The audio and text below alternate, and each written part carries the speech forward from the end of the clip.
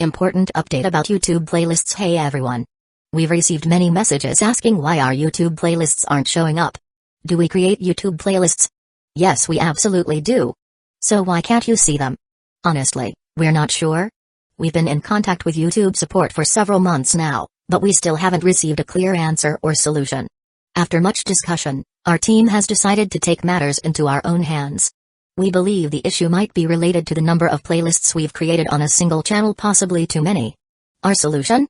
We're launching 2 additional YouTube channels, giving us a total of 3. This way, we can organize our audiobooks better and avoid the playlist visibility issue in the future. This change only affects our YouTube audience.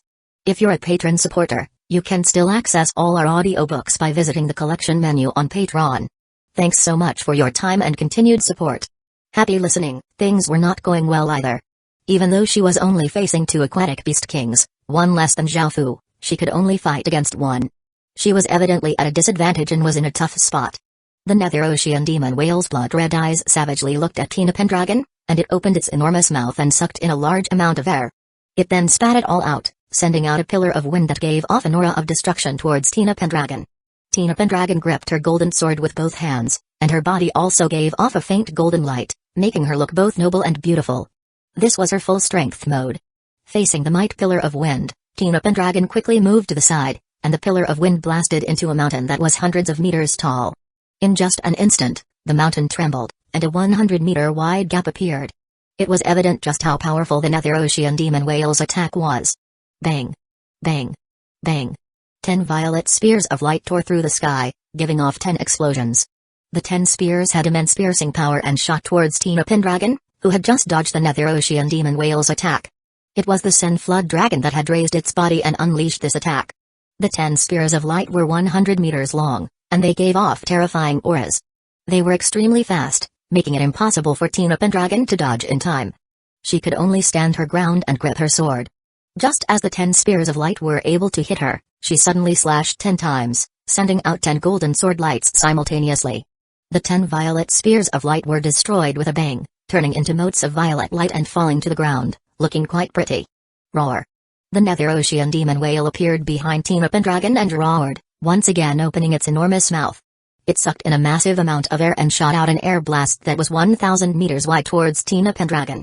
Tina Pendragon had only just defended against the Sen Flood Dragon's attack, and facing this terrifying attack, she did not even have the time to turn around. She could only explode out with golden light, forming a golden defensive barrier. Bang! The 1,000-meter wide air blast smashed into Tina Pendragon's shield and exploded, turning into wild gusts of wind that spread out in all directions. Tina Pendragon was sent flying by the impact and crashed against a peak. Her defensive barrier shattered with the crash, turning into countless shards that disappeared, and a trace of blood leaked out from her mouth. SSS. SSS. SSS.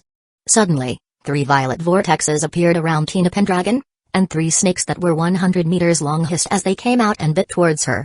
Tina Pendragon was greatly startled and hurriedly slashed out twice, cutting 2 of the snakes in half and causing them to turn into traces of violet chi.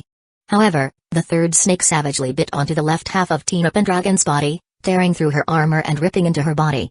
Blood immediately flowed out, dyeing her silver-white knight's dress red. Tina Pendragon endured the pain as the golden sword in her hand gave off waves of sword light. She swung vigorously, and a crescent-shaped sword light flew out and cut the snake in half. Bang! After being cut in half, the 100-meter-long snake exploded into countless traces of violet chi. By now, Tina Pendragon's face had a rare look of worry on it. She raised her golden sword and a formless sword aura swept out, and 8 gigantic golden ripples appeared in the air. 8 massive golden swords, giving off brilliant golden light, slowly emerged from the golden ripples. Boom! As Tina Pendragon slashed down, the 8 golden swords gave off a massive amount of holy light power and shot towards the Sen Flood Dragon and Nether Ocean demon whale extremely quickly, dyeing the entire sky golden. Facing the 8 massive swords, the 2 aquatic beast kings did not dare to be careless. The Sen Flood Dragon spat out a large amount of violet mist that surrounded its body. The violet mist looked incorporeal and not very strong, but it had immense flexibility and toughness, and it was the Sen Flood Dragon's most powerful defense. The Nether Ocean demon whale shot out an air blast, wanting to cancel out the incoming golden swords. Roar! Roar! 2 roars of pain sounded out.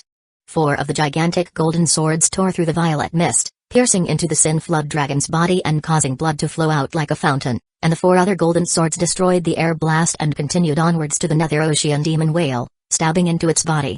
Even though it was painful, the 2 aquatic beast kings were not heavily injured. To the aquatic beast kings, which had bodies that were 10,000 meters long, the 100-meter giant swords were quite small. This attack caused the Sin Flood Dragon and Nether Ocean Demon Whale to become completely furious, and they rushed up and launched even more crazed attacks. Over at Akhenaten's side, he summoned 3 sand giants that were 100 meters tall, and they picked up massive boulders and threw them at the Sift Metal Stingray in the sky. The boulders hit the Sift Metal Stingray's body, resulting in a few clanging sounds, but they were unable to harm it at all. The Sift Metal Stingray flapped its fins, giving off a sharp, metallic windstorm that rushed down and broke into pieces all the trees and rocks in its way. Akhenaten's expression became grim, and he controlled the 3 sand giants to rush up, wanting to block the Sift Metal Stingray's attack. Bang! A massive explosion sounded out as the 3 sand giants were obliterated by the Sift Metal Stingray, and they had been unable to obstruct its attack at all. An unsightly look appeared on Akhenaten's face as he stuck his staff into the ground. An eerie aura rushed out as a 100-meter-tall metallic sarcophagus, which gave off an extremely gloomy aura, blocked in front of Akhenaten. Boom! The Sift Metal Stingray's metallic windstorm smashed against the gigantic sarcophagus, creating an ear-splitting noise. The sarcophagus gave off boundless gray light and actually stopped the attack. The Sift Metal Stingray gave off an angry gargling sound as its entire body gave off intense light and sent forth an even more terrifying windstorm. Crack! A few cracks appeared on the sarcophagus, and they spread and became longer. Akhenaten was greatly startled and hurriedly dove to the side as the metallic sarcophagus collapsed. Akhenaten was still sent flying by the windstorm, and cuts appeared all over his body. The immense pain caused Akhenaten to go berserk as runes started to appear all over the staff he held. Yin Qi in the surrounding 10,000 kilometers wildly gathered above him, forming a gigantic vortex that gave off a shocking might. 754 Heaven Cloud Jellyfish. The Sift Metal Stingray's gaze was cold as it continued to summon metallic windstorms and send them towards Akhenaten. Boom! At that moment, Akhenaten waved his staff, and a large, bandaged hand stretched out of the vortex, giving off a boundless and terrifying aura. It sent the Sift Metal Stingray flying with a single punch. The Sift Metal Stingray's massive body fell from above, causing it to howl in pain.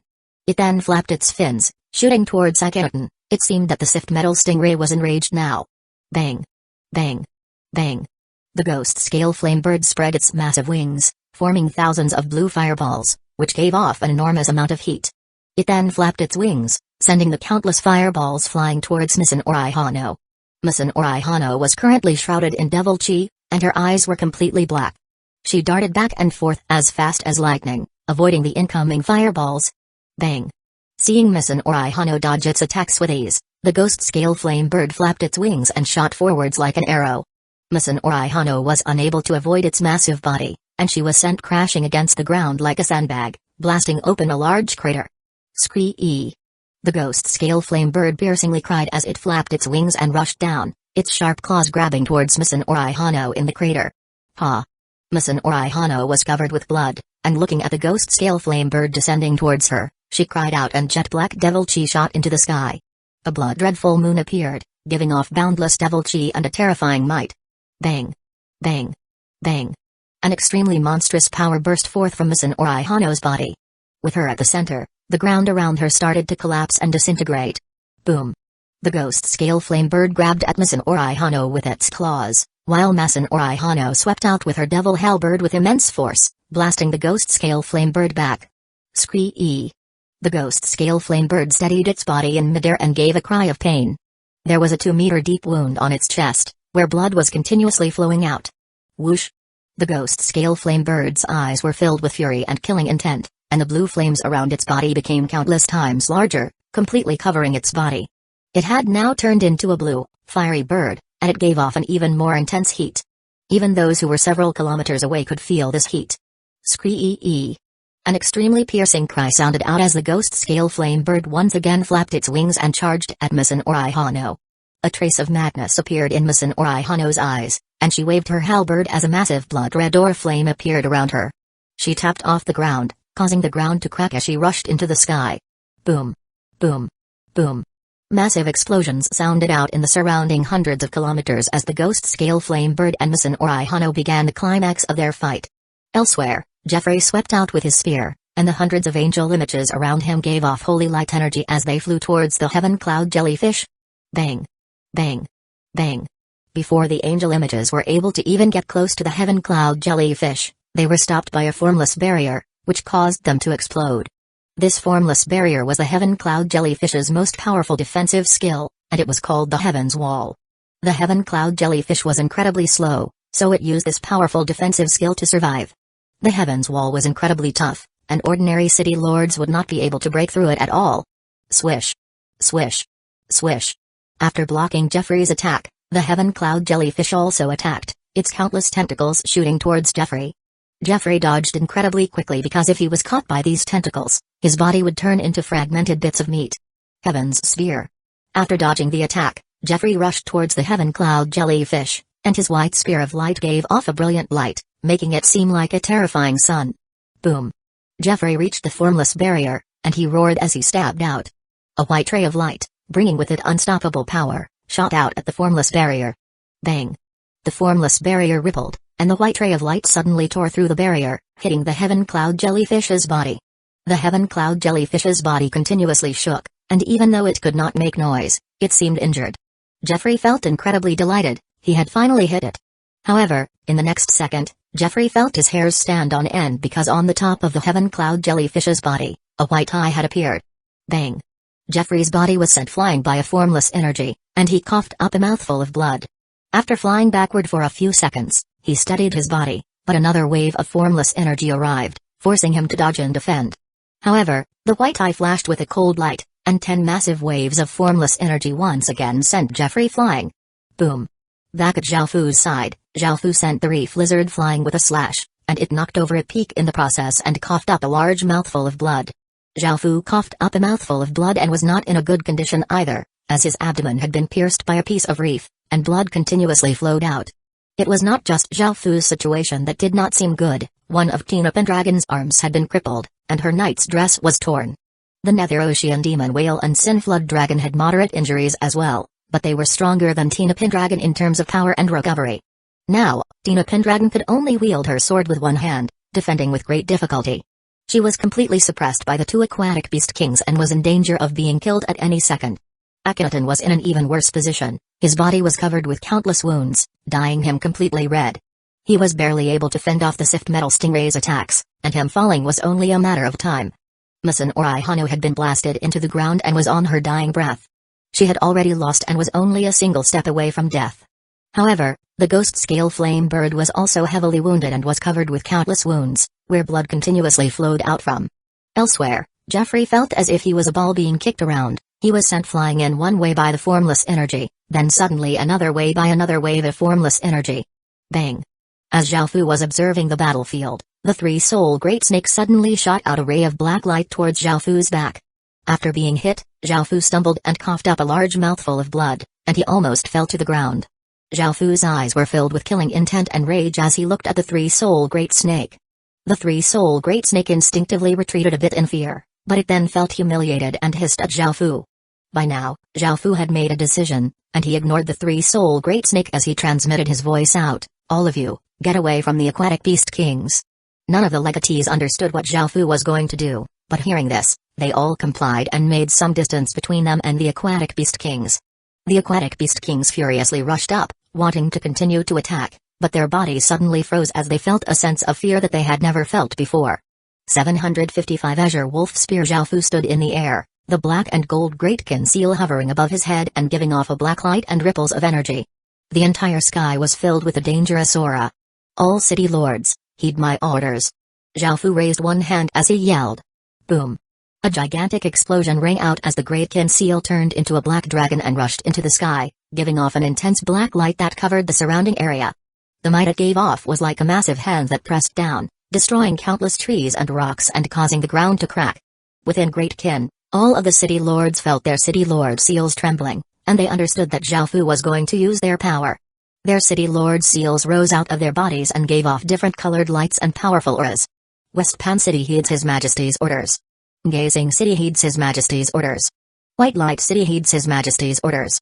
Shouts sounded out as City Lord seals gave off monstrous auras and shot into the sky, giving off brilliant lights and looking like stars. A wondrous scene appeared in the sky above Greatkin, 400 or so stars scattered in different areas, illuminating the land below. Boom! As the city lords sent their power into the Great Ken Seal, Zhaofu's body gave off boundless black light, and a black pillar of light shot to the sky. A deafening explosion sounded out as heaven and earth chi madly gathered. A large vortex quickly formed in the sky and gave off a powerful attractive force. It was like a black hole that could devour anything. Many large trees were pulled up by their roots, and even boulders were swept into the sky. It was as if a catastrophe was about to descend. Tina Pendragon and the others were shocked at the power Zhaofu was releasing, and the 8 aquatic beast kings felt an immense sense of danger. They even started to consider running away. This place was covered by a massive haze, and the aquatic beasts and city lords in the distance felt the ripples of energy. They all looked quite shocked. However, Zhaofu was not done yet. Within the Great Ken City's city hall, the 12 metal colossi, Imperial Ruler's Seal, Nation-Suppressing Pillar, and Great Ken Emperor Peacock all seemed to have been summoned by something and started to tremble. Boom! Another gigantic explosion sounded out as 4 pillars of light, bringing with them monstrous power, shot into the sky. Black traces of fate rose up from the ground and floated towards the 4 pillars of light, and Great Ken's ocean-like amount of fate suddenly decreased by half. A gigantic explosion rang out as if the sky had exploded, and a domineering might descended. The space around Zhaofu's body shattered, and an extremely dangerous aura filled the heavens and the earth. In the face of this power, the other legatees seemed as small as ants, and the 8 aquatic beast kings felt they were just like little beasts. This was the first time they had felt such terror before, and it swept through their souls like an icy chill, causing their bodies to tremble. The 8 aquatic beast kings all looked terrified, and they quickly retreated. They all wanted to escape because they felt an incredibly real threat of death. Clang, clang, clang. The sounds of chains could be heard as millions of chains shot out from where Zhaofu was towards the 8 aquatic beast kings. They quickly found their targets and bound up the aquatic beast kings. Roar. The aquatic beast kings roared in fury and horror and desperately struggled, wanting to break free from the chains. However, no matter how they struggled, they were unable to free themselves at all. The shattered space quickly reformed, and Zhaofu, giving off boundless might, looked at the 8 aquatic beast kings struggling in fear. Zhaofu's gaze was cold and he slowly descended to the ground before squatting down and pressing a hand against the ground. A formless energy spread out as the chains that bound the aquatic beast kings started to drag them underground. Roar. The aquatic beast kings continued to roar in fear as they madly struggled, but they were still gradually dragged underground. After being dragged underground, the 8 aquatic beast kings still ferociously struggled, causing the ground to shake, and the ground rippled as if it was water. Zhaofu then took out an azure spear, called the Azure Wolf Spear, which was an legendary rank weapon. Zhaofu gripped the spear, causing it to become dyed black, and the item spirit, a giant azure wolf, became a demon wolf. Boom! Zhaofu vigorously stabbed the black spear into the ground, and as the body of the spear sank 1 meter deep into the ground, a 1,000-meter wide Emperor's seal appeared. A black light rippled out, after which the ground became calm again, and the 8 aquatic beasts no longer struggled. Cough. Zhaofu half knelt on the ground and coughed up a large mouthful of blood, almost collapsing. He immediately took out a bottle of healing medicinal pills and consumed them all, and his wounds started to gradually recover. Zhaofu looked at the others, and only Tina Pendragon and Akhenaton were barely able to stand.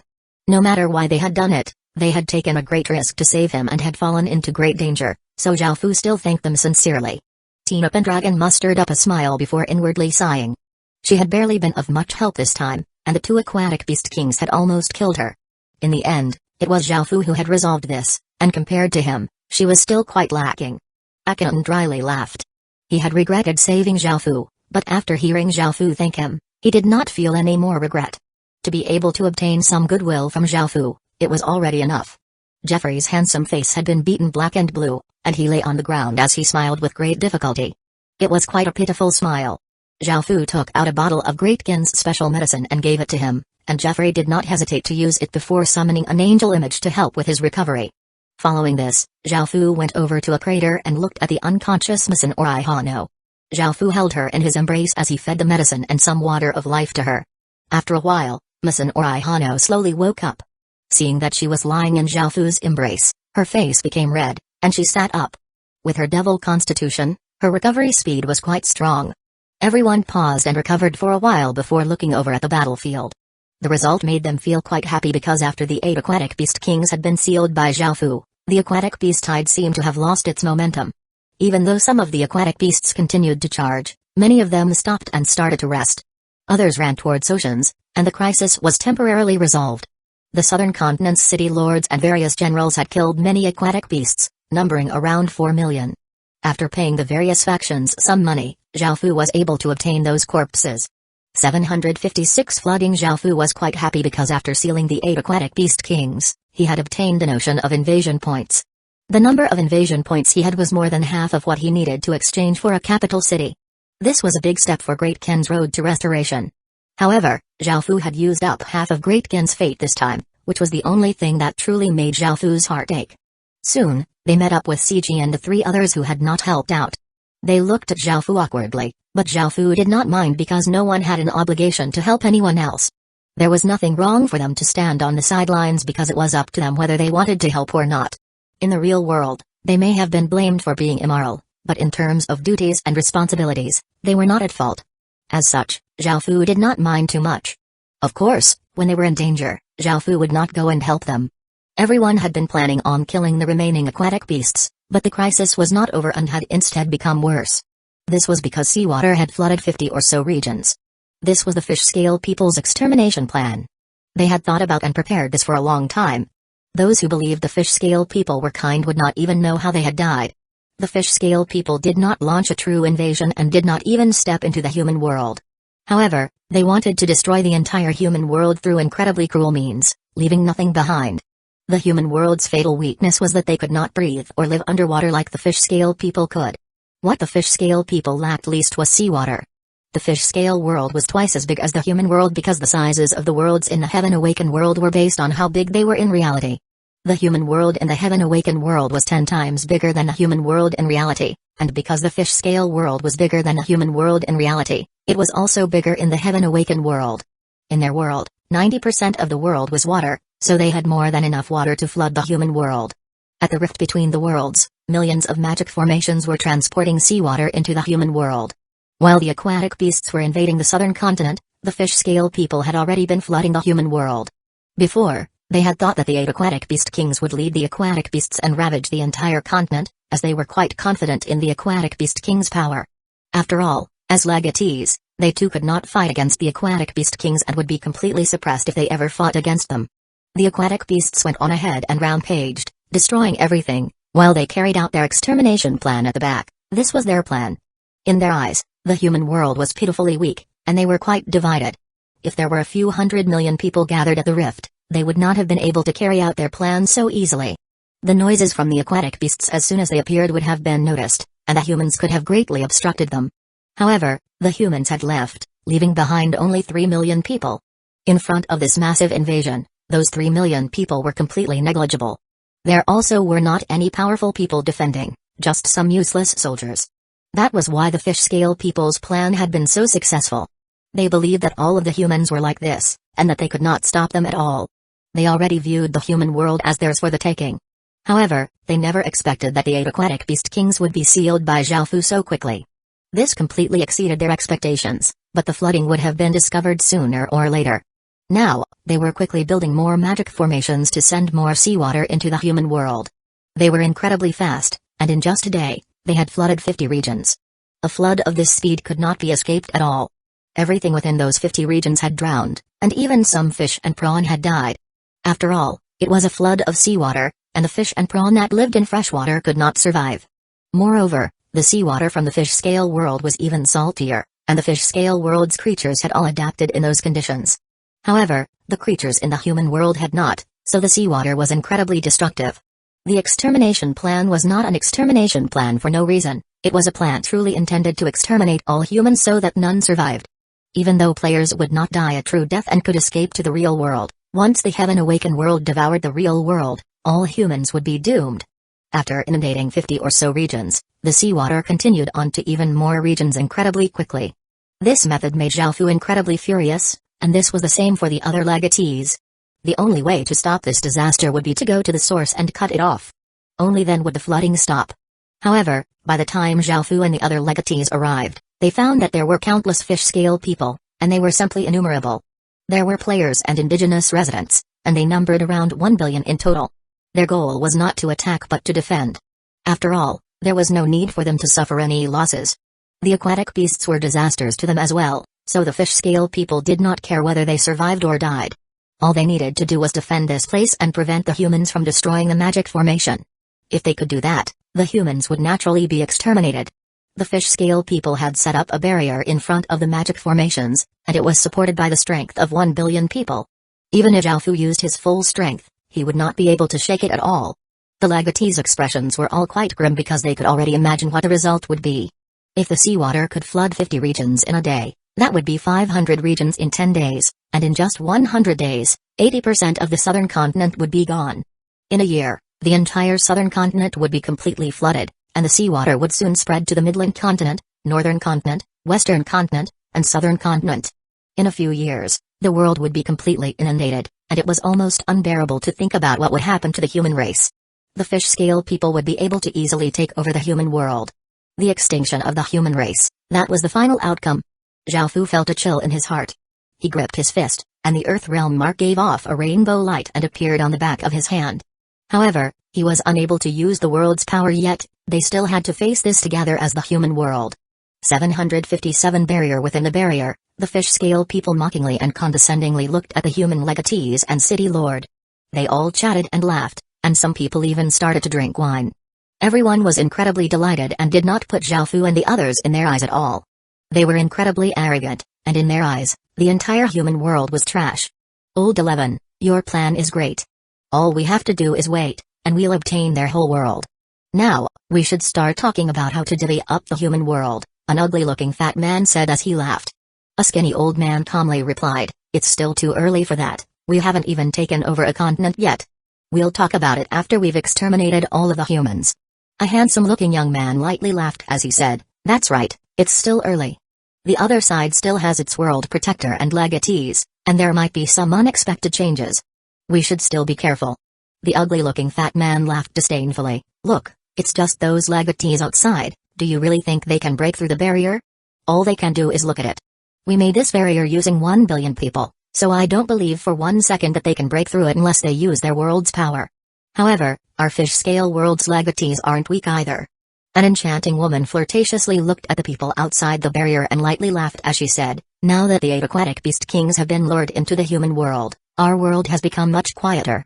Just those 8 aquatic beast kings are incredibly difficult for the humans to deal with, let alone us. It's a pity, I wanted to make some of those human slaves, but they can't live underwater, so I have to give up on that. If you see any beautiful men or women, make sure you keep them for me so I can at least turn them into ice statues. A big man with fangs coldly harumphed, no way, I want to eat human flesh. I've never tried it before, but the aquatic beasts seem to enjoy it a lot, so the taste must be quite good. I want to find some nicer things to eat, and I'm sure the better they look, the better they'll taste. After hearing this, the enchanting woman looked at the fanged man in contempt and turned her head aside. What should we do? We can't let things drag on like this. Let's work together to see if we can destroy this barrier. Akhenaten said worriedly, seeing that the southern continent was in such great danger. Tina Pendragon shook her head and said, there's no need to try, we can't destroy that barrier. Unless we also gather 1 billion people or so, we won't be able to break through it. We should see if there's some way to stop the seawater. In just a short while, another 10 or so regions have been flooded, Masan or Ihano said as she looked at the seawater pouring into the human world. Jeffrey thought for a moment before saying, we can't destroy the barrier right now, so we can't stop them from pouring seawater into our world. Right now, we can only construct dams and the like to block the water. This will require everyone from the southern continent to help.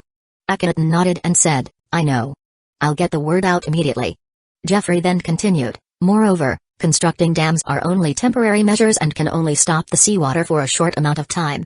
If the fish-scale people invade to stop us, things will be even more troublesome. Once the dams are destroyed, the seawater will continue to flood the world, so we have to cut it off at its source as soon as possible. Facing such a powerful barrier, all of them felt powerless, and they all looked at Zhao Fu, who had been silent this entire time. Zhao Fu could only shake his head. He could not break through a barrier formed by 1 billion people either, even if he used up all of Great Gen's fate. Zhao Fu had also tried to use his Earth Realm mark but found that he was unable to use the world's power yet, so he could only sigh. Seeing that Zhao Fu could do nothing about it either, everyone else's hearts sank, and their expressions became grave. CG then said, we should tell the whole world about this. We can't solve this by ourselves, and the southern continent can't solve it by themselves either. The whole world should know about this crisis.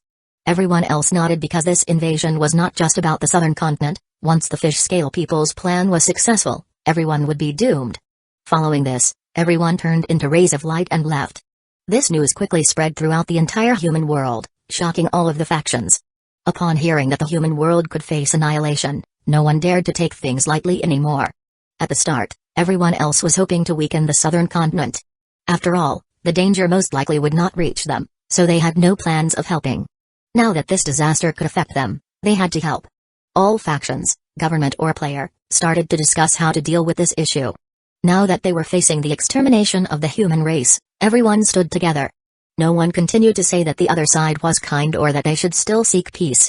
Anyone who still tried to maintain peace and call the other side kind when the other side was trying to kill them was an idiot.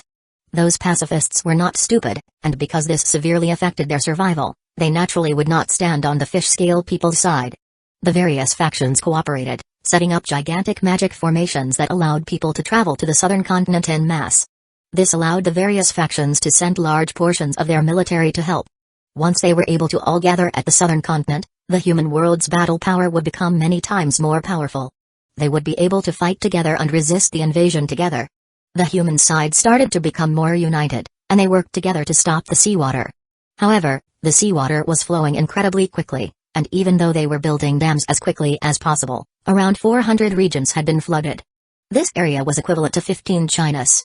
Some system main cities and player factions fared better, as they immediately relocated when they heard about the floods. However, some of the villages in the wilderness and wild beasts were not able to escape in time. Only some beasts that had good instincts were able to survive. However, the people in the wilderness were not so lucky, and the world-ending flood devoured everything in its path. None of them were able to react at all before they were all drowned. No one knew just how many people had died in those 400 or so regions, but there were countless corpses floating on the water. There were humans, outlanders, and beasts, creating a horrific scene. The fish-scale world started to notice the dams being built. After all, they were part of the water race and were quite sensitive to changes in the flow of water. As such, the fish-scale world started to send its soldiers into the human world. Those 400 inundated regions had all been filled with seawater, turning them into their territory. Anything they did would be much easier now. 758 opportunity. The dikes at the southern continent were created through the efforts of countless people, and they were 40 meters tall and 10 meters thick. Because the floodwaters were too fierce, they first used mud, then added large trees and rocks. Even though they looked quite tall and tough, they could not withstand a single blow from a city lord. This was not sufficient, so they had also added all sorts of talismans and runes to the dikes. They had also gathered 1.5 billion people. They came from all over the world, and there were both players and indigenous residents. Because the fish-scale people planned to wipe out all humans, the indigenous residents could only help as well. Many city lords also came to help, as did players from other continents. Dams and dikes filled the entire southern continent, forming an impressive scene. The construction of these dikes could be said to be a miracle, and the 1.5 billion people standing on them did not feel crowded at all. From here, everyone could see the fish-scale world.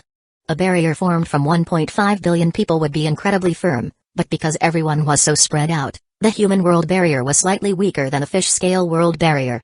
After the powerful barrier had been set up, everyone's uneasy hearts became more settled, and they no longer felt as panicked or terrified. The human world naturally formed a massive alliance, and there were not only the governments of various countries but also various dynasty legatees. The greatest powers in the world had all gathered here. However, even though they were on the same side, no one was willing to submit to anyone else. As such, this alliance had no alliance master and was directed by the 12 most powerful countries. All of the other countries did not have as much authority. After spreading the news about the fish-scale people's plan, Zhao Fu had returned to Great Ken to treat his injuries. After a few days of recuperating, he had returned to his peak condition. Your Majesty. Even though this is a crisis for the human world, it is also an opportunity that can greatly benefit Great Ken. Li Si said as he smiled and stepped forward. Zhao Fu felt a bit confused and he asked, "What do you mean, Li Si?" Li Si replied, "The fish-scale world invading the human world is a massive crisis, putting a lot of pressure on everyone. Now, Great Ken can use this opportunity to have even more city lords join us. All we need to do is say that Great Ken is strong enough to protect them, and they will naturally choose to submit to Great Ken. If Great Ken cannot defend against this disaster, they will be even more powerless. All of the city lords know about this news, and if they don't believe it, they can go there themselves to take a look since there are so many teleportation channels to the southern continent right now. They aren't stupid and will make the wise decision." After hearing this, Zhao Fu immediately understood and sent out people. Before too much time had passed, 102 city lords had expressed their willingness to join Great Kin. This was an incredibly pleasant surprise, and Xiaofu could not help but happily laugh. The reason this had gone so well was because of various factors, including the fish-scale world's invasion, Great Kin's strength, and Great Kin's foreign policies in sending ambassadors and establishing friendly relations. The more familiar Great Kin was to those people, the easier it was for them to submit to Great Kin. Before, Xiaofu had not attacked because he was worried that as soon as he attacked, the city lords would feel threatened and ally together. Now that there were no restrictions on travel, they could easily form a massive alliance. Even though the northern side was Vietnam, which Xiaofu would not move against yet, the three other sides would each have at least 100 regions allying together if he attacked. The more threatened they felt, the more people would join. In fact, 300 regions allying together was actually a small figure. It was possible that 600 or more regions could ally together in response to such a threat. Assuming that each region had about 300,000 soldiers, 10 regions would have 3 million soldiers, 100 regions would have 30 million soldiers, and 300 regions would have at least 90 million soldiers. It would be quite difficult for Great Kin to defend against such a number, let alone against the forces of 600 regions. As such, Xiaofu no longer acted as domineeringly, and he instead established friendly relations. Without enough military power, Xiaofu would not go out and attack more regions. Now, their foreign policy had proven to be extremely useful. Without shedding a single drop of blood, they had been able to obtain 200 or so regions so far. The 102 city lords provided Great Kin with 50 million residents and 10 million Stage 1 soldiers, causing Great Kin's strength to once again greatly increase. By now, Great Kin had 470 million residents and 60 million soldiers. They were definitely the faction that had benefited the most out of the fish-scale people's invasion. Now, another 32 regions had been emptied out, and Great Kin started to clear out those regions. If everything went to plan, after clearing out those 32 regions, Great Kin would be able to level up into a level 4 capital city. Xiaofu did not send any soldiers to the southern side, not because he was not willing to help but because he did not trust the other factions. Most of the factions were made up of players. It would not matter if players died, as they could revive, but if indigenous residents died, they would stay dead. If they suddenly attacked Great Kin could lose its entire army. Even though they were facing a common enemy, he could not help but be cautious. The other factions simply feared Great Kin too much, and Xiaofu had to respond accordingly. In the future, the Great Kin army would act by itself and try not to combine with other forces. There were not any large-scale battles yet, so he could still use his army for clearing out the regions for now. After dealing with these things, a soldier came to report that the Southern Continent Alliance had invited him to participate in an important meeting. After thinking about it, Xiaofu decided to go. There were countless chairs placed in a lavish hall, and there were already thousands of people there. They were all the leaders of various factions, and they all had important and distinguished statuses. Tina Pendragon and the other legatees had long since arrived and sat on a row of chairs at the front. The scene was quite bustling, as this meeting gathered the main forces of the human world's defense against the fish-scale world's invasion. After a while, a bearded man could not wait any longer and called out, "We've waited for so long already. Why haven't we started the meeting yet?" Those next to him nudged him and said quietly, "There's still someone who's not here yet. Of course we can't start without him." The bearded man felt even more displeased and called out, "Who's that person making so many people wait for him? I hate those kinds of people." Everyone else around him rolled their eyes. "He's Great Kin's legatee. Try saying that after he's here." After hearing that name, the bearded man no longer looked angry and immediately smiled as he said, "Forget about it, we can just wait for a bit longer. I heard he sealed the 8 aquatic beast kings this time, and it's said that each of those aquatic beast kings is more powerful than even a few hundred city lords. Do you think they're really that strong?" 759 ships. The expressions of the people around him became serious, and one of them nodded and said, "The 8 aquatic beast kings rule the 8 cardinal directions in the fish-scale world, so how could they not be powerful? If he hadn't dealt with those 8 aquatic beast kings, we would not have been able to stop the aquatic beast tide, and they would have swept through many more regions." Hearing this, the bearded man said with admiration, "It'd be great if I could be as powerful. I want to see just how powerful those aquatic beast kings are." In response, the other person said, "You'd most likely get instantly killed if you went. However, I'm a bit worried because the place where they were sealed was flooded by seawater. I wonder if anything will happen." Just as the bearded man was about to say something, the whole scene suddenly fell quiet. Everyone looked towards the door where a black-cloaked man had appeared without anyone realizing. It was Xiaofu, and he disregarded everyone's gazes as he walked in. He looked around and walked over to sit beside Tina Pendragon. Seeing Xiaofu had finally arrived, An elderly man stepped out and smiled as he said, "The meeting will now begin." A tough-looking man from the Chinese government walked out and spoke first. There were two things on the meeting's agenda: how to attack and how to defend. The fish scale people have occupied the rift and are pouring large amounts of water into our world. They've also set up a powerful barrier. First, we need to cut off the inflow of seawater at its source, only then will the flooding stop. Moreover, even though our dikes are supported with countless runes and talismans, they're made of mud, trees, and rocks. The water has risen to 10 or so meters. And, if the fish scale people destroy the dikes, the outcome would be unimaginable. We need to use firmer materials to build a second line of dikes to take precautions. Hearing this, everyone else nodded. Everyone agreed that they had to construct a second line of dikes in order to stay safe. However, the problem was how to break through the barrier. There were 1 billion fish scale people on the other side defending it, so everyone heatedly discussed this matter. Zhao Fu did not say anything and attentively listened to everyone else speak. As the humans discussed, the fish scale people started to move. Thousands of scouting teams had already stealthily entered the human world. After obtaining some information, they returned to the fish scale world. Apart from finding out detailed information about the dikes, they had also discovered where the 8 aquatic beast kings were sealed. That was because the dangerous aura coming from that region was simply too strong, and it would have been difficult not to notice it. When this news was reported back to the fish scale world, everyone was quite shocked as they had thought the 8 aquatic beast kings were still rampaging in the human world. They had never expected them to be sealed so quickly. They were incredibly curious as to how the humans had done this. After all, even the legatees of the fish scale world were not able to do anything to the 8 aquatic beast kings. The fish scale world's legatees snuck into the human world and looked at the jet black spear stuck into the ground underwater.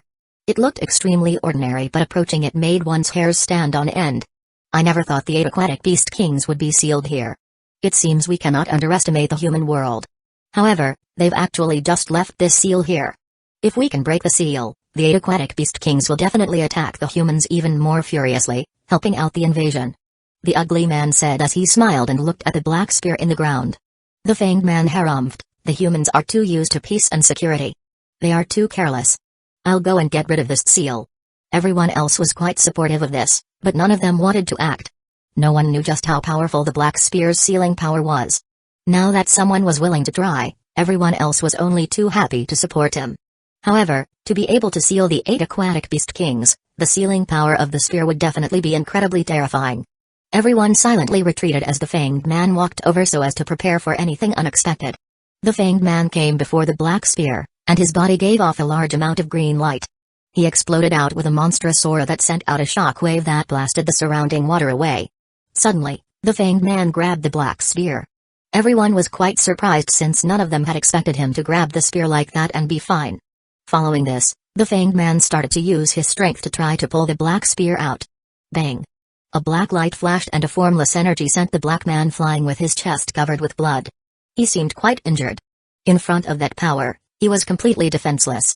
No one was too surprised. Since the other side had dared to leave the seal here unguarded, it was definitely quite special. It seemed this seal was not something they could break through, but perhaps their world protector could try. However, the fish scale world's world protector had been cultivating in the depths the entire time and normally disregarded matters of the world. He had not participated in this invasion, and everything had been planned and carried out by the other legatees and factions. The enchanting-looking woman said, "We should quickly leave. Now that we've triggered the seal, that person will definitely be able to sense it." Everyone nodded, and the ugly man carried the fanged man. Even though the fanged man was quite stupid, he was very powerful. The others always used him to test the waters, so they had to save him. Now, both sides had information about the other side but could not do much, resulting in a temporary deadlock. Time gradually passed. After waiting a while, the human side gradually lost its passion for battle. The water below the dike was rising higher and was now at 20 or so meters. Even though the dike was now 10 meters taller, the situation was not very good. The fish scale world had always been on the offensive, and the human world had always been on the defensive. As time went on, the human side gradually lost morale. If they started to leave like before, the fish scale people would most likely attack. They could not continue on like this. The various factions decided they had to attack. Even though the rift had a powerful barrier around it, they would still be able to easily break through it if 1 billion people simultaneously attacked. Many people had already thought of this, but they did not have much confidence in fighting on water. After all, this was a war between worlds. If they made any mistakes, countless people would die. As such, they had been hesitating this entire time, but they had no more time to waste. Ships started to cover the water, and the people finally prepared to fight. Everyone felt quite excited to fight as they were incredibly infuriated by the fish scale people's plan. Everyone's battle intent was once again lifted up after seeing they were about to fight, and they started to head towards the rift. However, many ships started to be attacked halfway there. Arrows shot out from underwater. Because many people were careless, there were many injuries and casualties. Many fish scale people also swam underneath ships and started to use blades to sabotage the ships. 760 Great Battle. Many humans jumped into the water after seeing the ships were being sabotaged. The ships were made out of wood, and it would be quite difficult for people with low cultivation to destroy them. However, those with at least stage 1 cultivation would easily be able to sabotage them. And when the ships went down, they would also drag the people on them down as well. Everyone had a water pearl, thus, even if they could not swim, they would not have to worry. After falling into the water pearl on them would give off a faint light, and a membrane would appear around them. The membrane kept the water away from them and drew out oxygen from the water for them to breathe. There were many people participating in this attack, and those at the front had already entered the water and were fighting with the fish scale people. Even though the humans had received some training, they were still weaker in the water than the fish scale people who had lived their entire lives in water. The fish scale people were like nimble fish in the water and were extremely agile, whereas the humans were quite awkward and clumsy. A human player jumped into the water and stabbed towards a fish scale player, but the fish scale player twisted his body incredibly quickly, easily dodging the attack. Then, the fish scale player quickly swam behind the human player and used his short sword to attack. The fish scale player's attack was extremely ferocious, and he rapidly slashed out with his short sword. The human player was forced to continuously defend while retreating, so he did not have an opportunity to retaliate. Finally, the human player grasped an opportunity to shoot out a large amount of spear light toward the fish scale player, but the fish scale player coldly smiled and lithely retreated to easily avoid the attack before suddenly kicking out with his legs. A whoosh sounded out as the fish scale player shot forwards like an arrow and slashed out with his short sword, sending out an icy glow. The human player was greatly startled and tried to retreat, but it was too late. The short sword easily cut off his head, and blood flowed out from his neck, dyeing the surrounding water red, the headless corpse drifting downwards. The fish scale player coldly harumphed, "Arrogant humans. You dare to directly face us fish scale people in the water?" Following this, the fish scale player turned and quickly swam over to another human and soon took another kill. Humans who faced fish scale people of the same cultivation were at a disadvantage, and humans who had lower cultivation were guaranteed to lose.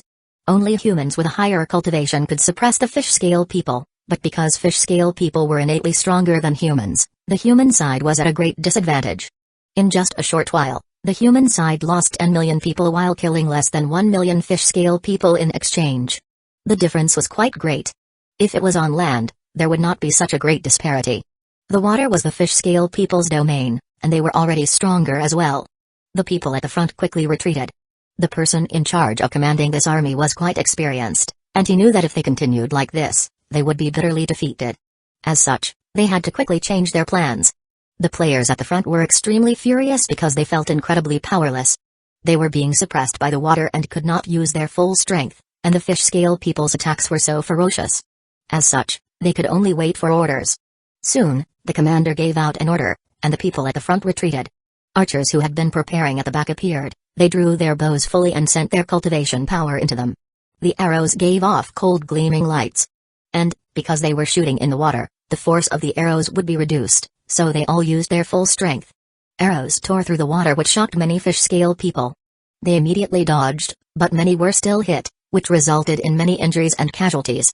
This immediately changed the situation for the human side, so they were finally able to gain an upper hand.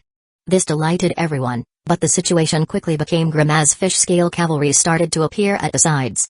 There were 3 types of fish scale cavalry: one rode on swordfish, one rode on sharks, and one rode on large catfish. The fish scale people who rode on swordfish held spears that were incredibly fast and shot out like rays of silver light. They gave off incredible momentum as they tore into the human army. They were completely unstoppable, and their spears continuously pierced into human bodies. The cavalry on sharks were not as fast, but they were not slow either. When they rushed in front of the humans, the 3-meter-long sharks would open their mouths and bite the humans in half. The shark cavalry held large sabers suited to killing large numbers of people. As the shark cavalry slashed out, they were often able to take 5 or 6 heads. The ones with the most ferocious oars were the cavalry on catfish. They rode on catfish 6 meters long, and their heads were quite wide. They were also quite fast, so they ferociously charged into groups of people like bulls, blasting people away. Ordinary players and soldiers were completely destroyed by the fish-scale cavalry. Moreover, the fish-scale cavalry flanked from 2 sides. The human army was greatly weakened and started to collapse, and all of the water was dyed red with blood. In that one charge, the human army suffered 70 million injuries and casualties, whereas less than 500,000 fish-scale people were killed. The human army no longer attacked so ferociously and instead took a defensive formation. Shield bearers were on the outside, and their shields gave off a semicircular energy barrier that could defend against attacks from the front, above, and below. The infantrymen supported the shield bearers from behind while the archers on the inside drew their bows. Charge! A large fish-scale person riding on a gigantic catfish roared as he led a massive number of cavalrymen surging forward towards the human army. The human commander roared, "Stop them even if you die. We're the most important line of defense for the human world. If we lose, all humans will die. Fire!" The human players and soldiers drew their bows and shot out icy arrows. The shield bearers roared as they prepared to stop the incoming cavalry. Countless arrows flew through the water which hit many of the fish-scale people, and many of the arrows also hit their mounts. Even though the mounts did not immediately die, they started to go out of control due to the pain, which reduced the fish-scale cavalry's momentum. However, the fish-scale cavalry still possessed immense momentum and slammed into the human army's shield wall. Boom! The human shield bearers shouted as they used their full strength to defend against the massive force of the cavalry, which momentarily stopped the tide of fish-scale cavalry. The human side madly shot out arrows and killed many of the fish-scale cavalry. Once the cavalry was stopped, their threat was much smaller. The fish-scale cavalry could only turn and run, and the pressure on the human army was greatly lessened. Roar! Roar! Roar! Bestial roars suddenly sounded out all around, and an extremely terrifying aura spread out. 761 aquatic beasts tied. Large numbers of aquatic beasts started to head over. Even though they were all less than 1,000 meters long and not as terrifying as the ones that had just invaded, they were still quite powerful.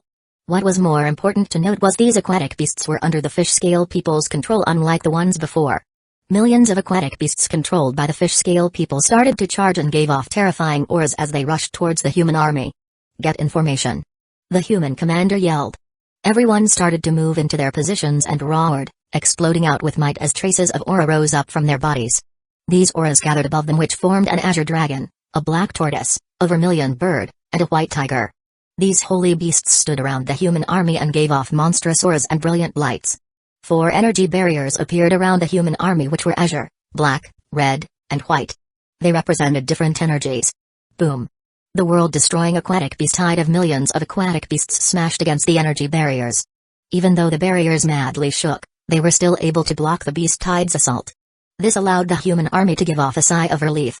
However, the sound of countless conches being blown could be heard as the aquatic beasts seemed to be stimulated. Their eyes became red, and they gave off terrifying auras as they once again started to smash against the energy barriers.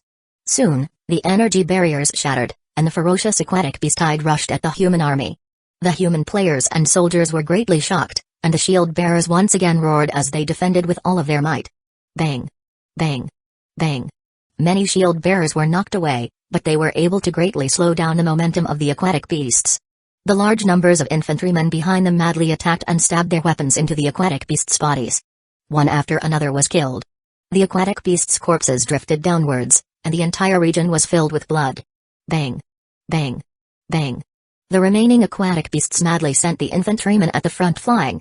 But in the next moment, more shield bearers roared as they charged up with their shields to reduce the momentum of the aquatic beast tide once again. At the same time, the archers continued to let loose arrows. The massive beast tide was unable to destroy the human army's formation and was instead gradually weakened. However, the price that the human army paid was quite great. They had lost 120 million people. However, they had made great gains. They had killed 7 million or so aquatic beasts and destroyed the tide. There were not many left, and they were easily hunted down by the human army. Seeing this, the fish-scale people's commander quickly withdrew the surviving aquatic beasts. Moments after, the fish-scale cavalry gathered once again to charge from the front, left, and right. Apart from the cavalry, large numbers of fish-scale archers and infantry also appeared, and they had much more than the human side. As the fish-scale cavalry started to charge, Countless fish-scale archers started to fire off arrows as the fish-scale infantrymen roared and followed behind the cavalry. The two sides quickly clashed, looking like a massive wave crashing against a big mountain. However, the human side's formation was already weakened by the aquatic beast tide. As the fish-scale cavalry charged, they dealt an even greater blow to the human army. The human army could not defend against a simultaneous charge from three sides, and their formation was completely destroyed. Adding on the countless arrows, things became even more chaotic. As the fish-scale army continued to ferociously press forwards, the human army started to collapse, and they could only retreat. They quickly rose to the surface and got onto the ships waiting for them there. All the ships had magic formations on them, so it would be much faster than swimming. As the humans ran for their lives, the fish-scale people continued to chase after them while shooting arrows out toward the ships, which caused soldiers to fall into the world. They were abnormally excited, and it was as if they were hunting animals.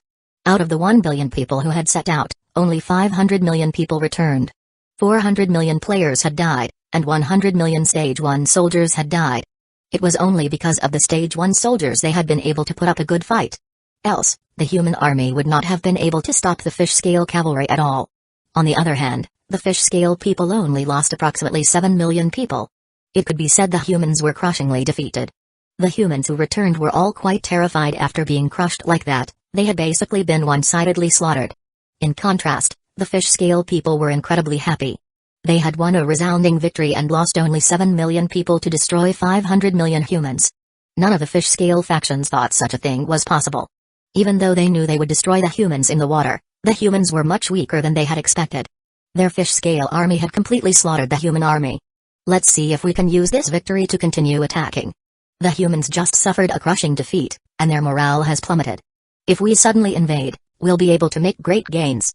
Moreover, we don't need to directly fight with them and only need to destroy their dikes. Right now, the water at the dikes has risen to about 30 meters. If the dikes are destroyed, we will be able to instantly flood more than 100 regions, and we can use the seawater to continue to invade the human world. We won't give them an opportunity to build more dikes. This way, we'll be able to conquer the human world, a white-haired elder said to countless fish-scale people. The ugly fat man grinned as he nodded in agreement, yes. And, we should continue to gather more soldiers to deal a big blow to the humans. With enough soldiers, we'll be able to defend against any tricks they have as well as any death throws. The enchanting woman smiled and said, in that case, should we talk about how to divvy up the human world? Back when we lord over the aquatic beast tide, they destroyed many system main cities, but the city lord seals were devoured by the aquatic beasts. Let's try to avoid that. It's quite a pity to see so many cities go to waste. That's easy. Whoever takes the city, town, or village will get to keep it. We've flooded approximately 400 regions in the human world, and there are still many towns and villages left, the fanged man said. A handsome young man smiled as he said, this is not a bad suggestion. Those who put in more effort should receive more. This will also make everyone more motivated to invade the human world.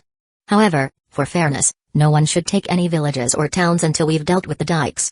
The fish-scale people all grinned, and they accepted this decision. Then, they held more discussions and made some more detailed plans. After this battle, they had enough confidence to destroy the human world. The humans were just like livestock to them that could be killed whenever they wanted. That was how confident they were. Indeed, with the results of this battle, they had the right to feel this way. This time, they sent out 3 billion fish-scale people. With so many people in the fish-scale army, just one look at them would make most humans terrified to the point where they did not dare to fight. 762 dikes. It was a starry night, and countless stars twinkled in the sky. Even though the moon was not out, it was not dark at all, and it was possible to see far into the distance. After this battle, the human army's morale plummeted. They lost all battle intent and were not as excited and passionate as they had been before. Before, they had not known the fish-scale people's true strength, and after this fight, they understood just how terrifying the fish-scale people were. Now, everyone felt quite afraid of the fish-scale people, and if they could not overcome this fear, they would lose before they even fought the fish-scale people the next time. This total defeat rocked the entire human world. Everyone felt a sense of crisis, and the commoners started to feel terror as well. Unease filled the entire human world, and more people became willing to head to the southern continent to defend against the fish-scale invasion. Now, many countries appealed to people's sense of patriotism, hoping that more people would join the resistance. There were only 1 billion people standing guard on the dikes, and none of them felt that confident. It was at that time that the fish-scale people started to attack. Arrows shot out from the water towards the humans on the dikes. Many people were caught off guard and hit by the arrows, causing blood to splatter everywhere. Cries of pain tore through the beautiful night. This was the beginning of another big battle. The humans quickly responded, putting up shields to block the arrows. At the same time, the archers started to fire back. The human side quickly counterattacked, while the fish-scale people leisurely attacked. Their plan was to destroy the dikes, not actually fight with the humans. The archers were just a distraction while the other soldiers destroyed the dikes from underwater. The fish-scale people slashed out with their weapons, causing icy lights to slam against the dikes made of mud, trees, and rocks. However, because the dikes were reinforced by talismans and runes and protected by a barrier, a glow appeared on the dikes to defend against the attacks. Otherwise, a Stage 3 general would be able to pierce through the dikes. Without the reinforcements, the dikes were simply too weak. However, the power of the talismans, runes, and barrier could not last forever. They were gradually whittled away by the constant attacks and would soon break. As the fish-scale people continuously attacked, the glow on the dikes became weaker and weaker. Seeing this, many humans realized what was happening and yelled in fear, "There are fish-scale people underwater attacking the dikes." Only then did everyone understand what was going on. The archers immediately started to aim towards the bottom of the dikes, but the fish-scale people were prepared. Many of them carried large shields. After being shot 30 meters into the water, the arrows were already greatly weakened, and with the large shields, it was very easy for the fish-scale people to defend against the arrows. As such, they were able to continue attacking the dikes without any pressure. While the humans' attention was on the bottom of the dikes, the fish-scale archers once again started to ferociously attack. Countless arrows shot out of the water, resulting in many deaths, and howls continuously sounded out. As the countless fish-scale people attacked underwater, the glow on the dikes became fainter and fainter. If this went on, the dikes would definitely be destroyed. Above, 10,000 city lords exploded out with power and unleashed their city lord seals, wanting to stop the fish-scale people underwater. However, the fish-scale city lords also responded in kind, and a battle between city lords erupted in the air. Explosions continuously sounded out, and a destructive aura could be sensed throughout half of the southern continent. The human side finally thought of a way to deal with the fish-scale people underwater. They started to throw down large amounts of ice powder. The player factions had used it when attacking Great Ken before, and after the powder fell onto the water, it quickly started to freeze the water. As the ice powder landed on the water, ice began to spread at a rate observable by the naked eye, and traces of cold air started to rise. The fish-scale people underwater were greatly startled and quickly retreated, but those who reacted slowly were completely frozen. In just an instant, the 50 meters in front of the dike were frozen into thick ice, forcing the fish-scale people back. Seeing this, the human side was greatly delighted. However, the fish-scale people did not seem fazed. Soon, people wearing robes and holding coral staffs walked out, and there were countless soldiers gathered around them. The soldiers gave off powerful auras and sent their strength into those people, who raised their coral staffs. They started to chant incantations, and an extremely dangerous aura spread out. The seawater started to roil, and everyone could tell that the fish-scale people were doing something dangerous. "Hurry and stop them!" the human commander yelled.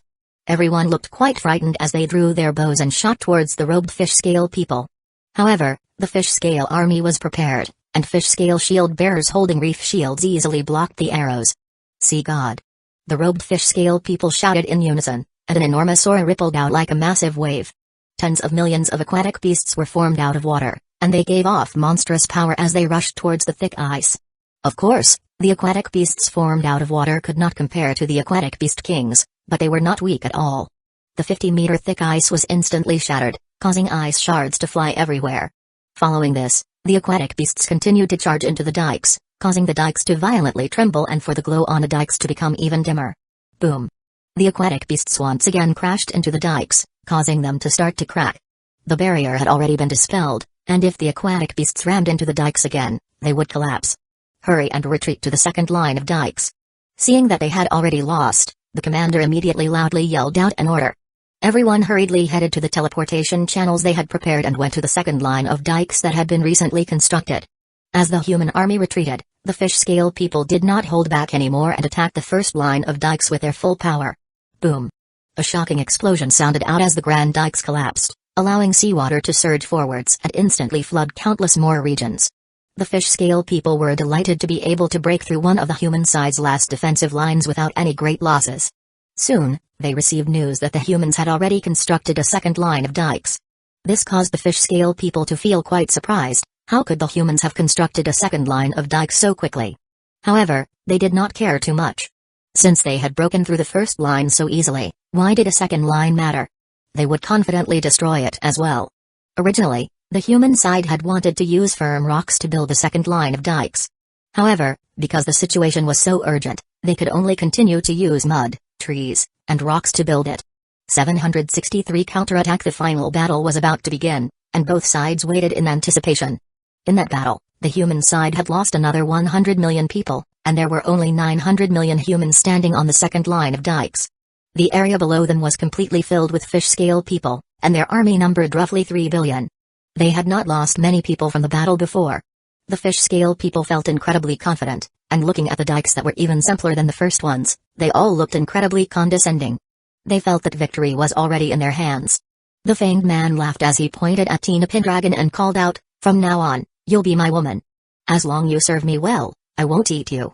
You're the prettiest woman I've met, and I want you to be my slave and to do you every day." These words made Tina Pendragon, who was very well-tempered, quite angry, and she slightly frowned. The ugly man laughed as he also chose one and pointed at Misin Orihano, saying barbarically, "You'll be my female slave.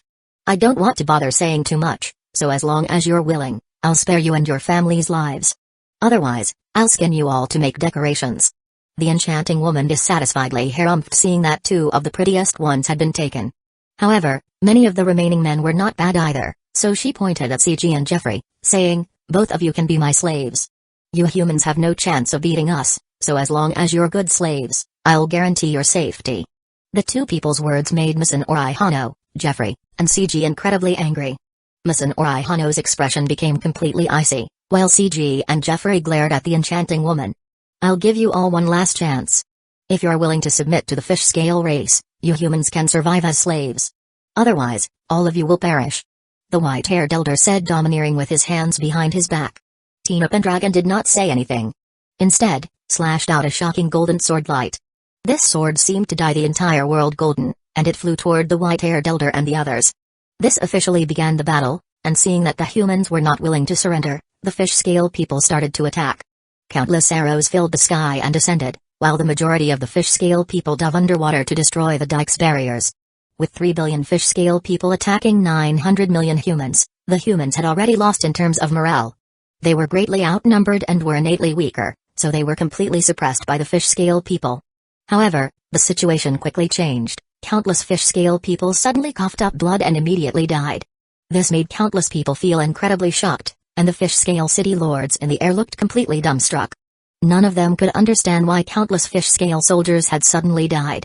Even many of the humans felt confused, not knowing what was going on. However, the 20 or so people most important to the Southern Continent Alliance, including the legatees, knew what was happening and grinned. Jeffrey heavily sighed while Tina Pendragon remained silent, and Misin Orihano smiled as she looked at the ugly man, feeling quite pleased. The fish-scale people realized that they had fallen for the humans' trap, but there was nothing they could do about it now. Every second, tens of thousands of fish-scale people died, and the surface of the water was already clumped with corpses. Their expressions were all quite terrifying, causing the rest of the fish-scale people to feel horrified. At that moment, one of the fish-scale city lords cried out, "There's an intense poison in the water." This made all of the fish-scale leaders' expressions to become grim. They had never expected the other side to use such insidious means, and they immediately ordered their soldiers to use their cultivation power to suppress the poison in their bodies. The countless soldiers did so, but it was completely useless. One of the fish-scale soldiers yelled as he coughed up blood, "This poison's too intense, I can't stop it at all." This caused the fish-scale leaders' hearts to sink. They could only order their soldiers to leave the water with the poison. However, they were unable to do this at all, as they could not fly. Only city lords could fly using their city lord seal's power. In just a while, 1.5 billion fish-scale people were poisoned to death, making the fish-scale leaders angry to the point they felt like they were going mad. They yelled, "Attack the dikes! Only then can we escape from the poison." A black ray of light, bringing with it an immense aura, suddenly appeared above the dikes, followed by thousands of city lords. Immediately, everything fell silent. As soon as this person appeared, the fish-scale legatee's expressions fell, because from his aura, they could sense that he was the one who had sealed the 8 aquatic beast kings. The humans looked at this person and started to cheer, "Great King's Legatee! Great King's Legatee! Great King's Legatee!" Zhao Fu ignored them, took out 100 bottles, and opened them before pouring them into the water. Following this, The city lords behind him also took out barrels of poison and poured it all into the water. At the same time, barrels were delivered to the soldiers on the dikes, who also started pouring them into the water. Now, the water was being poisoned in the front and the back. Anyone who entered the region filled with poison would be poisoned to death, as this poison could enter one's body through one's skin. This was the trump card that the humans had been hiding this entire time, and only the important leaders knew of this. This plan had been suggested by Zhao Fu and carried out by him. He had been collecting poisons all this time just for this day. If they poured the poison into the fish scale world, because of how big it was, the poison would be quickly diluted and would not have much of an effect. However, they had constructed dikes in the human world, keeping the water in one place, making this poison plan quite effective. After all, Zhao Fu had collected poisons from all over the human world and refined all of them using the 10,000 poison divine cauldron, making them even more toxic. Because of how much poison it had refined, the 10,000 poison divine cauldron had leveled up to a level 2 saint armament and was now the same level as the Sin Dragon sword. This was the reason why Zhao Fu and the legatees had not appeared when the fish scale people had attacked the first line of dikes. The human world's plan was to suffer a defeat and lure the fish scale army in before killing them all. In other words, they were trading the lives of 600 million humans for the lives of 3 billion fish scale people.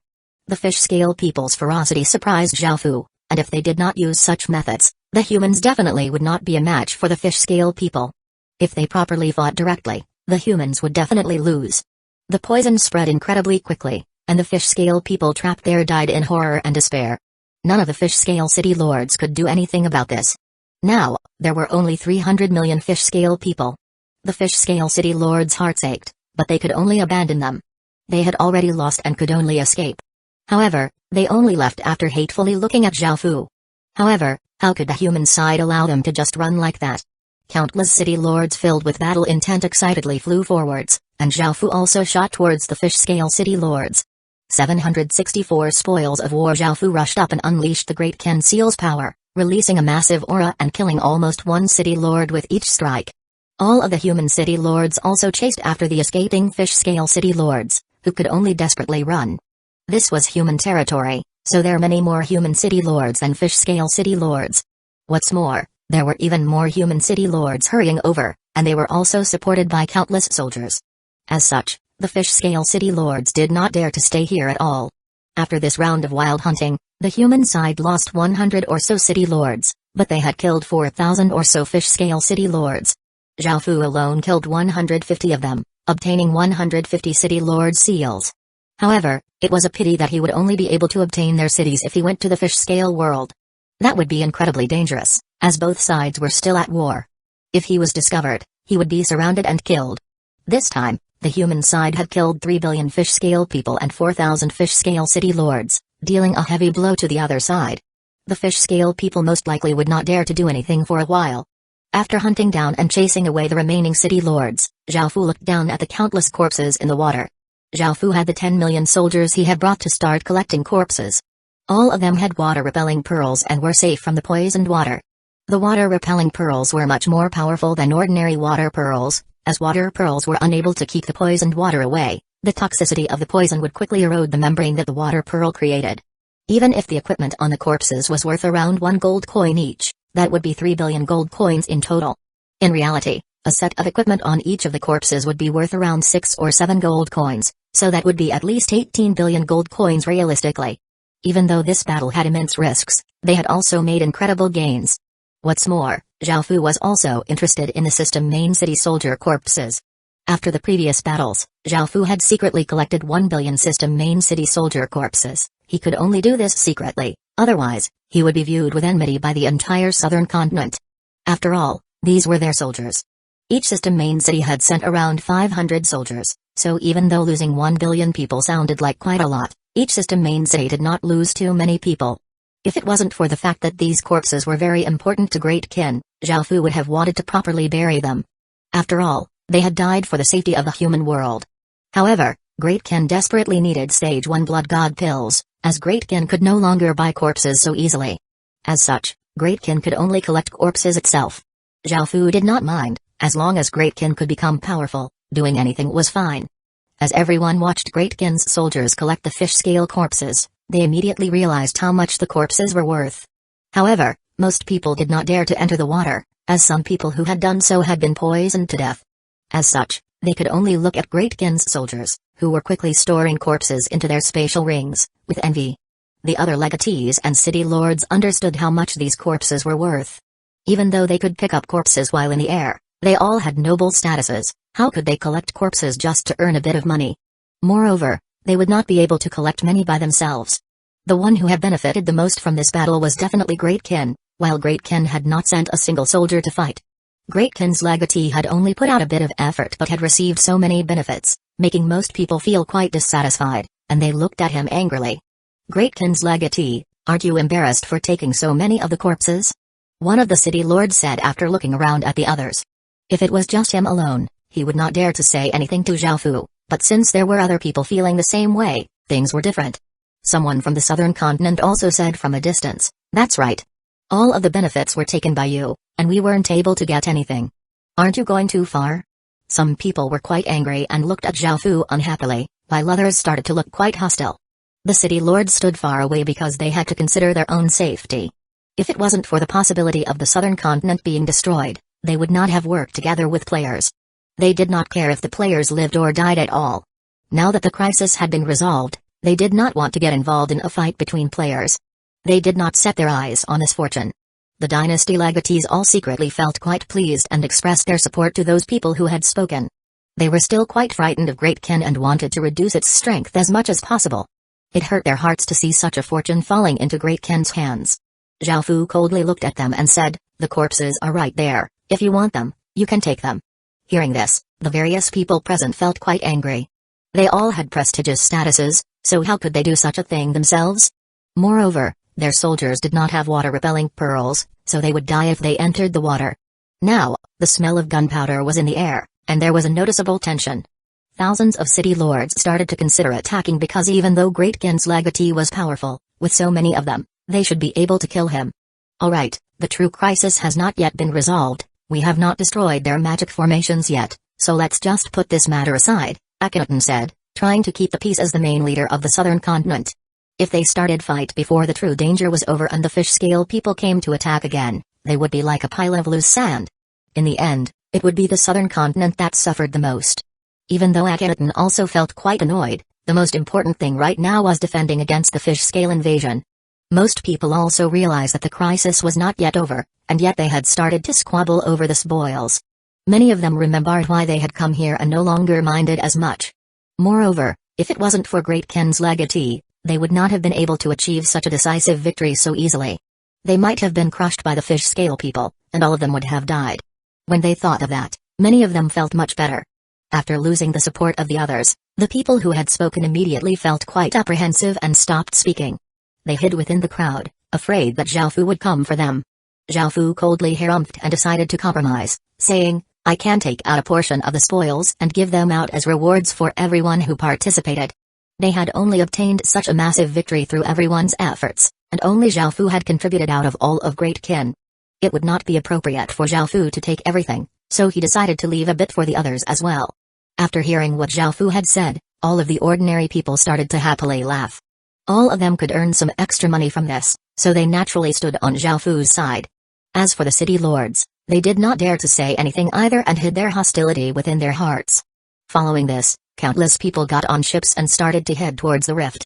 Apart from the powerful barrier, there was nothing defending the magic formations. 765 Poison. After hearing that the invading army had been poisoned to death and that the city lords had fled in terror, the millions of fish-scale people defending the barrier had also run away. Without these fish-scale people defending it, the humans could freely attack and destroy the barrier. Everyone started to go up and attack the barrier, and soon, the barrier that even Zhaofu could not shake was destroyed by 900 million humans and city lords. Following this, seawater stopped pouring into the human world. They had finally resolved this massive crisis. What should we do with the remaining poisoned water in our world? The poison's simply too intense, and if it gets past the dikes, the result will be even more terrifying than the floods. It's a disaster waiting to happen if we leave it there, Akhenaten said after they had destroyed the magic formations. This made everyone feel quite troubled. There was a massive amount of poisoned water, and it would be quite difficult to deal with it. If it leaked into the rest of the world, things would become incredibly dangerous.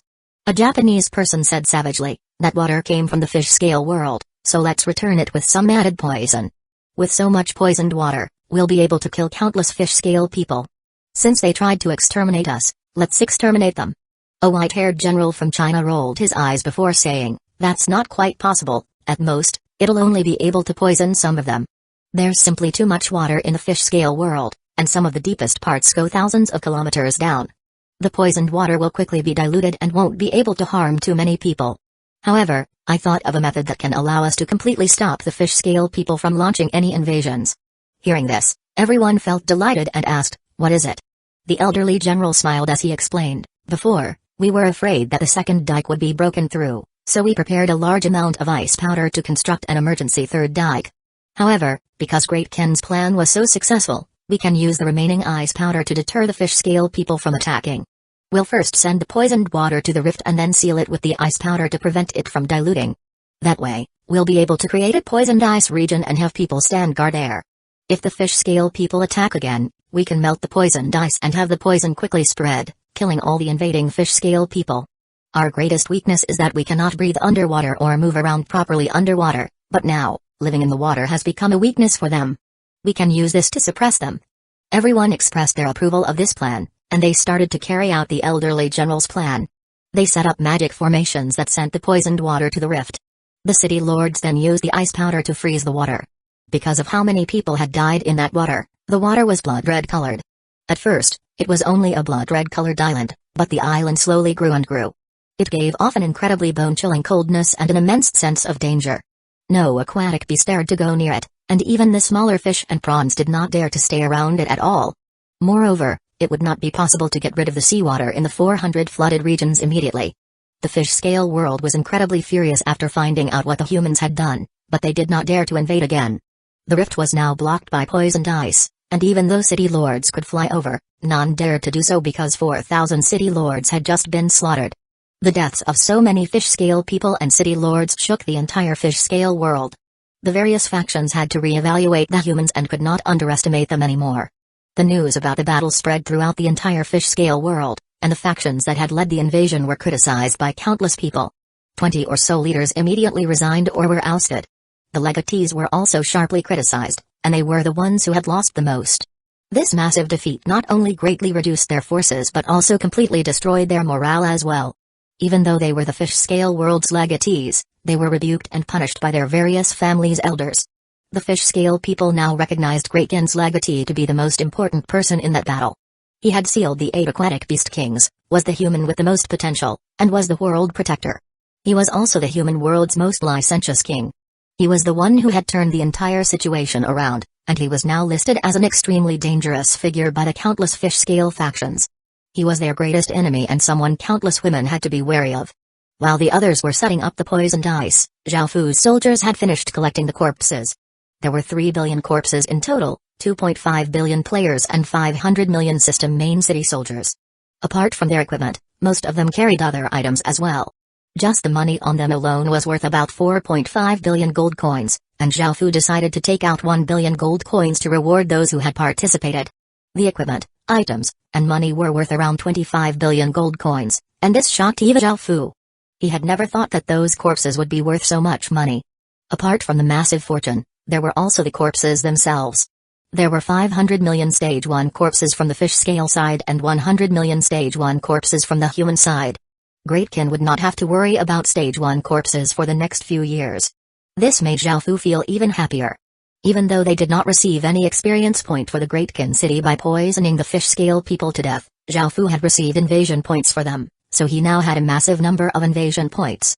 Adding on the invasion points he had obtained from sealing the 8 aquatic beast kings, Zhao Fu could now exchange for a capital city, something else to be excited about. By now, Zhao Fu could not stop smiling. The gains he had made this time were simply too massive and shocking. After everyone returned from destroying the barrier, Zhao Fu gave them the rewards he had promised, resulting in a lot of cheering and celebrating. However, Zhao Fu suddenly sensed something, and he hurriedly looking into his spatial ring and found that countless city lord seals had lost their glows. Seeing this, Zhao Fu could not help but sigh. There was only one situation where this would happen: if the city had been conquered by someone else and been leveled to an advanced town, the city lord seal would lose its power. Before, Zhao Fu had been planning to venture into the fish scale world to bring some cities back. 766 Capital City Stone. Zhaofu had obtained 150 City Lord seals from the previous battle, which was quite a large figure for Great Kin. Those City Lord seals were all incredibly important, but they were now unusable, making Zhaofu feel quite disappointed. It seemed that the fish-scale people were more willing to destroy the cities than give them to the humans.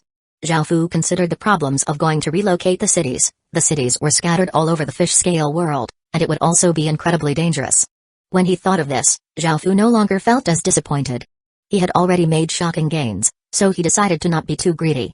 At that moment, the Golden Dragon suddenly said, "Even though those City Lord seals are unusable now, they are still valuable treasures. You should collect as many as you can, they will be useful in the future." Hearing the Golden Dragon's words, Zhaofu started to feel quite curious. After all, these unusable City Lord seals were like ordinary rocks. What could they be used for in the future? The Golden Dragon explained that the City Lord seals could be used as special equipment, and they would be incredibly powerful. One could also use secret techniques to fuse these City Lord seals into beasts' bodies, making them almost as strong as the boss monster of the region. After hearing this, Zhaofu felt quite shocked. He had never thought that they could be used in such a way. He then realized that since the City Lord seals in his hands were now useless, the ones that the others had obtained were most likely useless as well. Before, Zhaofu had planned to immediately leave, but he now decided to talk with the others and see if he could have their useless City Lord seals. After some discussions, Zhaofu planned to buy City Lord seals for 100,000 gold coins each. To City Lords, 100,000 gold coins was a large sum of money, so they were all quite happy to trade something so useless for something so useful. "Here, no need to pay me." Tina Pendragon came over to Zhaofu, took out 30 or so City Lord seals, and handed them to Zhaofu. Zhaofu looked at her and asked, "Why?" Tina Pendragon smiled as she replied, "They're useless to me, but they should be useful to you, so I'm gifting them to you. It was all thanks to your poison that our side was able to win so easily." Zhaofu replied straightforwardly, "There's no need to thank me, this matter concerned the safety of Great Kin, and I was just helping Great Kin." As he spoke, he took out a spatial ring filled with gold coins and handed it to Tina Pendragon. "Great Kin's legatee, this is for you. Please also help if my northern continent is in danger in the future," Jeffrey said as he brightly smiled. "Great Kin's legatee, I'll give this to you too." Masan Orihano walked over and gave 10 or so City Lord seals to Zhaofu. Zhaofu received all of them and smiled, but he still gave them spatial rings with gold coins. He did not want to owe any favors. Even though they had killed 4,000 or so fish-scale City Lords, Zhaofu had only obtained 3,500. The system main City Lords were willing to exchange with Zhaofu, but the players were not willing, as they were worried as to what Zhaofu was going to use the City Lord seals for. Even if these City Lord seals were useless, they would rather throw them away than give them to Zhaofu. They did not want to strengthen Great Kin at all. Zhaofu did not force these people, but in the future, Zhaofu would not care about the lives or deaths of those people. They had nothing to do with him. Obtaining 3,500 City Lord seals was already quite a surprising number. If he could actually obtain that many cities, that would be the most ideal situation. If that happened, Great Kin would be invincible within the human world. Now, their main task was to continuously expand the area of the poisoned ice. Akhenaten and some other southern continent factions planned to build a city on the ice, standing guard there. After returning to Great Kin, Zhaofu quickly went to the large chaotic world stone steel and exchanged for a capital city stone. After selecting it, a golden cube appeared in front of him. This capital city was dark gold rank, and a City Lord seal had to be condensed for it. This was Great Kin's first capital city, apart from the Great Kin city itself, and Zhaofu cared about it greatly. As to who he should give the position of City Lord to, Zhaofu immediately thought of Beiqi. Beiqi had been with him since the very beginning, and he was the person Zhaofu trusted the most. He was Zhaofu's most important subordinate, so it was only right to give this city to him. However, at that moment, Zhaofu also thought about Chuoba King. With her bloodline, Zhaofu always felt that she would be very important in the future. As her bloodline slowly awakened, even without a City Lord seal, her strength would be at stage 8 level. She was abnormally powerful, and without the Great Kin seal, Zhaofu would not be able to fight with her at all. What's more, her bloodline had not even fully awakened yet.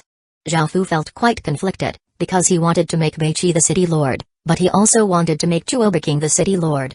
In the end, Zhaofu decided to make Chuoba King the City Lord of this capital city. If she became the City Lord, not only would she be able to obtain enormous power, but the people that this city spawned would also have bloodlines that were stronger than normal. Although they would not have the same bloodline as her, their strength would be at least tier 0 level 6 when they spawned. After Zhao Fu had made this decision, the Golden Dragon said, "Are you sure you want to make her this capital city's city lord? This sort of low-level city is not good enough for her. I suggest you wait. You're only missing a single shard of the Desolate Blood Mask, and if you can restore it, you'll be surprised. I was wrong about the Desolate Blood Mask before. It's not a nation armament. It is instead something that surpasses even Emperor Heaven armaments. I'm not sure exactly what it is, but because of the amount of power it gave off, I thought it was a nation armament. As such, I suggest you wait until the Desolate Blood Mask is restored. In actuality, your subordinate, Beichi, is the most suitable candidate. Do you remember the 7-kill steel? You can fuse the 7-kill steel into the city creation stone and give it to Beichi, who has the 7 murders star. There will definitely be extraordinary effects." After hearing what the Golden Dragon had to say, Zhao Fu decided to wait to complete the Desolate Blood Mask before doing anything with Chuoba King. He took out the 7-kill steel, causing a berserk killing intent and gory stench to spread out. The 7-kill steel was incredibly powerful, and even ordinary great cities would not be able to suppress it.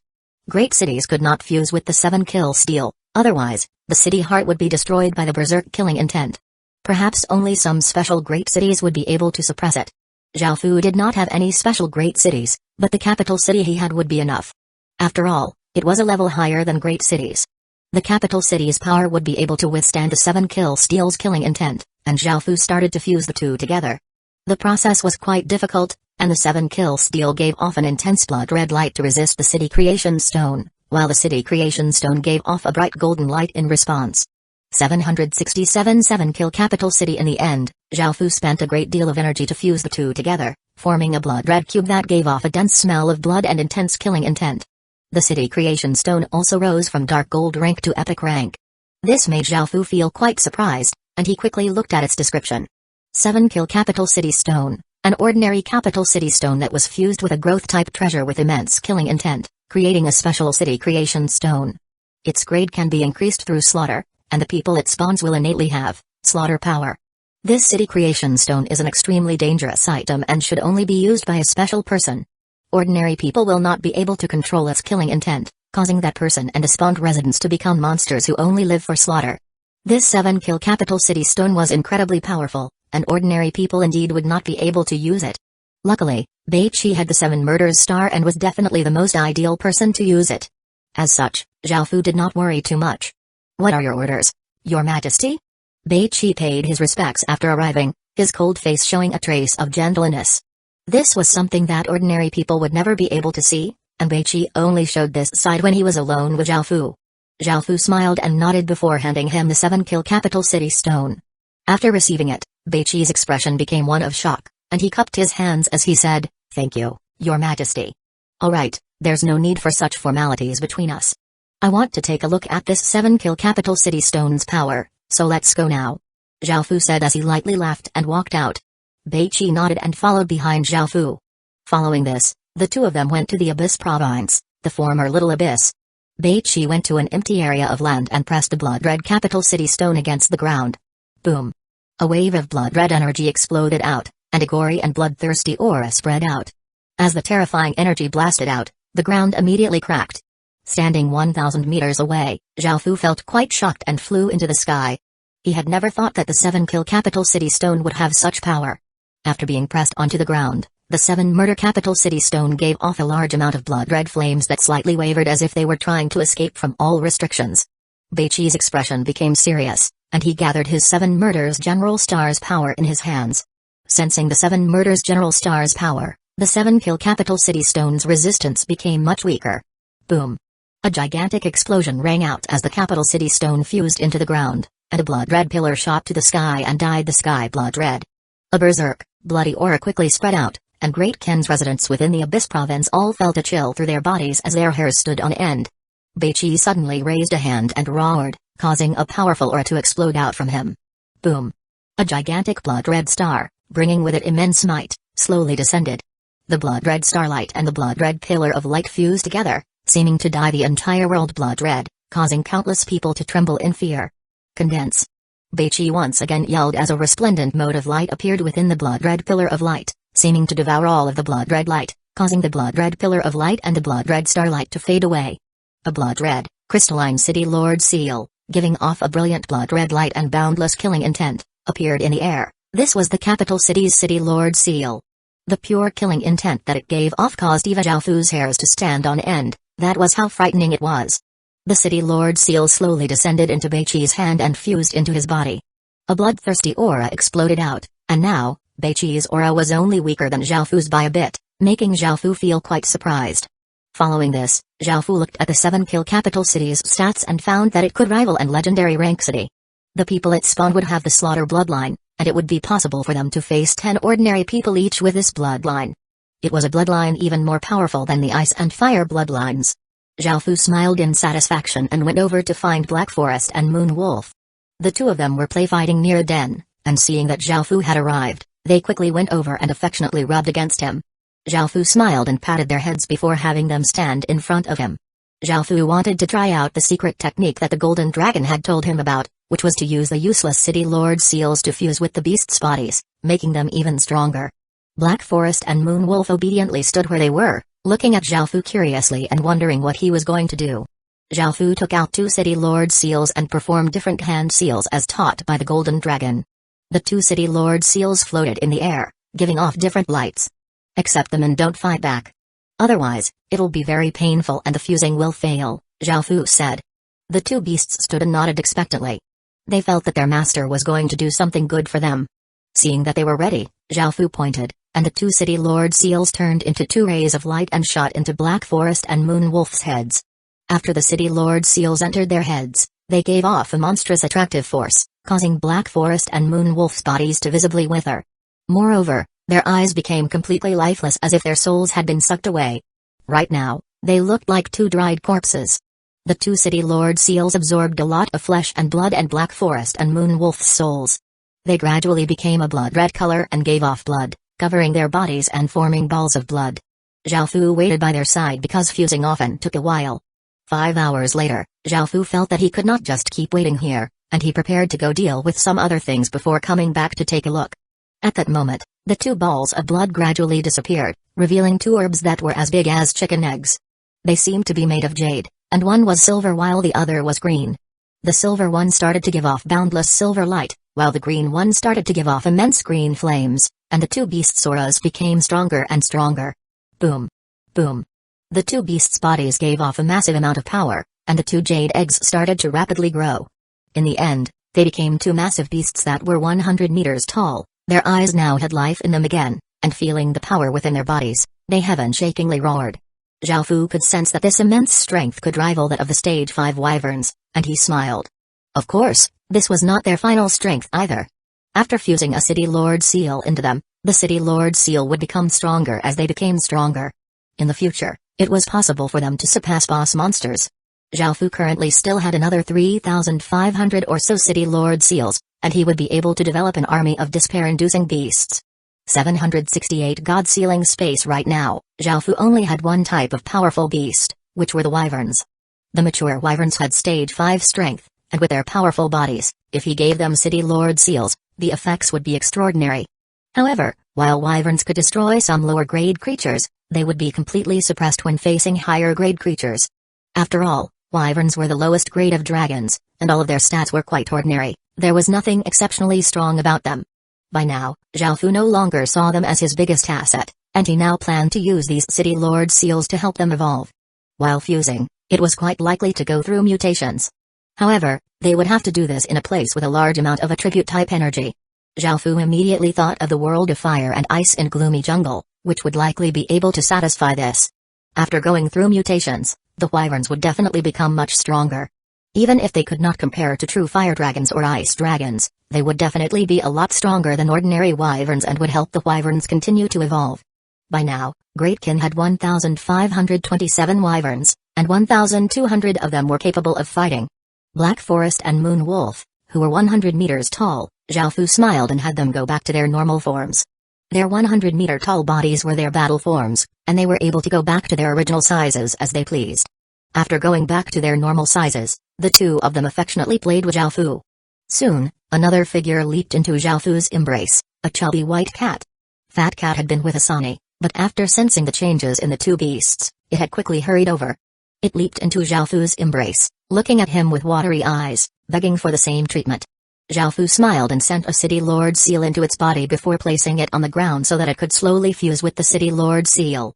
Following this, Zhao Fu led 1,200 wyverns to gloomy jungle. The sight of 1,000 dragons flying together was quite a rare and majestic sight. Their massive might caused beasts below on the ground to all lie on the ground, trembling in fear and submission. However, the Black Forest horses were not as affected by the dragon's might that the wyverns gave off. Their Denhao had a trace of divinity, and they all had a faint trace of divine power, giving them more power and resistances than ordinary creatures. After reaching the depths of gloomy jungle, Zhao Fu had 600 wyverns stay in the icy region and 600 wyverns entire the high heat region before sending 1,200 City Lord seals into their bodies. Their bodies withered, and their eyes became lifeless as all of their flesh and blood, as well as traces of icy air and flames, were absorbed into their bodies, causing their bodies to be covered with a layer of ice or fire. Their transformations would take some more time, as they would also be mutating and gaining attributes as well. Zhao Fu left immediately and came back 3 days later. The wyverns had completely transformed, looking incredibly different. Their gray scales had disappeared and were replaced by icy or fiery scales.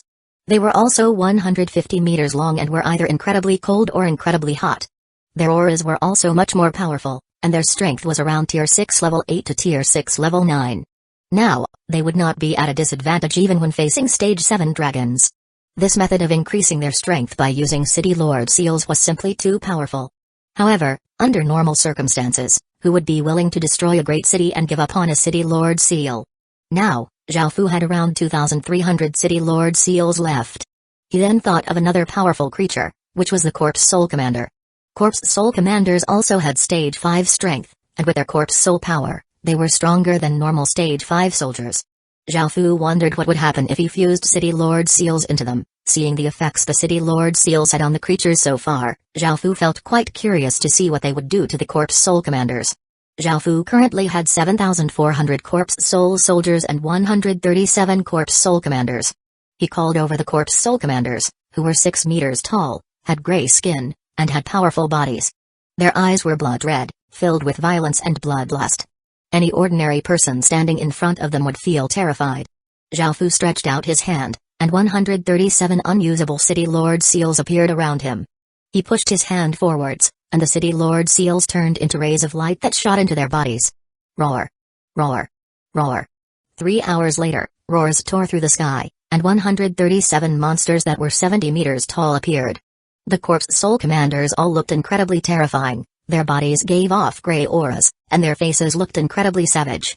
The single horn on their heads and their blood-red eyes made them look like devils. Their strength now reached Stage 7, and it would be no problem for them to fight the City Lord of a basic city. The strengthening of the Wyverns and Corpse Soul Commanders instantly boosted Great Gin's strength by a terrifying amount. Now, Zhao Fu almost felt like sweeping through the entire northern side of the Midland continent. However, Zhao Fu's rational side told him to stay calm. After all, there were around 2,000 regions, meaning there would be at least 7,000 City Lords and 600 million Stage 1 soldiers to deal with. Zhao Fu still had around 2,200 City Lord seals. Zhao Fu did not want to use them on ordinary Corpse Soul soldiers, and there were not any more mature wyverns. As such, Zhao Fu decided to keep them until he had more wyverns and Corpse Soul Commanders. These unusable City Lord seals were incredibly rare and difficult to obtain. After all, one had to destroy a great city to obtain such a City Lord seal. Since they were so valuable, Zhao Fu did not want to waste a single one. A few days later, the poisoned ice had become a gigantic island, and Akhenaten and many of the southern continent factions had built a city there, making it so that the fish scale people did not dare to invade anymore. After all of the poisoned water had been drained, the ground underneath was quite gray, and some of the poison still remained. All of the plants there had withered to death, and 400 regions had become regions of death without a single trace of life within them. Although it looked bad, the world had self-regeneration abilities, so the 400 regions would eventually recover. Zhao Fu went to the place where the Black Spear was, which was where he had sealed the 8 aquatic beast kings. He had come here to try to subdue them. The aquatic beast kings were incredibly powerful, and if they submitted, Great Gin's strength would once again be greatly boosted. Back then, Zhao Fu had used up half of Great Gin's fate, so he had to make up for it somehow. Otherwise, it would be a great loss. Zhao Fu gripped the Black Spear, and the 1,000 meters wide Emperor's Seal appeared. Zhao Fu's body slowly sank downwards into the ground. He arrived at a massive sealed region, called the God Sealing Region, one of the King's Crown's powers. Within the sealed region, the 8 aquatic beast kings were bound by chains and suspended in the air.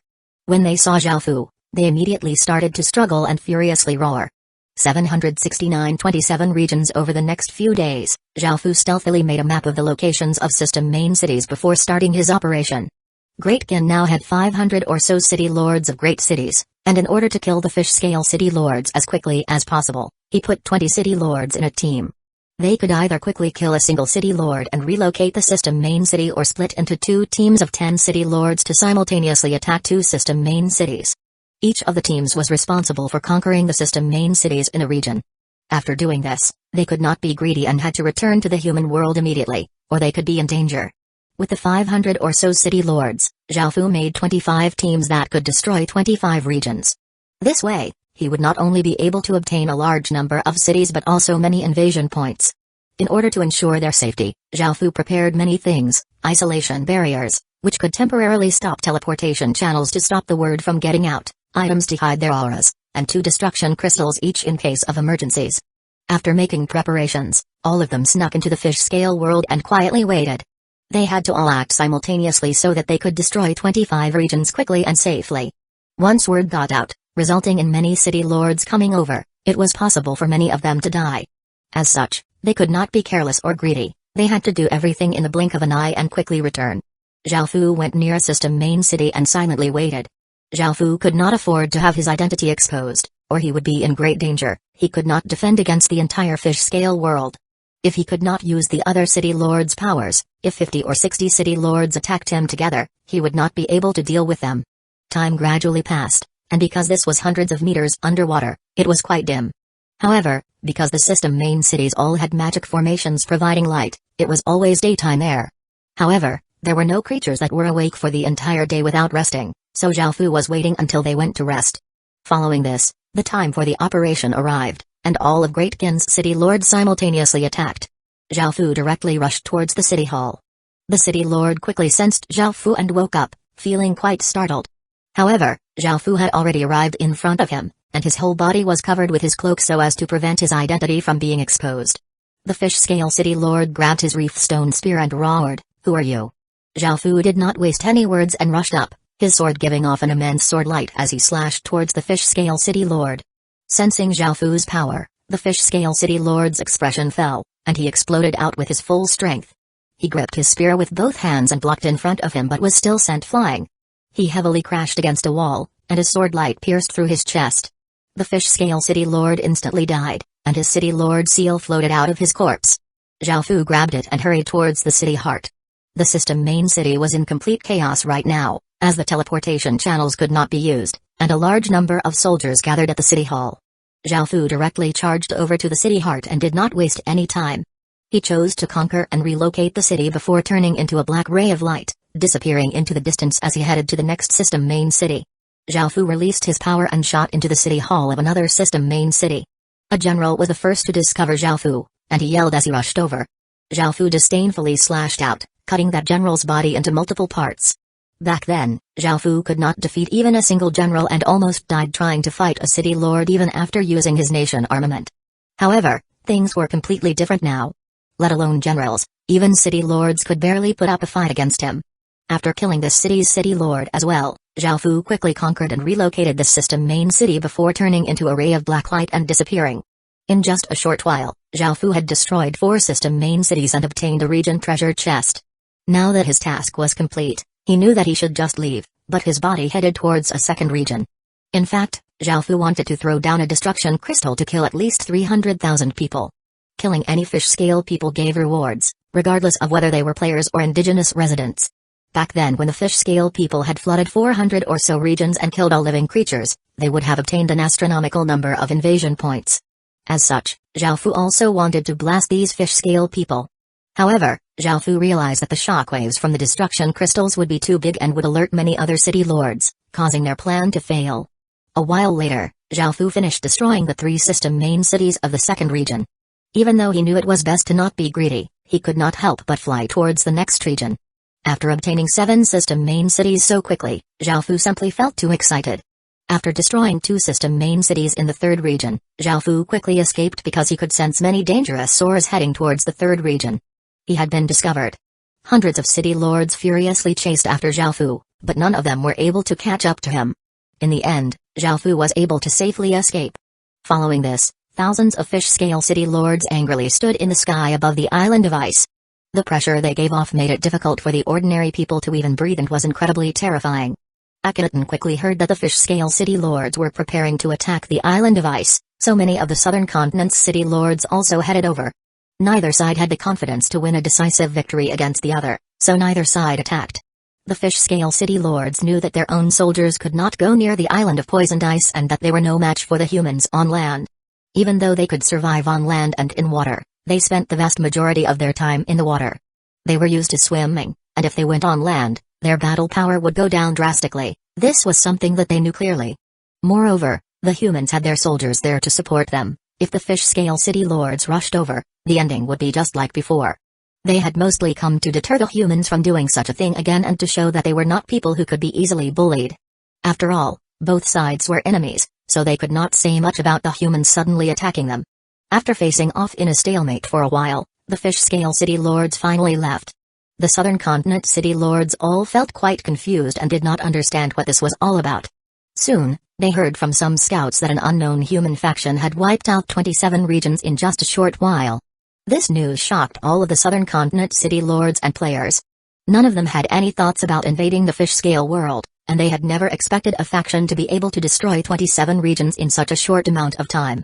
If that faction had had a bit more time, it would have simply been terrifying. Akhenaten's expression became grim. Without even thinking, he knew who had done this. Great Gin's strength was simply horrifying. 769 Submit to me. Looking at the 8 furious aquatic beast kings, Zhaofu did not show any mercy.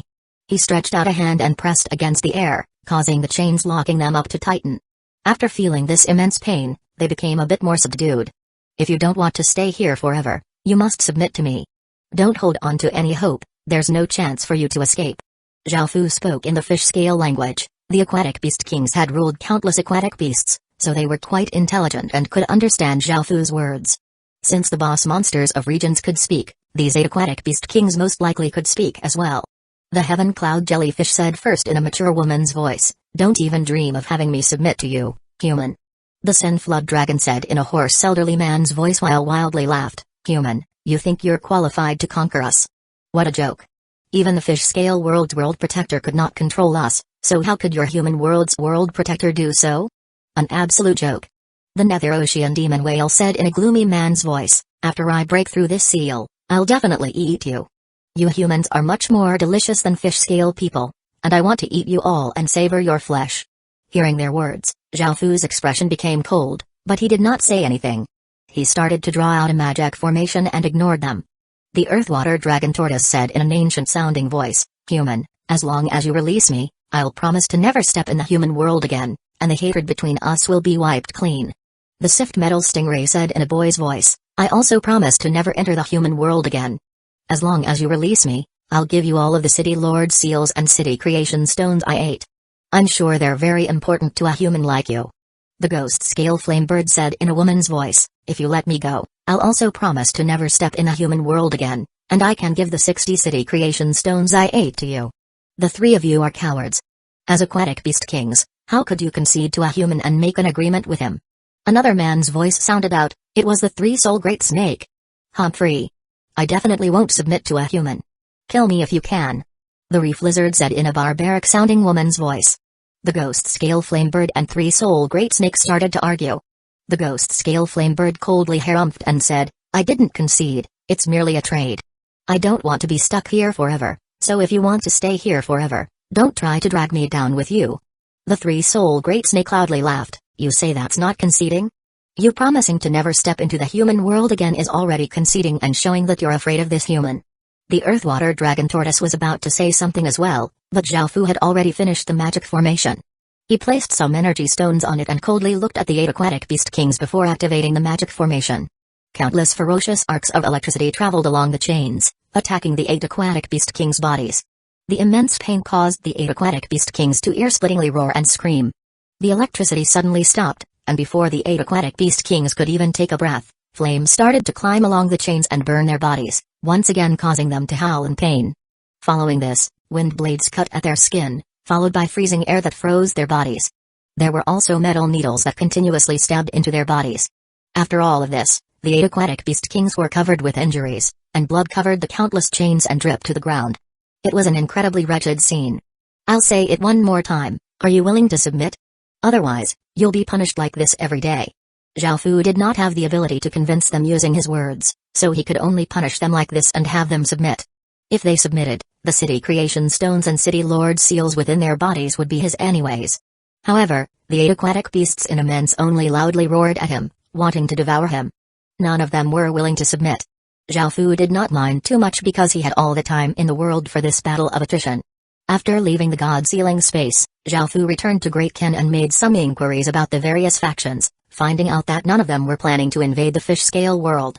This made Zhao Fu feel quite disappointed because he wanted to gain more invasion points to exchange for capital cities.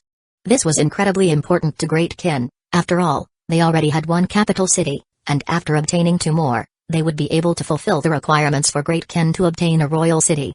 Using invasion points to exchange for capital cities would be much faster than leveling up a city and would save them a lot of time. However, if no one else was willing to invade, Zhao Fu did not dare to do so either. Even if Great Kin sent out its entire army, it would be wiped out when facing the entire fish scale world. Zhao Fu understood the difficulties of invading the fish scale world. The fish scale people all lived hundreds of meters underwater, so if the humans wanted to attack them, they would have to go underwater. However, as experience had shown already, humans simply were not a match for the fish scale people underwater. As such, no one wanted to invade the fish scale people, as they clearly remembered the lesson they had been taught last time. Moreover, the fish scale world was the domain of the fish scale people, and none of them knew how many would come to defend. Thus, Zhao Fu could only give up on invading for now, as it was completely unrealistic. However, Zhao Fu wanted to go to the fish scale world to at least earn a big profit and quickly come back. Zhao Fu decided to use the same method that he had used before when he had destroyed 50 system main cities in a single night. He split his city lords into teams to quickly attack system main cities and then quickly leave. Zhao Fu did not dare to do this in the human world, because once he did this, too many people would feel threatened and attack. Great Kin was not strong enough to face so many enemies yet. However, doing this to the fish scale world was different. After doing this, Zhao Fu could hide in the human world, and the fish scale world would not be able to take revenge against Great Kin. They could launch another invasion, but with the entire human world defending, Zhao Fu did not have to worry about Great Kin's safety. However, he could only do this once by catching them off guard. He would not be able to do it a second time, as they would be much more alert, making it much more dangerous to try again. Moreover, Zhao Fu needed an accurate map of where the system main cities were, making it easy to kill city lords and run away. After making some preparations, Zhao Fu snuck into the fish scale world and scouted around. After quite a while, he finally found a system main city. Without sufficient preparations, this plan would not work, as just finding a system main city had taken a long time. The fish scale people's system main cities also had tall city walls and a barrier that blocked off the water. Everything else was quite similar to human system main cities. 27 regions. Over the next few days, Zhao Fu stealthily made a map of the locations of system main cities before starting his operation. Great Kin now had 500 or so city lords of great cities, and in order to kill the fish scale city lords as quickly as possible, he put 20 city lords in a team. They could either quickly kill a single city lord and relocate the system main city or split into 2 teams of 10 city lords to simultaneously attack 2 system main cities. Each of the teams was responsible for conquering the system main cities in a region. After doing this, they could not be greedy and had to return to the human world immediately, or they could be in danger. With the 500 or so city lords, Zhao Fu made 25 teams that could destroy 25 regions. This way, he would not only be able to obtain a large number of cities but also many invasion points. In order to ensure their safety, Zhao Fu prepared many things: isolation barriers, which could temporarily stop teleportation channels to stop the word from getting out, items to hide their auras, and 2 destruction crystals each in case of emergencies. After making preparations, all of them snuck into the fish scale world and quietly waited. They had to all act simultaneously so that they could destroy 25 regions quickly and safely. Once word got out, resulting in many city lords coming over, it was possible for many of them to die. As such, they could not be careless or greedy. They had to do everything in the blink of an eye and quickly return. Zhao Fu went near a system main city and silently waited. Zhao Fu could not afford to have his identity exposed, or he would be in great danger. He could not defend against the entire fish scale world. If he could not use the other city lords' powers, if 50 or 60 city lords attacked him together, he would not be able to deal with them. Time gradually passed, and because this was hundreds of meters underwater, it was quite dim. However, because the system main cities all had magic formations providing light, it was always daytime there. However, there were no creatures that were awake for the entire day without resting, so Zhaofu was waiting until they went to rest. Following this, the time for the operation arrived, and all of Great Qin's city lords simultaneously attacked. Zhaofu directly rushed towards the city hall. The city lord quickly sensed Zhaofu and woke up, feeling quite startled. However, Zhaofu had already arrived in front of him, and his whole body was covered with his cloak so as to prevent his identity from being exposed. The fish-scale city lord grabbed his reef stone spear and roared, "Who are you?" Zhaofu did not waste any words and rushed up, his sword giving off an immense sword light as he slashed towards the fish-scale city lord. Sensing Zhaofu's power, the fish-scale city lord's expression fell, and he exploded out with his full strength. He gripped his spear with both hands and blocked in front of him but was still sent flying. He heavily crashed against a wall, and his sword light pierced through his chest. The fish-scale city lord instantly died, and his city lord seal floated out of his corpse. Zhaofu grabbed it and hurried towards the city heart. The system main city was in complete chaos right now, as the teleportation channels could not be used, and a large number of soldiers gathered at the city hall. Zhaofu directly charged over to the city heart and did not waste any time. He chose to conquer and relocate the city before turning into a black ray of light, disappearing into the distance as he headed to the next system main city. Zhaofu released his power and shot into the city hall of another system main city. A general was the first to discover Zhaofu, and he yelled as he rushed over. Zhaofu disdainfully slashed out, cutting that general's body into multiple parts. Back then, Zhaofu could not defeat even a single general and almost died trying to fight a city lord even after using his nation armament. However, things were completely different now. Let alone generals, even city lords could barely put up a fight against him. After killing this city's city lord as well, Zhaofu quickly conquered and relocated this system main city before turning into a ray of black light and disappearing. In just a short while, Zhaofu had destroyed 4 system main cities and obtained a regent treasure chest. Now that his task was complete, he knew that he should just leave, but his body headed towards a second region. In fact, Zhaofu wanted to throw down a destruction crystal to kill at least 300,000 people. Killing any fish-scale people gave rewards, regardless of whether they were players or indigenous residents. Back then when the fish-scale people had flooded 400 or so regions and killed all living creatures, they would have obtained an astronomical number of invasion points. As such, Zhaofu also wanted to blast these fish-scale people. However, Zhaofu realized that the shockwaves from the destruction crystals would be too big and would alert many other city lords, causing their plan to fail. A while later, Zhaofu finished destroying the 3 system main cities of the second region. Even though he knew it was best to not be greedy, he could not help but fly towards the next region. After obtaining 7 system main cities so quickly, Zhaofu simply felt too excited. After destroying 2 system main cities in the third region, Zhaofu quickly escaped because he could sense many dangerous sores heading towards the third region. He had been discovered.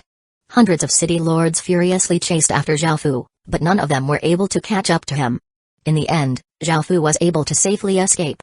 Following this, thousands of fish-scale city lords angrily stood in the sky above the island of ice. The pressure they gave off made it difficult for the ordinary people to even breathe and was incredibly terrifying. Akhenaten quickly heard that the fish-scale city lords were preparing to attack the island of ice, so many of the southern continent's city lords also headed over. Neither side had the confidence to win a decisive victory against the other, so neither side attacked. The fish-scale city lords knew that their own soldiers could not go near the island of poisoned ice and that they were no match for the humans on land. Even though they could survive on land and in water, they spent the vast majority of their time in the water. They were used to swimming, and if they went on land, their battle power would go down drastically. This was something that they knew clearly. Moreover, the humans had their soldiers there to support them. If the fish-scale city lords rushed over, the ending would be just like before. They had mostly come to deter the humans from doing such a thing again and to show that they were not people who could be easily bullied. After all, both sides were enemies, so they could not say much about the humans suddenly attacking them. After facing off in a stalemate for a while, the fish-scale city lords finally left. The southern continent city lords all felt quite confused and did not understand what this was all about. Soon, they heard from some scouts that an unknown human faction had wiped out 27 regions in just a short while. This news shocked all of the southern continent city lords and players. None of them had any thoughts about invading the fish-scale world, and they had never expected a faction to be able to destroy 27 regions in such a short amount of time. If that faction had had a bit more time, It would have simply been terrifying. Akhenaton's expression became grim. Without even thinking, he knew who had done this. Great Kin's strength was simply horrifying. 771 golden eyeball. After returning to Great Kin, Zhao Fu grinned as he went through what they had obtained. Firstly, 4 system main cities, there were 85 of them in total. These system main cities belonged to fish-scale people, so humans could not use them. However, the exchange stone steel had origin water, which could restore a city creation stone to an unused state. However, after thinking about it, Zhao Fu decided not to do this. It was very difficult for humans to deal with aquatic creatures in the water, so Zhao Fu decided to develop an army of fish-scale people. In the future, if they had aquatic fights, they would be very useful. There were not any oceans or seas near Great Kin, but there were many water regions, though many of them were freshwater. Zhao Fu decided to go and capture some fish-scale people in the future. He would make them city lords and have the system main cities spawn fish-scale people, and when they had enough people, he would develop a Great Kin navy. They had also obtained 27 region treasure boxes from this raid. Zhao Fu opened all of them, obtaining many materials and equipment. Zhao Fu did not care about most of them, but one of them made Zhao Fu incredibly happy. It was a city upgrade stone for great cities, and Zhao Fu already had 3 of them. He had obtained 2 of them back when he had opened the 70 or so region treasure boxes and 1 from when he had opened 35 region treasure boxes. With this one, he now had 4. With these 4 city upgrade stones, Zhao Fu could directly level up a city into a level 5 great city, then use experience point to level it up into a capital city. After all, city upgrade stones for great cities could not level up great cities into capital cities. Just like this, Zhao Fu almost had another capital city. The amount of experience point required to level up a level 5 great city into a capital city was not that much to Great Kin anymore. Now, they only needed 1 more capital city before they could level up the Great Kin city into a royal city, which was quite exciting. Zhao Fu started to ponder about which city to level up into a level 5 great city. He had 2 main candidates, which were the previous candidates, the Moria city and the Fire and Ice cities. The Fire and Ice cities were special cities and were more powerful than ordinary system main cities. This was especially so with Binoche and Carrier, the 2 powerful mages, as their city lords. However, the cities were only dark gold rank, which was not that great. The Moria city was the Moria dynasty's legacy city, and it was epic rank. However, Zhao Fu did not feel too good about this, as it was another country's legacy city. However, in terms of stats and power, the Moria city was more powerful than the Fire and Ice cities. After all, it was the legacy city of India's most powerful dynasty. In the end, Zhao Fu decided to use the Moria city. Zhao Fu thought of Shama's little sister, Daphne, as she had the Moria dynasty's bloodline. However, Zhao Fu had to consider future battles, so he had to test if she was suitable or not. Zhao Fu decided to leave this matter for later. Apart from the city upgrade stone, the Zhao Fu had also obtained another 3 dragon-slaying ballistae, so Great Kin now had 8 of them. There was another item that was quite special. It was a 3-colored ball of clay that gave off a faint fragrance. Zhao Fu was not quite sure what it was, so he looked at its description. Item remodeling clay, a mystical clay that can change the shape of an item into any form without any changes to its stats. So this was something that could reshape items. Zhao Fu immediately thought of the King's Crown. The King's Crown was currently epic rank, and if he could subdue the 8 aquatic beast kings and absorb their King's aura, the King's Crown would be able to become legendary grade. The King's Crown was an incredibly powerful piece of equipment, and Zhao Fu used it all the time. It was the best item for sealing and restricting people. However, Zhao Fu did not quite like the fact that it was a Western-style crown, so reshaping it would be quite good. However, what should he change it into? A sword? Or another type of weapon? Zhao Fu thought about it and decided that he had enough swords already. He did not need any weapons, and what's more, only the shape changed and not the stats. Swords were used for attacking, while the King's Crown was used for support and control. After thinking for a while, Zhao Fu made a decision. He took out the King's Crown and fused a 3-colored clay into it. The firm King's Crown gradually became softer and softer until it became a soft clump. Zhao Fu started to mold the King's Crown into the shape he wanted, and in the end, it became a golden eyeball. Apart from the fact that it was golden and seemed metallic, it looked just like a real eyeball. Holding this golden eyeball, Zhao Fu smiled in satisfaction and fused it into his left eye, which had activated vision, and it gently accepted the golden eyeball. Roar! A gigantic bestial roar sounded out in his mind suddenly, and Zhao Fu felt as if his head was going to explode. His mind went white as a gigantic, devilish beast wrapped in chains and a human skull shining with golden light appeared in Zhao Fu's mind. Zhao Fu's left eye continuously leaked blood as if it was going to explode, and Zhao Fu cursed at himself for being so stupid. He had not made any preparations and had just fused the king's crown into his eye, and now, he was paying the price for it. Zhao Fu could do nothing about the massive pain in his eye except cover it with his hands. The blood from his left eye continued to flow out, seeping through his fingers. In his mind, countless traces of blood rushed out from the surroundings and headed for the God-sealing beast. The God-sealing beast furiously struggled and roared, but it was soon inundated by blood. Both the God-sealing beast and the golden skull both disappeared. At that moment, the pain in Zhao Fu's left eye gradually weakened, and he could now open it with great difficulty. He found that the golden eyeball had completely fused with his left eye, and he could now no longer take it out. Before, Zhao Fu's eyes had triple-layered pupils, 2 layers were blood red and 1 layer was white. Now that the golden eyeball had fused into his left eye had 4 layers. Apart from the blood red and white layers, there was also a golden layer. The blood red layers gave off killing intent, the white layer gave off gentleness, and the golden layer gave off an aura of nobility. Moreover, the shape of the eye became different as well. After fusing with God-cursed divinity, Zhao Fu's eyes had become slitted, but after fusing with his golden eyeball, his left one once again became a round eye. The 4th layer was golden, but the outside of the pupil seemed to have a thin golden chain around it. The left eye seemed quite terrifying, and the 3 auras fused together gave off a massive light that made people unable to look at him directly. Zhao Fu's right eye was still a slitted eye with 2 blood red layers and 1 white layer. Zhao Fu was quite shocked to find that he could now use some of the God-sealing beast's power. This was not through the king's crown but through his own body. This meant that Zhao Fu had obtained the God-sealing beast's power. Zhao Fu waved his hand, and a few chains shot out from the air.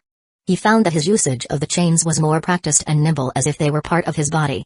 772 Nanchai Group. After hearing Zhao Fu's words of comfort, Dong Suzan was able to finally calm down, and she earnestly nodded. At that moment, the bodyguards brought in 7 young men to Zhao Fu. They had all been beaten up, and 6 of them wore ordinary clothing, looking quite afraid as they looked around.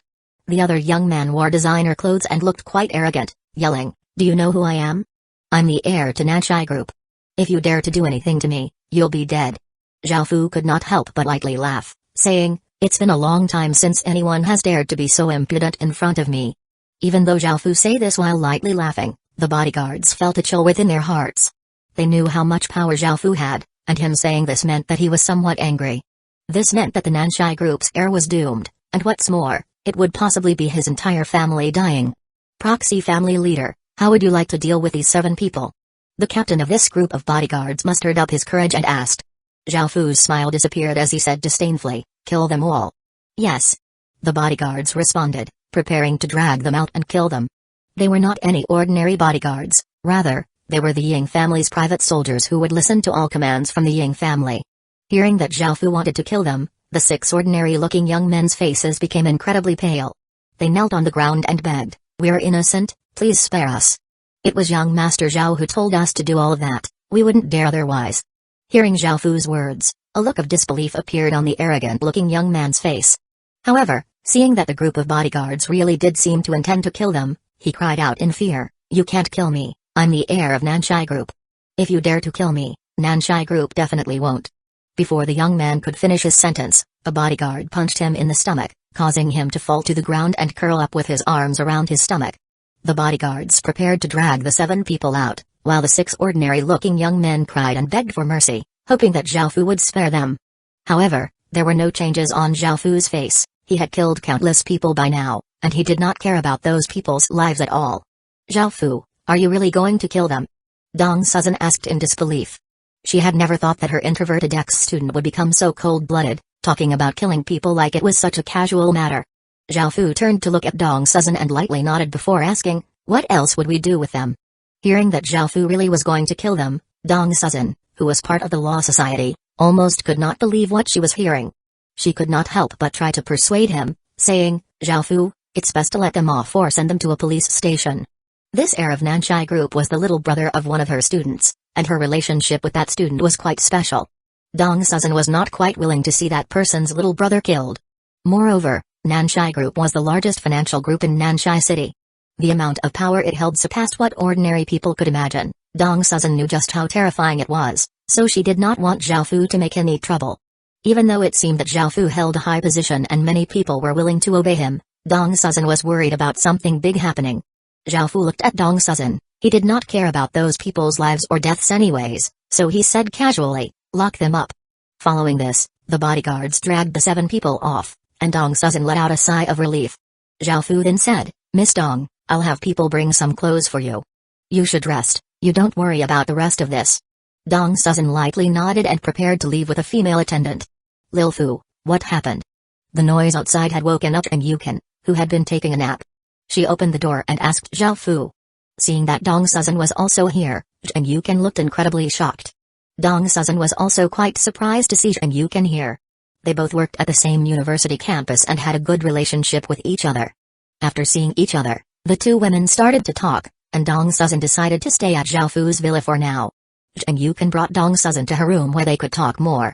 Zhao Fu prepared to enter the Heaven Awakened world when a bodyguard came to report, "Proxy family leader, Nanshai Group's chairperson is here to see you." "Already?"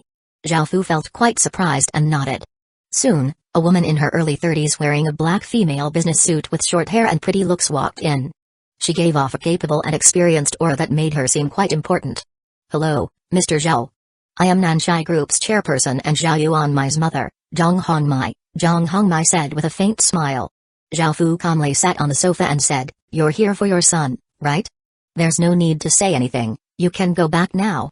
Zhang Hongmai was prepared for such an answer. After hearing about this matter, she knew what sort of person she would be facing. "Mr. Zhao, I won't waste any of your time. I'm willing to give you 30% of my company's shares if you're willing to let my son off." Zhao Fu disdainfully smiled and said, "Do you really think I care about a bit of money like that? I'm not interested in your shares at all. Right now, you should be worried about Nanshai Group and whether or not it will still exist in the future." This caused Zhang Hongmai's expression to fall. Zhao Fu was threatening to destroy Nanshai Group and eliminate them completely. Even though she did not want to admit it, he indeed had the power to do so. After thinking about the terrifying consequences, Zhang Hongmai felt a chill in her heart. She gritted her teeth and made a decision, suddenly squatting down in front of Zhao Fu and starting to serve him as he watched on in surprise. Following this, Zhao Fu started to take off her clothes, and they started to go at it together. Hearing these noises, Zhang Yukin and Dong Suzin's faces became red. Zhang Yukin angrily cursed at Zhao Fu while Dong Suzin remained silent in embarrassment. Afterward, Zhang Hongmai walked out from Zhao Fu's villa, and she couldn't stop tears from rolling out of her eyes. However, she forced herself to stop crying and wiped away her tears. After going to a dark prison, Zhao Yuanmai was delighted to see his mother and cried out, "Mom! I knew you would come to save me. Those people actually dared to hit." Pa! A heavy slap landed on his face, causing him to feel incredibly shocked. He had never thought that his mother would slap him so savagely. "If you make any trouble from now on, I'll kill you myself." Zhang Hongmai's expression and tone were both bone-chillingly cold. Zhao Yuanmai had never seen his mother so angry before, so he hurriedly nodded in fear and did not dare to say anything else. 772 Level 4 Capital City. Only after a while was Zhao Fu able to bring his emotions back under control. Now, it was time for him to spend his invasion points. Taking down a fish scale system main city gave 1 million invasion points, and because Great Ken had taken down 85 of them, that was 85 million invasion points in total. He now had enough to exchange for more things. After going to the exchange stone steel, Zhao Fu was surprised to find that the option for capital cities was grayed out. He tried using it but found that he could not exchange for another capital city. This made Zhao Fu feel quite disappointed. He had wanted to exchange for another capital city, which would allow him to satisfy the conditions for upgrading to a royal city. After gaining enough experience point, Great Ken would be able to directly upgrade into a royal city. However, Zhao Fu had never expected there to be a limit. There was nothing Zhao Fu could do about this, and there were still many things he was interested in. He also had enough city upgrade stones for now, so he did not purchase any more. There were 2 more things that he was interested in. The first was the blueprint for the dragon-slaying ballistae. With this blueprint, Zhao Fu would be able to mass-produce dragon-slaying ballistae. With how powerful those ballistae were, it was a very tempting choice. The second was the 10,000 Blood God Stone. This could allow the Corpse Soul Blood Lake to create 100 Corpse Soul Soldiers and 5 Corpse Soul Commanders per day. Corpse Soul Soldiers were stage 4 creatures, and being able to create 100 of them in a day was quite tempting. In the end, Zhao Fu chose to exchange for a 10,000 Blood God Stone, because crafting dragon-slaying ballistae required legendary rank materials, which Great Ken did not have much of. Moreover, because they would be dealing with legendary rank materials, Great Ken also needed more high-grade blacksmiths.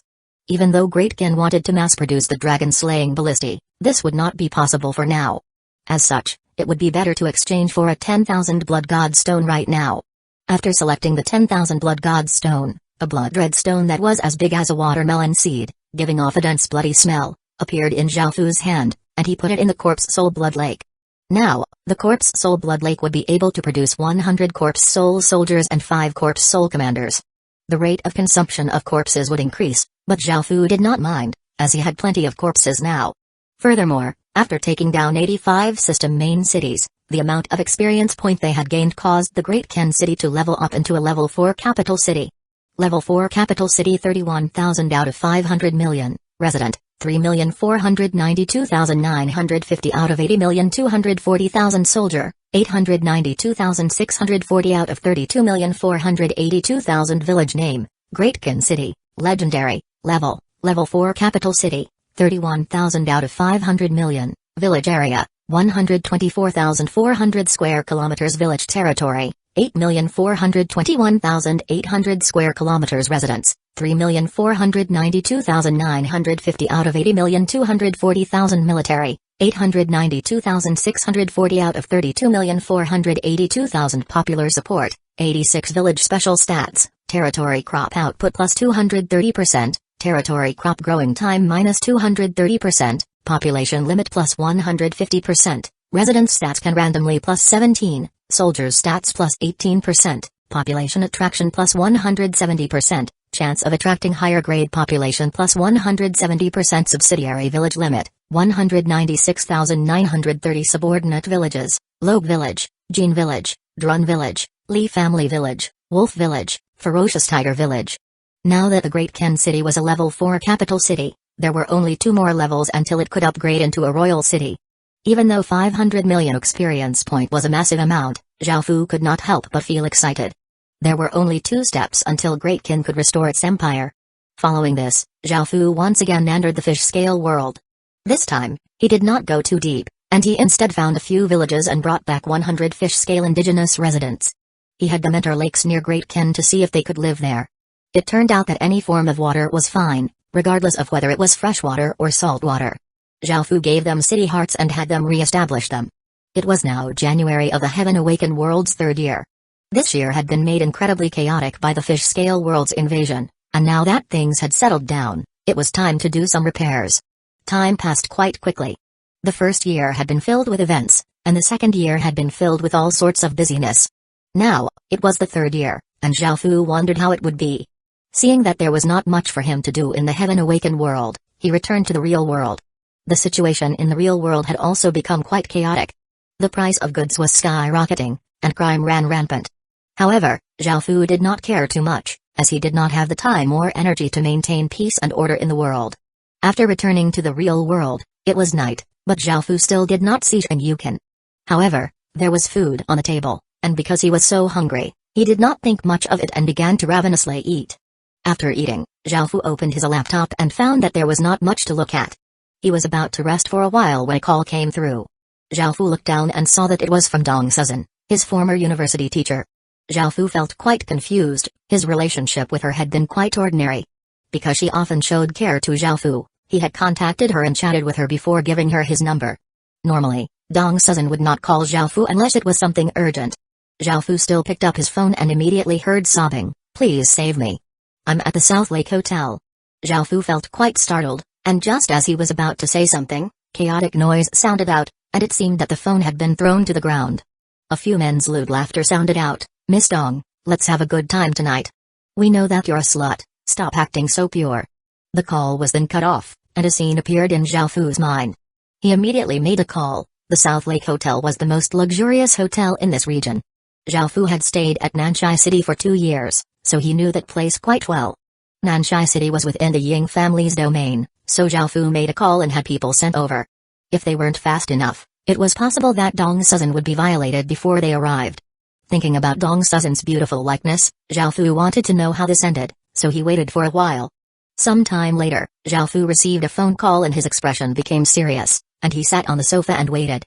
2 hours later, a few bodyguards brought in a teary-faced, scared-looking Danzō, who was wearing a suit. Seeing Zhao Fu, Danzō felt a sense of relief. Seeing that all of these black-suited people all seemed to defer to him, she understood and asked, "Zhao Fu, was it you who sent these people to save me?" Zhao Fu nodded as he looked at her. Her hair was a mess, and there were red marks on her face. She was wearing a suit but was wearing nothing inside. That suit evidently belonged to one of the bodyguards. It seemed that they had nearly actually had their way with her. Dong Suzan said tearily, "Thank you for saving me. I randomly called someone on my phone, and I never thought that it would be you." Seeing how unsettled and perturbed she seemed, Zhao Fu gently comforted her saying, "Don't worry, Miss Dong, no one will harm you here." 773 Nanshai Group. After hearing Zhao Fu's words of comfort, Dong Suzan was able to finally calm down, and she earnestly nodded. At that moment, the bodyguards brought in 7 young men to Zhao Fu. They had all been beaten up, and 6 of them wore ordinary clothing, looking quite afraid as they looked around. The other young man wore designer clothes and looked quite arrogant, yelling, "Do you know who I am? I'm the heir to Nanshai Group. If you dare to do anything to me, you'll be dead." Zhao Fu could not help but lightly laugh, saying, "It's been a long time since anyone has dared to be so impudent in front of me." Even though Zhao Fu say this while lightly laughing, the bodyguards felt a chill within their hearts. They knew how much power Zhao Fu had, and him saying this meant that he was somewhat angry. This meant that the Nanshai Group's heir was doomed, and what's more, it would possibly be his entire family dying. "Proxy family leader, how would you like to deal with these 7 people?" The captain of this group of bodyguards mustered up his courage and asked. Zhao Fu's smile disappeared as he said disdainfully, "Kill them all." "Yes." The bodyguards responded, preparing to drag them out and kill them. They were not any ordinary bodyguards, rather, they were the Ying family's private soldiers who would listen to all commands from the Ying family. Hearing that Zhao Fu wanted to kill them, the 6 ordinary-looking young men's faces became incredibly pale. They knelt on the ground and begged, "We're innocent, please spare us. It was young Master Zhao who told us to do all of that, we wouldn't dare otherwise." Hearing Zhao Fu's words, a look of disbelief appeared on the arrogant-looking young man's face. However, seeing that the group of bodyguards really did seem to intend to kill them, he cried out in fear, "You can't kill me, I'm the heir of Nanshai Group. If you dare to kill me, Nanshai Group definitely won't." Before the young man could finish his sentence, a bodyguard punched him in the stomach, causing him to fall to the ground and curl up with his arms around his stomach. The bodyguards prepared to drag the 7 people out, while the 6 ordinary-looking young men cried and begged for mercy, hoping that Zhao Fu would spare them. However, there were no changes on Zhao Fu's face. He had killed countless people by now, and he did not care about those people's lives at all. "Zhao Fu, are you really going to kill them?" Dong Suzan asked in disbelief. She had never thought that her introverted ex-student would become so cold-blooded, talking about killing people like it was such a casual matter. Zhao Fu turned to look at Dong Suzan and lightly nodded before asking, "What else would we do with them?" Hearing that Zhao Fu really was going to kill them, Dong Suzan, who was part of the Law Society, almost could not believe what she was hearing. She could not help but try to persuade him, saying, "Zhao Fu, it's best to let them off or send them to a police station." This heir of Nanshai Group was the little brother of one of her students, and her relationship with that student was quite special. Dong Suzan was not quite willing to see that person's little brother killed. Moreover, Nanshai Group was the largest financial group in Nanshai City.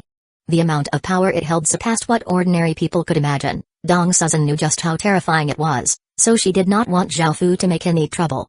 Even though it seemed that Zhao Fu held a high position and many people were willing to obey him, Dong Suzan was worried about something big happening. Zhao Fu looked at Dong Suzan. He did not care about those people's lives or deaths anyways, so he said casually, "Lock them up." Following this, the bodyguards dragged the 7 people off, and Dong Suzan let out a sigh of relief. Zhao Fu then said, "Miss Dong, I'll have people bring some clothes for you. You should rest, you don't worry about the rest of this." Dong Suzan lightly nodded and prepared to leave with a female attendant. "Lil Fu, what happened?" The noise outside had woken up Zheng Yukin, who had been taking a nap. She opened the door and asked Zhao Fu.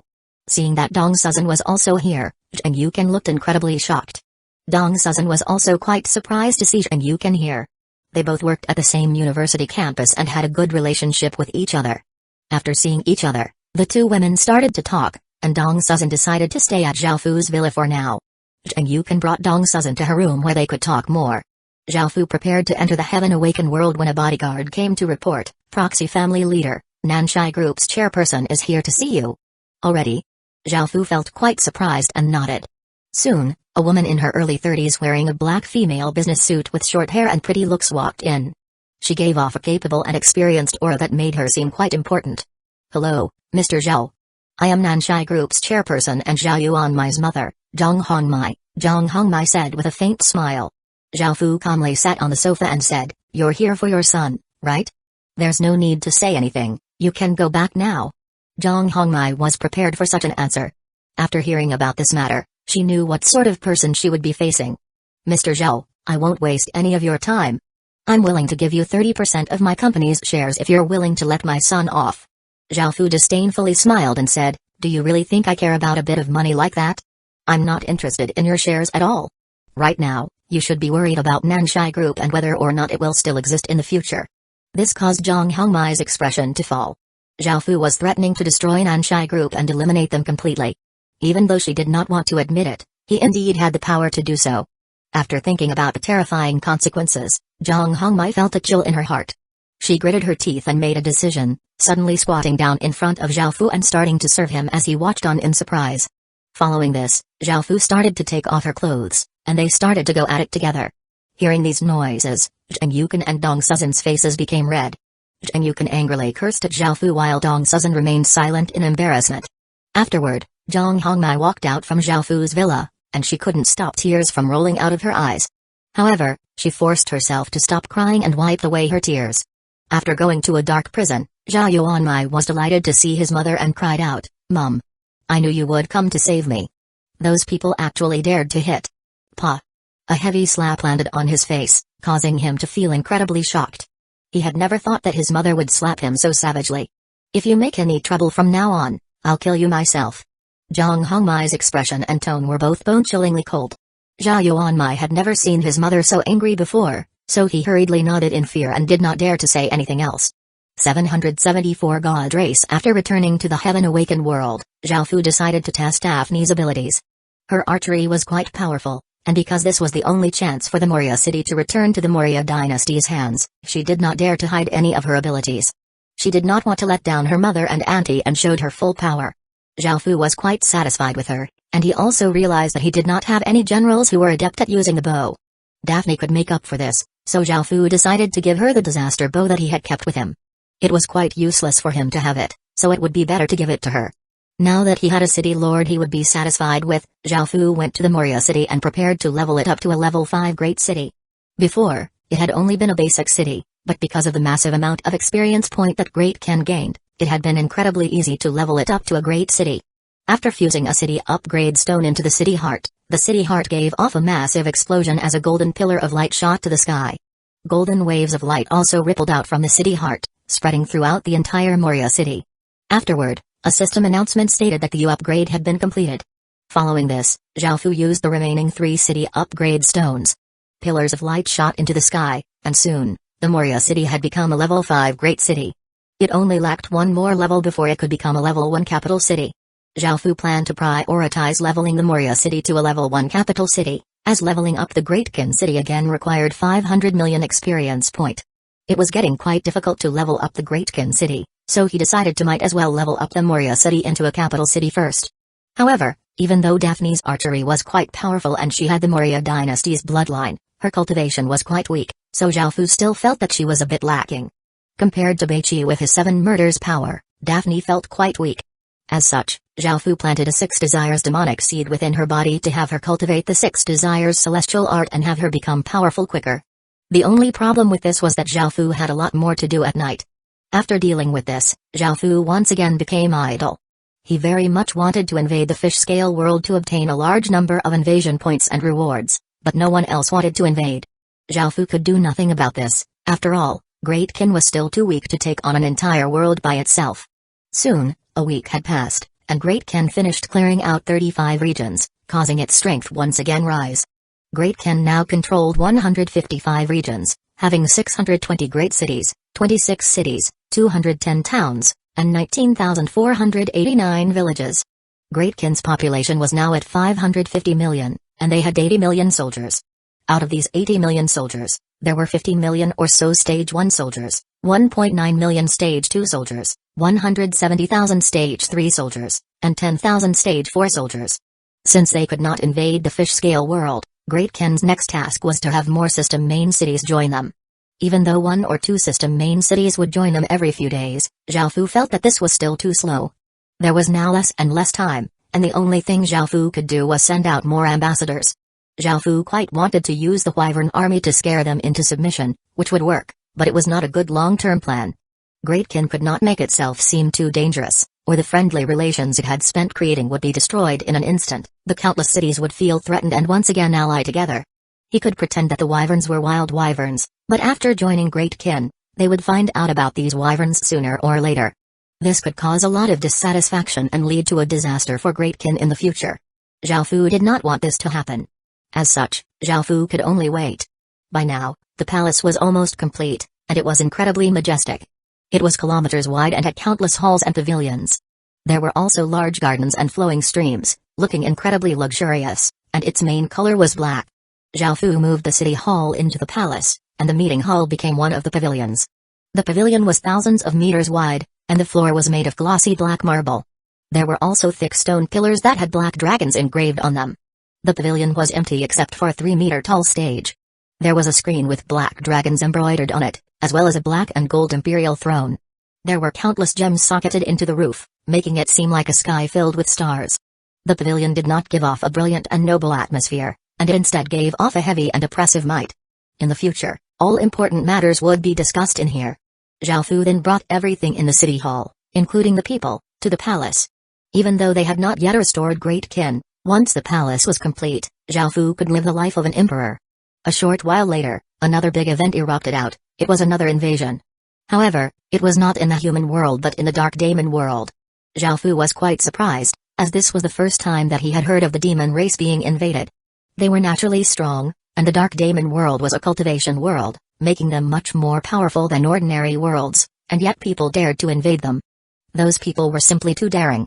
However, unlike the human world, where the barrier was accidentally destroyed, it was the invaders who had opened a portal and started to invade. There were very few races that would dare to do such a thing. Zhao Fu had been controlling Yi King's body in the dark demon world this entire time, and after hearing about this, he felt quite shocked. The invaders were coming from the world to the right-hand side of the dark demon world, the human world was to its left-hand side. Zhao Fu did not have any information on that other world, as his power was limited. Only after a while did Zhao Fu receive some intelligence reports and find out that the god race was invading the dark demon world. The race was called the Spirit Light God race, and they looked like Westerns. They naturally had a faint light around them, and there was a bright circle on their chest that was as big as a fist. Ordinary spirit light people's circles gave off a white light, those who were of noble birth gave off silver light, and those of incredibly important standing had golden light. It was said that the world protector had a 3-colored divine light. After looking through the information, Zhao Fu understood why they dared to invade the dark demon world. The god race, demon race, and devil race were the 3 most powerful races. The Devil Horn Empire outside the Legacy Land was part of the devil race. Humans were one of the weaker races in the 8 major races. This was something that was decided from birth. 775 Spirit Light Invasion. The god race and demon race were like fire and water, they could not stand each other and often fought. Just from their attributes alone, they were already mortal enemies. Even if one side did not attack, the other side would surely attack. The portals that the Spirit Light people had opened was a 10-kilometer tall, hundreds of kilometers wide golden door. It gave off an intense divine light, and any demonic chi that came into contact with this divine light became much weaker. The divine light was extremely effective against demonic chi. There were 1,000 of these massive doors in a row on the northern continent of the dark demon world. It was an extremely majestic and shocking scene. Each of the doors had millions of Spirit Light people defending them, and in total, there were roughly 4 billion Spirit Light people around the large doors. Zhao Fu had no idea how the Spirit Light people had created such things, but Zhao Fu had no way to do this. Right now, his transboundary teleportation channel could only send a single person every time. The demon race had a passive ability that allowed them to become stronger when devouring other races' blood and flesh. To them, humans were just medicines to help increase their cultivation. If they developed portals, they would immediately invade the human world. It would be impossible for the human world to be so peaceful if that was the case. The Dark Demon World's world protector had came to the human world before and had most likely obtained some information about their world. It was possible that he had planted some spies in the human world to continue gaining intelligence. This attack from the Spirit Light people was extremely ferocious. As soon as they opened the portals, they swarmed out, bathing hundreds of regions in blood. The God race's cruel methods were not inferior to the demon race's methods at all. Hundreds of millions of corpses filled the hundreds of regions, and blood stained the ground everywhere. All creatures with demonic chi had been slaughtered, and because this was a demon world, almost all creatures had demonic chi. The Spirit Light people had exterminated all the creatures in hundreds of regions without leaving a single thing alive. The weaker demon beasts were not spared either, and the stench of blood in those regions could make anyone want to vomit. It was an incredibly chilling sight. The Dark Demon people were unable to quickly respond to the Spirit Light people's sudden attack. Just like the humans, they had been caught unprepared, and by the time they responded, it was quite late. However, the Spirit Light people understood that the Dark Demon world was quite terrifying, so after annihilating hundreds of regions, they brought back a large amount of spoils and retreated to the Golden Doors. Because of this, an invasion stage was also opened for the Dark Demon world and the Spirit Light world. Anyone who killed Dark Demon people or Spirit Light people would receive invasion points that could be exchanged for rewards. The rewards were similar to the ones in Zhaofu's Chaotic World Stone Steel, but they were slightly inferior and some could only be used by demons. Zhaofu looked through the Night Dynasty's Chaotic World Stone Steel and saw that they could also exchange for capital cities. It seemed that every Chaotic World Stone Steel had this option. This made Zhaofu feel quite excited. He could use Yi King's body to exchange for a capital city. However, the number of invasion points necessary was quite large, and Zhaofu was worried that with the Night Dynasty's strength, it would be difficult for them to obtain such a number. After all, Zhaofu had spent half of Great Ken's fate to seal the 8 aquatic beast kings, dealing with the aquatic beast tide. He had also poisoned 3 billion fish-scale people to death, and only then had he been able to exchange for a capital city. It had been incredibly difficult. In actuality, the Night Dynasty's city was only a bit away from rising to a capital city. He could also make the Night Dynasty's city one of Great Ken's capital cities. That way, the requirement of having 3 capital cities would be fulfilled. After leveling up the Great Ken city to a level 6 capital city, he would be able to establish a kingdom. It was a pity that he could not do such a thing, as it would be incredibly foolish and short-sighted. The Night Dynasty's true value was in its 170 million people and battle force. They were worth much more important than a capital city. Zhaofu could not just take the Night Dynasty's city back to the human world, as it would simply cost too much, so he had to think of another way. Now that the Spirit Light people and Dark Demon people were fighting, both worlds' attention was on the battlefield. Zhaofu decided to join these muddy waters and obtain some benefits for himself as well. Zhaofu did not feel anything towards either of these worlds, and he hoped that their fight would be as intense as possible. Otherwise, the humans would not have an opportunity to become stronger and resist them. Zhaofu hoped that the Dark Demon world would lose, as it was right next to the human world and could invade at any moment. It was too big of a threat. There was no need to think about it too much. Zhaofu had already decided to join in, as there were enough benefits to attract him. As the Night Dynasty's emperor, Yi King was already SS grade, and Zhaofu used an SSS grade orb to raise him to SSS grade. He also had Yi King's body enter the Night Dynasty's ancestral demon lake, obtaining the Night Demon Constitution.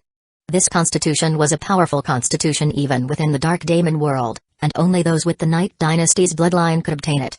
At the same time, Yi King was cultivating the Night Dynasty's legacy art, the Night Heart. Because the Dark Demon world was a cultivation world, they had many more arts than the humans, and they were much higher grade. The Night Heart was a level 1 human grade art, which was higher than Great Ken's Great Ken King art. It was in between SSS grade and human grade, so there was a big difference in power. However, because Zhaofu now had a celestial art, he was not lacking in terms of arts anymore.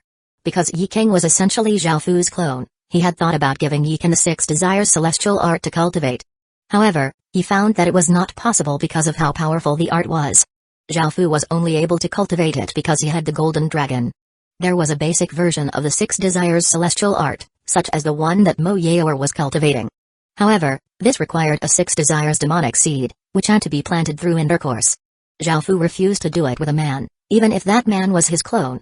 However, Zhaofu could use his essence blood to open the king's profession for Yi King. Zhaofu had a sovereign bloodline, so that was enough to open a king's profession. Adding on the fact that the Night Dynasty city was a level 5 capital city, Yi King was not weak at all. He was many times more powerful than before, and Zhaofu could now use his body to do many things. At that moment, Mo Yaoer gave off an alluring aura as she walked in.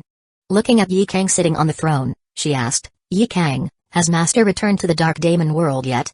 Zhaofu did not tell Mo Yaoer that Yi King's body had been taken over by him. He wanted to keep this a secret, as it was far too important. After all, if news spread that the Night Dynasty had been taken over by an outsider, the consequences would be unimaginable. "He is busy right now and can't return for the time being," Zhaofu controlled Yi King to say as he walked down. 776 Mochi. The Dark Demon world hurriedly conducted emergency meetings regarding this invasion. The Night Dynasty was one of the southern continent's 10 largest factions, so it had the right to participate. Similarly, as the daughter of the Demon Path Sect Master, Mo Yaoer was qualified to participate.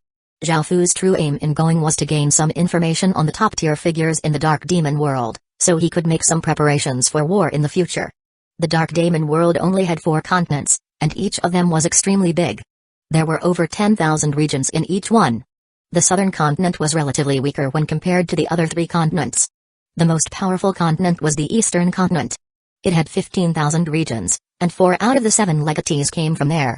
The World Protector was also from the eastern continent, which made it the most terrifying one. The meeting was held at the eastern continent. A single faction could not call the shots in a battle between worlds, and allying together was something essential. After hearing Ye Kang's words, Mo Yaoer harumphed with dissatisfaction and left.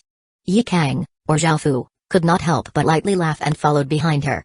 Then, they used a teleportation channel to come to the eastern continent. There were already countless people gathered within a massive palace that gave off enormous amounts of demonic chi. All of these people's auras were extremely powerful, and they were all quite extraordinary. They were all famous figures from various continents. Ordinary people did not have the right to participate in this meeting. As soon as Mo Yaoer stepped into the palace, many gasps sounded out. Mo Yaoer was the 3rd-ranked beauty in the Dark Demon world. Her enchanting face, bewitching figure, and alluring aura caused the bodies of countless men to go hot and have reactions. This was the power of the 6 Desires celestial art. Not only was it powerful, but it also gave those who cultivated it an aura which intoxicated those around them. It was incredibly suitable for Mo Yaoer's constitution. All of the men stared at Mo Yaoer and gulped down globs of saliva in their mouths.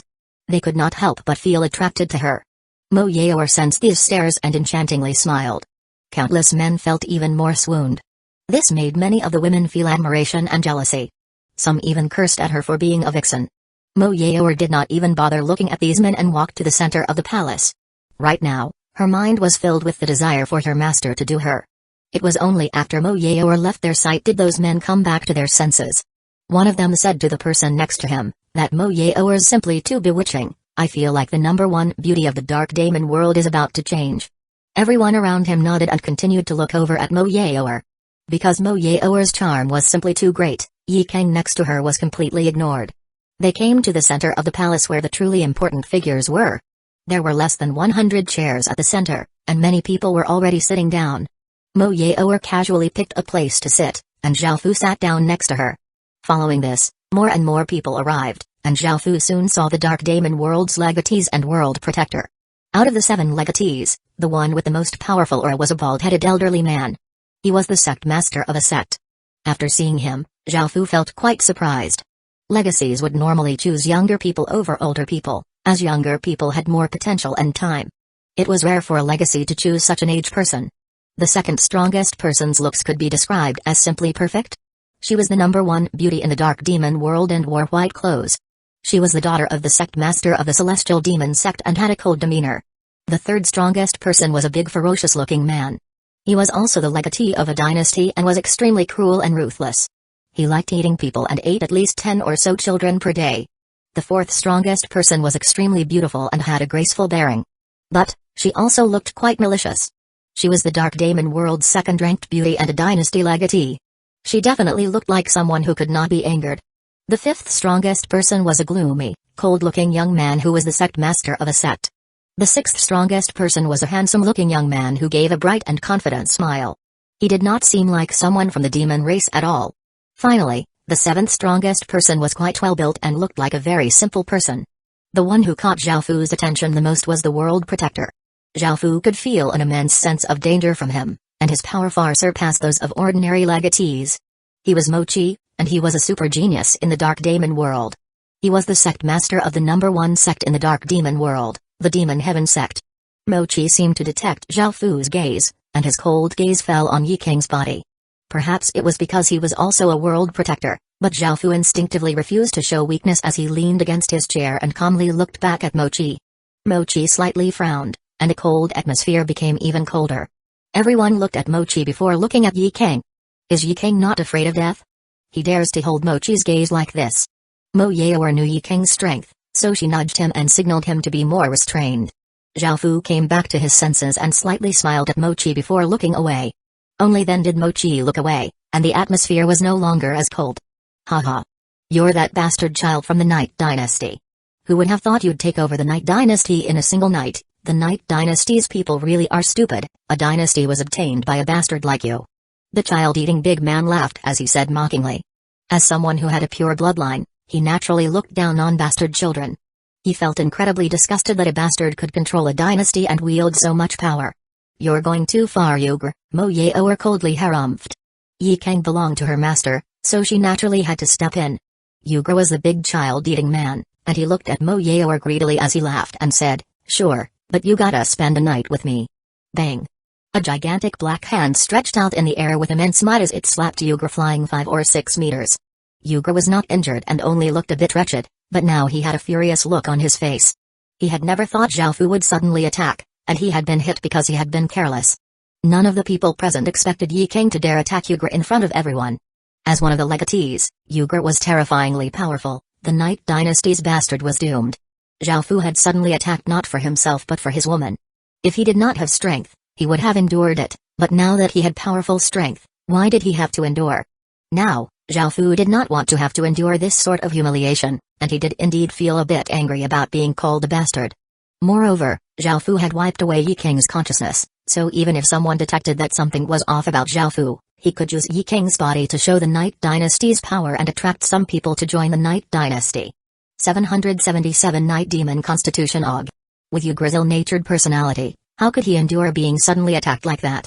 He gave a loud roar and caused boundless demonic chi to rush forth. They instantly formed 3 demon tigers and each leaped towards Yi Kang, giving off ferocious auras. Zhaofu did not even bother to stand up. With the various powers he had attained, Zhaofu knew Yi Kang did not have to be afraid of Yugra at all. He stretched out his hand and caused a black substance to gather which formed a 3-meter-long exquisite-looking sword. This was the power of the Night Demon Constitution. It could allow one to gather darkness energy at will. As the 3 demon tigers sprang over, Zhaofu waved his hand, and the sword gave off a black crescent as it shot out.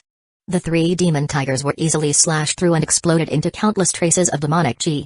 Suddenly, an incredibly terrifying figure appeared behind Zhaofu. It was Hyuga.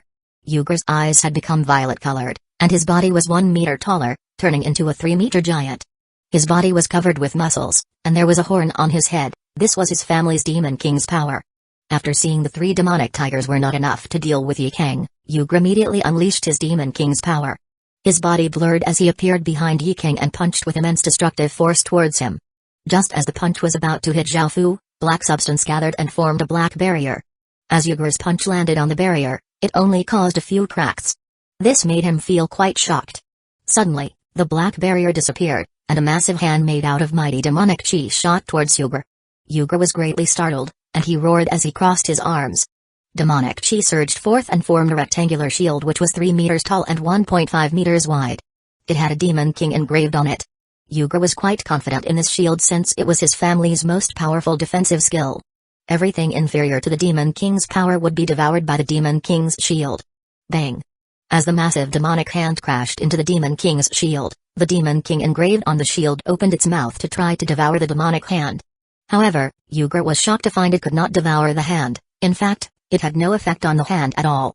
The Demon King's shield instantly shattered, and Hyuga was sent flying approximately 10 meters. He crashed onto the ground with a trace of blood leaking out of his mouth. This caused everyone to feel quite surprised. Now, it was quite evident that Yi Kang was strong. He was actually able to win against Hyuga, who was strong even among the legatees. Everyone quickly got out of the way, and no one tried to stop this. Only the strong had the right to speak. This was an unspoken rule which everyone knew, and those who were weak could only follow it. Hyuga climbed up from the ground, savagely glared at Zhaofu before yelling, "I'll eat you." Boom. A massive demonic flame rose up from Yugra's body, and a terrifying might spread out. The ground started to crack as Hyuga used his full strength and rushed towards Zhaofu. Zhaofu coldly smiled and raised his black sword.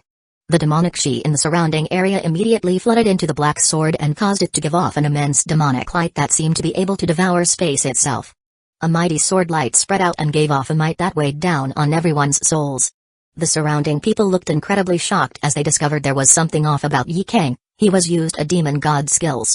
Otherwise, the demonic chi would not have been so lively, and he would not have given off the might of a demon god. Boom. Hyuga flew at Zhaofu, whereas Zhaofu slashed out. A gigantic sword light flashed out and sent Hyuga flying once again. He crashed 100 meters away with a 15-centimeter long gash on his chest where black blood continuously flowed out. Og! The immense pain caused Hyuga to go completely berserk. An even greater power burst forth as he started to use his City Lord Seal's power. Zhaofu also started to use his City Lord Seal's power. The two massive auras continuously collided, and it seemed the two sides were about to clash again. At that moment, Mochi could not watch on anymore and said, "Enough, both of you stop. We're here to discuss how to stop the God Race's invasion." As Mochi spoke, a mountain-like aura locked down the entire region and caused everyone to feel a weight on their hearts. Zhaofu's pupils constricted. He found that Mochi's strength was on par with his main body's. Another powerful foe had appeared. Currently, his clone was not a match for Mochi. While under Mochi's massive aura, Yi King and Hyuga both stopped. Hyuga ferociously glared at Yi King before returning to his seat. His wound healed in the blink of an eye, which made it seem as if nothing had happened. This recovery rate was quite shocking. Zhaofu also returned to his seat. Everyone's gaze toward him became completely different. There was now a trace of respect and fear. Before, they only saw a bastard like Yi King taking over the Night Dynasty as a joke. All of them secretly looked down on him. However, it seemed he was quite powerful and could even defeat Hyuga. He could even use demon god skills. This made Yi King seem incredibly mysterious. They had only heard of demon god skills and had never seen them before. Practically no one could obtain a godly spirit's skills. Indeed, Zhaofu had used the demon god skills. After all, with a demon race body, such skills would be even more powerful. Mo Yaoer also looked at Zhaofu in surprise. She had never expected Yi King to become so powerful in such a short amount of time. Even she would not be a match for him at this point. At that moment, the bald-headed elder stepped out and said, "Does anyone have any good plans to deal with the God Race's invasion?" The gloomy-looking young man coldly harumphed, "What else is there to do but fight?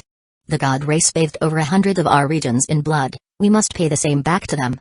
The demon race was quite ferocious, and all of them seemed quite bloodthirsty. Of course, they had a detailed plan for how they were going to fight. Mo Yaoer contributed a bit to the discussions, whereas Zhaofu did not say anything. Soon, the meeting concluded. Zhaofu's primary goal was to gain some understanding of the demon race's various factions' strength. Since he had achieved his goal, he left together with Mo Yaoer. However, when Zhaofu left, he saw Hyuga staring at him with dense killing intent. Zhaofu did not care as he also wanted to find an opportunity to kill Hyuga. Zhaofu also planned to bring his main body over since there would soon be many benefits to be obtained. After returning to the southern continent, Zhaofu started to gather his forces. However, he did not plan to bring indigenous resident soldiers, he only brought players. The Night Dynasty was only responsible for one of the 1,000 golden doors. How could Zhaofu overcommit to a battle between the Dark Demon people and Spirit Light people? Of course, he would be trying to get as many benefits as possible. Zhaofu's main body also brought some people and snuck into the Dark Demon world. During chaotic times like this, no one would notice if Zhaofu secretly destroyed a few cities. Of course, he had to be incredibly careful, or else they would be surrounded and attacked. 778 experts arrive. Zhaofu used Yi King's body to lead 4 million players to the Dark Demon world's northern continent. They did not feel much before reaching the Golden Doors, but after reaching this place, the smell of blood and the aura of death was everywhere. Zhaofu had passed through the ruins of a system main city with corpses and blood everywhere. There was no trace of life, and the city gave off an eerie aura that emphasized death. Everything of value had already been pillaged, every race would take anything of value after killing, and even non-useful items were destroyed. Everyone understood they had to weaken their enemies as much as possible and show no mercy. Most of the demon race's equipment contained demonic chi, so the god race could not use them. After all, the demon race and god race's attributes countered each other. As such, the god race had taken all of the equipment to either throw away or destroy. They refused to leave anything for the demon race. The people from the demon race did not want the corpses either. Although they had the ability to become stronger from devouring flesh and blood, that only worked for fresh flesh and blood. These corpses had already been rotting for a few days, and they were already too impure, so they had become useless. Zhaofu inwardly smiled and said in sorrow, "We shouldn't let our comrades' corpses lie here and rot. We should let them rest in peace. We should build a world filled with love. At the same time, we should remember the cruel things the god race has done to fuel our battle intent. The demon race will never be bullied by anyone." If Zhaofu had said those words in the human world, he definitely would have had many people clapping and cheering. Many people would have even come to help Zhaofu. However, all of the Dark Demon people around him felt there was something wrong with Zhaofu's head for him to say such idiotic words. Zhaofu did not care. He simply wanted to use this as an excuse to order people to start collecting corpses. The spirit light people had massacred their way through 148 regions, which would have at least 40 million stage 1 corpses. There were also countless high-grade corpses, and even the lower-grade corpses could be thrown into the corpse soul blood lake and fountain of life. If they were not worth putting into the corpse soul blood lake or fountain of life, they could be turned into undead. Great Kin did not waste a single corpse. Zhao Fu respected the corpses of Great Kin soldiers, but he did not care about other people's corpses at all. Zhao Fu did not carry out the collection himself and instead left it to the Night Dynasty's people to do. Most of the people did not care about the Night Dynasty doing such a stupid thing. Afterward, Zhao Fu slowly brought his people to a golden door. There were 4 million spirit light people defending here, and their equipment all gave off a bright glow, making them seem incredibly holy in stark contrast to Zhao Fu's side shrouded in demonic chi. Zhao Fu felt that these spirit light people were too high profile, their bright equipment was simply too eye-catching. Stay here and build defenses, don't attack for now. Zhao Fu simply came to make a show and had no plans to use his battle force at all. As such, he did not plan to attack and only defended.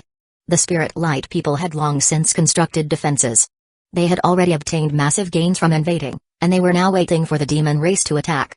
They understood how bloodthirsty the demon race was, they would definitely come for revenge. That way, the spirit light people would be able to obtain even more invasion points. They had set up many traps here, most of which were things able to suppress the demon race. The battles at the other places were incredibly intense, but Zhao Fu's area was incredibly peaceful. The spirit light commander in charge of this golden door felt quite confused seeing Zhao Fu behave in a pacifist manner. They had killed so many demons, so the demon race should be incredibly furious. However, why was this demon so nonchalant about attacking?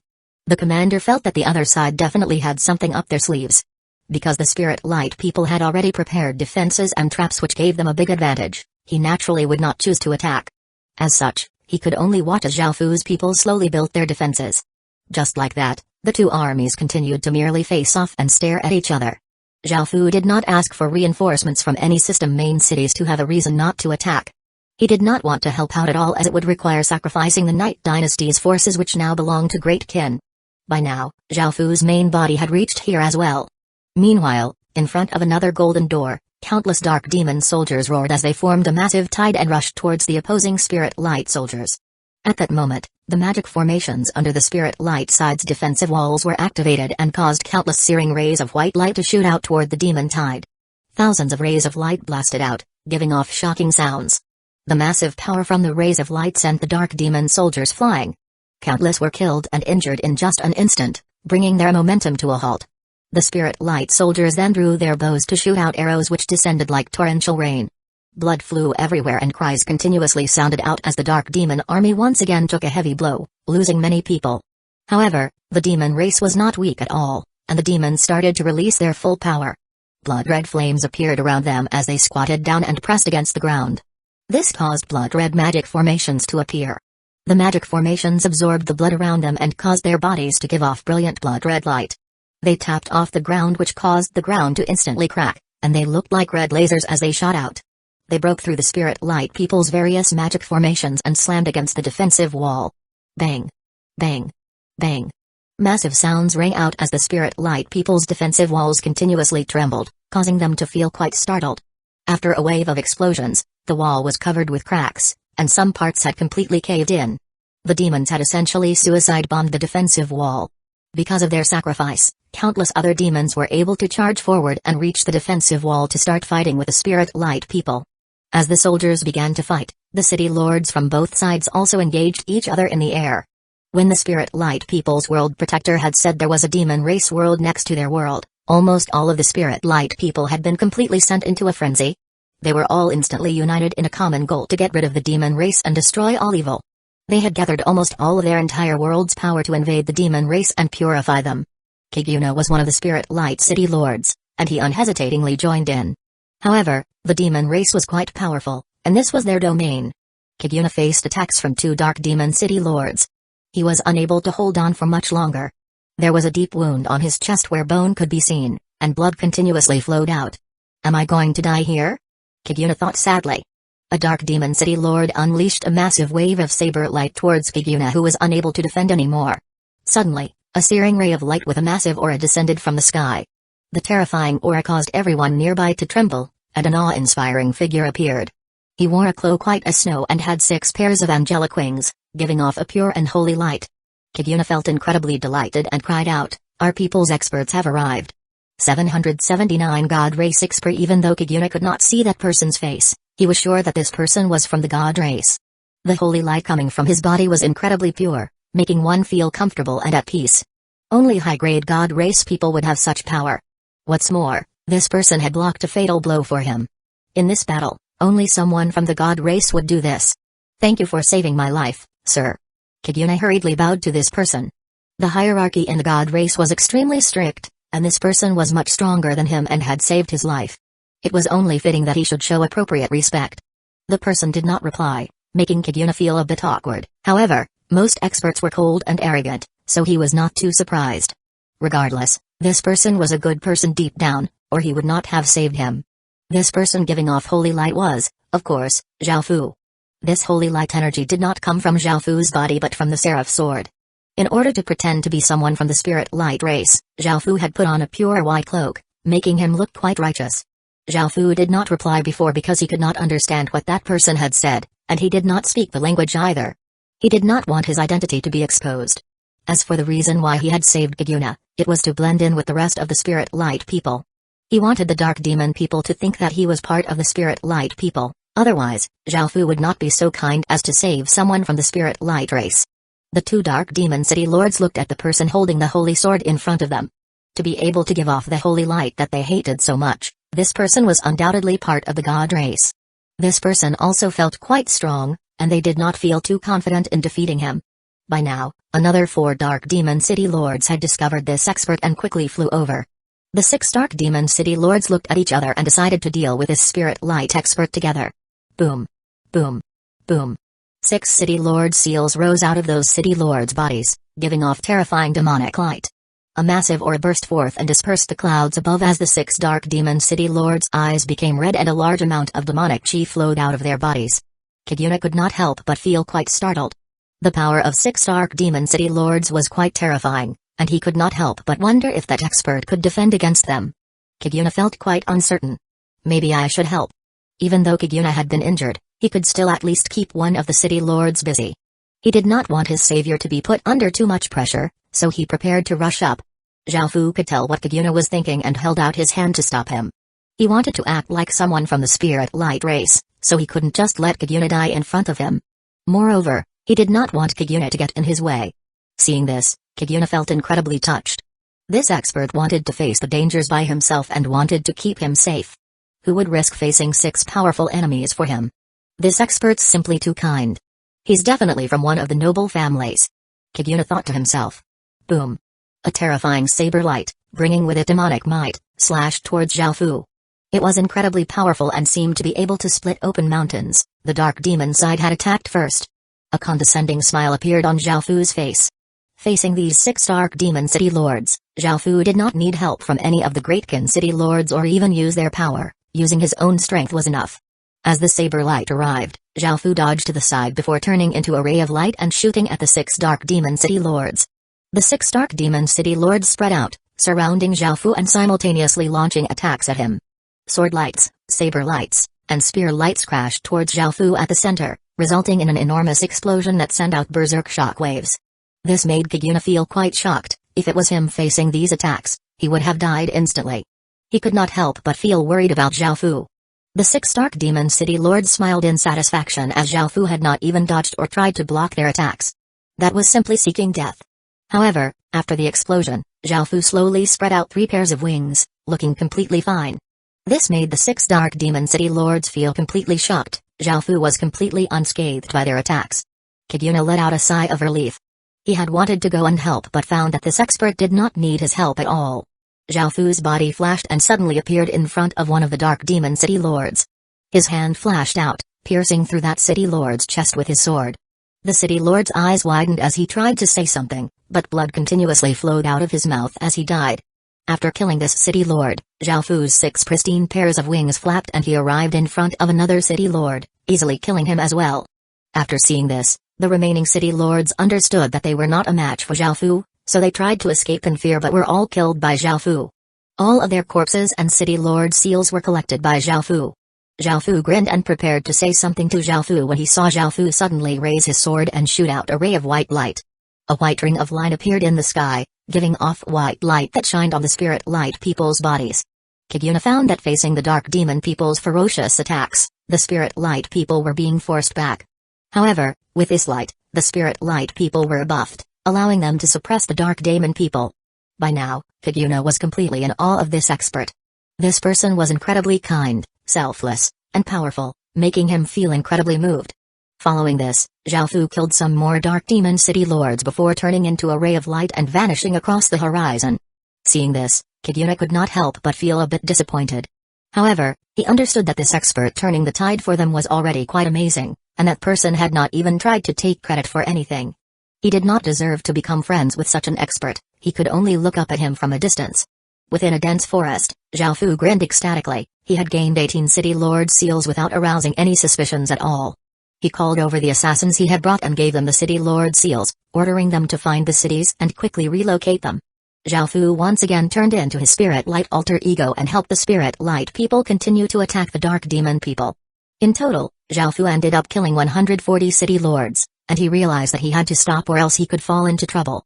After killing so many city lords, he had attracted a lot of attention. Many of the dark demon people wanted to find an opportunity to kill Zhao Fu.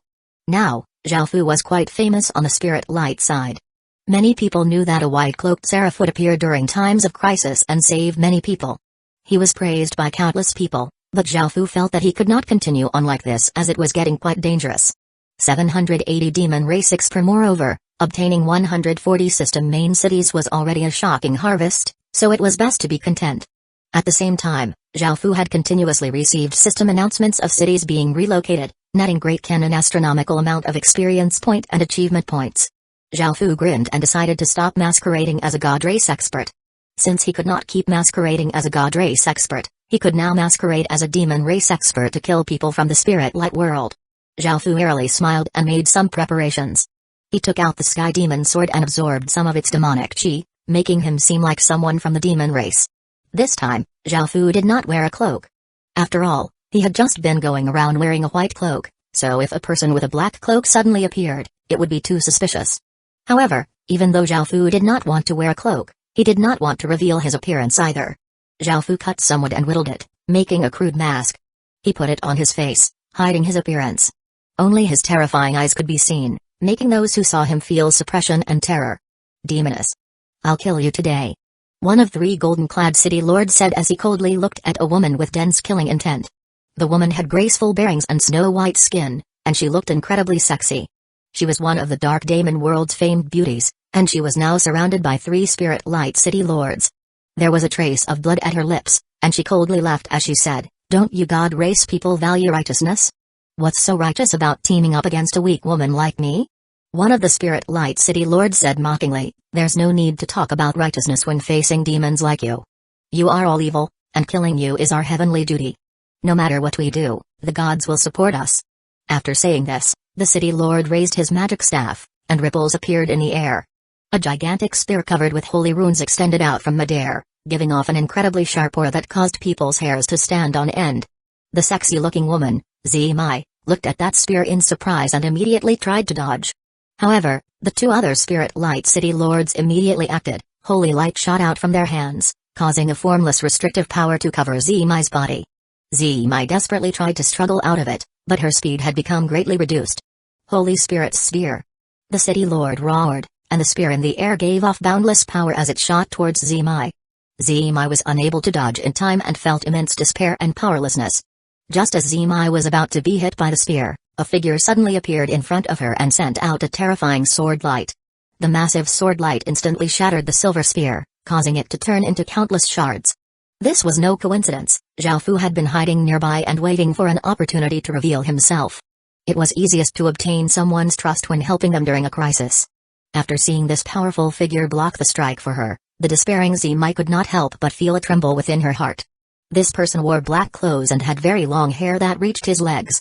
He held a demonic sword and gave off a very terrifying aura, but Zimai felt incredibly at peace. Even though she could only see him from behind, she could tell that he was definitely an incredibly handsome man. The 3 spirit light city lords looked at the man in front of them. Sensing the terrifying demonic chi he gave off, They could tell that he was a high-grade demon. You god race people dare to bully someone from the demon race. Because Zhao Fu had long since learned the dark demon language, he decided to speak, unlike before when he was pretending to be a god race expert. His voice was filled with domineeringness, making everyone who heard him feel instinctively scared. Just as he spoke, he turned into a black blur and rushed towards the Spirit Light City Lords. He arrived in front of them in an instant, giving them a big shock, and they hurriedly put up 3 white energy barriers. However, as Zhao Fu slashed out an immense sword light, it instantly shattered the 3 energy barriers. Seeing this, the city lords were completely terrified, and they immediately wanted to run. However, they were not given the chance. One had his chest pierced by Zhao Fu, the other was slashed in half, and the final one's head was crushed by Zhao Fu. His methods were incredibly cruel and domineering but also quite fascinating. A figure could not help but move towards Zhao Fu, and Zhao Fu, caught in the moment, swept her into his embrace. Zimai's face became red, and she said shyly, "You're so domineering." "I like that." Zhao Fu came back to his senses and felt quite awkward. It seemed that he now instinctively became close to women, so he decided to avoid this in the future. He then gently pushed her away and transformed into a demonic ray of light before shooting away to another battlefield. Kill. Our demon race is the most terrifying race, nothing can stop us from sweeping across the world. On another battlefield, Zhao Fu led a large group of dark demon people to charge. The countless demons were incredibly excited as they followed this demon race expert to charge at the Spirit Light people. Zhao Fu began a bloody slaughter, shocking even the people from the dark demon race. After another round of killing, Zhao Fu obtained 80 Spirit Light City Lord seals, making him feel incredibly delighted. Just as he was about to head to another battlefield, his powerful senses alerted him that there were people waiting in ambush ahead. It seemed that he had caught too much attention. Zhao Fu sighed, he could not continue to pretend to be part of the dark demon race. In total, he had obtained 220 City Lord seals. They had already relocated the 140 dark demon cities. Great Kin's assassins had all been temporarily given City Lord seals, and with the various dark demon city lords fighting on the front lines, there was no one to look after their domains. However, there was no way to go to the Spirit Light world, as they defended the golden doors closely. It was not very possible to go to the Spirit Light world through those doors. Also, it seemed that only the Spirit Light people could use those golden doors. Back when Zhao Fu had masqueraded as a Spirit Light expert, he had tried to use one but had found that he could not use it. It seemed that no other race could use them. There was nothing he could do about this. Zhao Fu could only order people to have the transboundary teleportation channel brought to the Dark Demon world in order to teleport into the Spirit Light world.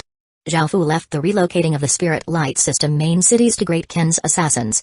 They were well suited to this job and were quite adept at it. Now, Zhao Fu returned to Yi Kang's side. He could not continue masquerading as an expert on either side, so he decided to use a third identity to obtain some benefits for the Night Dynasty. By now, the commander that Yi Kang was facing off against could not wait anymore and started to attack the Night Dynasty's forces, and Zhao Fu immediately went over to help. 781 golden doors, follow me and purify these demons. A Spirit Light commander yelled as he rode on a tall, white horse and led a group of cavalrymen to charge. The cavalrymen all gave off white light as they charged on their horses, giving off massive sounds. They gripped their spears and used their momentum to throw them out, causing whooshing sounds to sound out. The countless spears brought with them white lights as they tore through the air and flew towards the Night Dynasty's defensive wall. A formless barrier rippled out of the Night Dynasty's defensive wall, but the spears gave off a terrifying holy light energy and instantly destroyed the formless barrier. However, the power of the spears was greatly reduced, and none of them were able to hit the defensive wall. The ground in front of the defensive wall was now covered with spears. The cavalrymen once again threw out spears, all of them giving off a faint white light, bringing with them holy light energy. Yi Kang coldly harumphed and looked over at his generals. His generals gave out orders, and people wearing black robes walked out with serious expressions on their faces. They stretched out their hands towards the incoming cavalry, causing darkness power to gather. Black diagrams appeared on the ground, and as the countless horses stepped on them, their hooves seemed to be stuck to the ground. Countless horses crashed to the ground and some of their legs were broken, causing them to whinny in pain. The cavalrymen on the horses were sent crashing to the ground, causing countless injuries and a lot of chaos. Fire. Yi Kang gave the order and countless archers let loose arrows, forming a massive arrow rain that caused people's hairs to stand on end. The cavalrymen who had crashed to the ground were completely defenseless. Immediately, countless Spirit Light cavalrymen died and blood flew everywhere. Those who were not dead howled, creating a grisly scene. Suddenly, rays of holy light landed on the Night Dynasty's defensive wall, causing the 90 Dynasty's soldiers to howl as if they were being burned. Yi King's pupils constricted as he discovered countless priests dressed in white robes and holding wooden staffs. Under the protection of countless soldiers, they had arrived at the front of the Spirit Light Army and were attacking the Night Dynasty. Taking this opportunity, countless Spirit Light people rushed up to the defensive wall and started to siege it. The Spirit Light people used all sorts of methods to scale the defensive wall, while the Night Dynasty's people continuously used heavy objects and arrows to attack them. The Night Dynasty's special profession, the people wearing black robes, also attacked with darkness. Black fog, which had extremely destructive properties, started to move towards the Spirit Light people. Anyone who was touched by the black fog would have their bodies fall apart and blood continuously flow out. In just an instant, countless Spirit Light people died in horrified ways. Wounds opened up all over their bodies and blood dyed their bodies completely. The Spirit Light side's priests also attacked the Night Dynasty, resulting in a ferocious battle. Boom. Boom. Boom. Massive explosions sounded out as powerful oars descended. 60 or so city lords coldly looked at Yi King. Yi King did not care at all, and the Night Dynasty's side also erupted with a shocking aura. The Night Dynasty's city lords all prepared for battle, and the 5 ancestors brought with them monstrous auras as they dove into the group of opposing city lords. With their strength, dealing with 5 or 6 of them was no problem at all. Following this, Zhao Fu also arrived and released his full power to commit a slaughter. In the end, the Spirit Light people lost 3 million or so soldiers and 40 or so city lords, and they retreated to their golden door, no longer attacking. The Night Dynasty lost about 1 million people and a few city lords. Out of the 40 Spirit Light city lords they had killed, 25 were killed by Zhao Fu. This made the Night Dynasty's other city lords and ancestors incredibly terrified, as they now knew that it would be incredibly easy for Zhao Fu to kill them if he wished. However, it seemed that Zhao Fu only followed Yi King's orders, making them feel relieved. Otherwise, they would feel extremely unsettled when around Zhao Fu. Of course, this was done by Zhao Fu to make them feel at ease. Over the next few days, the battle between the Dark Demon people and the Spirit Light people continued, and both sides continued to send more soldiers. The death toll was now at 7 billion people. The battles between both sides were incredibly intense, making it seem as if the world was going to collapse and everything was going to be destroyed. Many regions were reduced to ruins, and craters covered the ground. Many tall mountains and peaks disappeared, and no grass could be seen on the ground anymore. This was a battle between 2 truly mighty sides. The battle between the Dark Demon people and Spirit Light people was on a completely different level to the battle between the humans and the Fish Scale people. Even though the legatees of both sides did not use their world's power, much of the 2 worlds' fate had been used. Over 100 nation armaments had been summoned in battle, making it seem as if it was the apocalypse. This was especially so for the battle between the world protectors. It was the most terrifying battle Zhao Fu had ever witnessed. Back then, Zhao Fu had been with the Night Dynasty, fishing for benefits. No one would dare to, or even could, venture to the Spirit Light world to relocate system main cities, so Zhao Fu happily had Great Gen's assassins take the 40 Spirit Light system main cities without anyone knowing. With these 40 system main cities, Zhao Fu had obtained 260 system main cities in total. Zhao Fu was quite shocked by his gains this time, and with the amount of experience point they had gained, the Moria city had become a level 1 capital city. Zhao Fu was very pleased with the gains this time. He did not want to expose his identity, so he jollily stayed with the Night Dynasty as they faced off in a stalemate against the Spirit Light people. However, an incredibly destructive shockwave had rippled out, causing his hairs to stand on end and for him to feel as if his body had fallen into an icy cavern.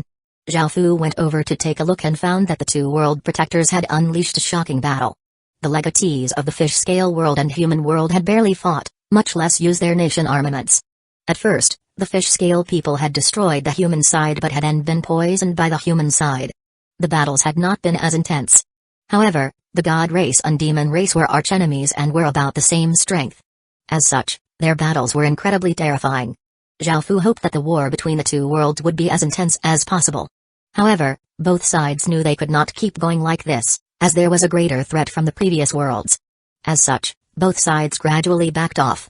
The 1,000 or so golden doors became 100 doors, but they were still heavily guarded. No more massive battles erupted, and they only gradually whittled away at each other.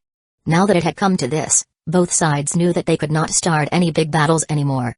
As such, most of the factions that had gathered here returned, and the Night Dynasty went back to the southern continent. Zhao Fu also took his massive gains back to the human world.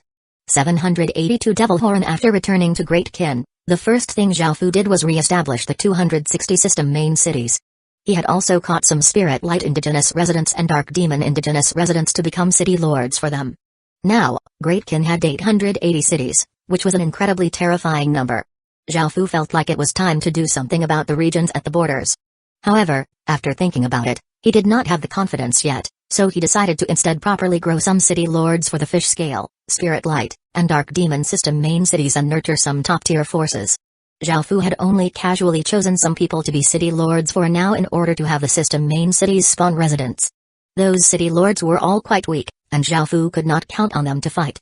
Luckily, system main cities spawn many people every day, so he would only have to wait a few days to find better suited people. After giving them some training and resources, they would be capable fighters for him.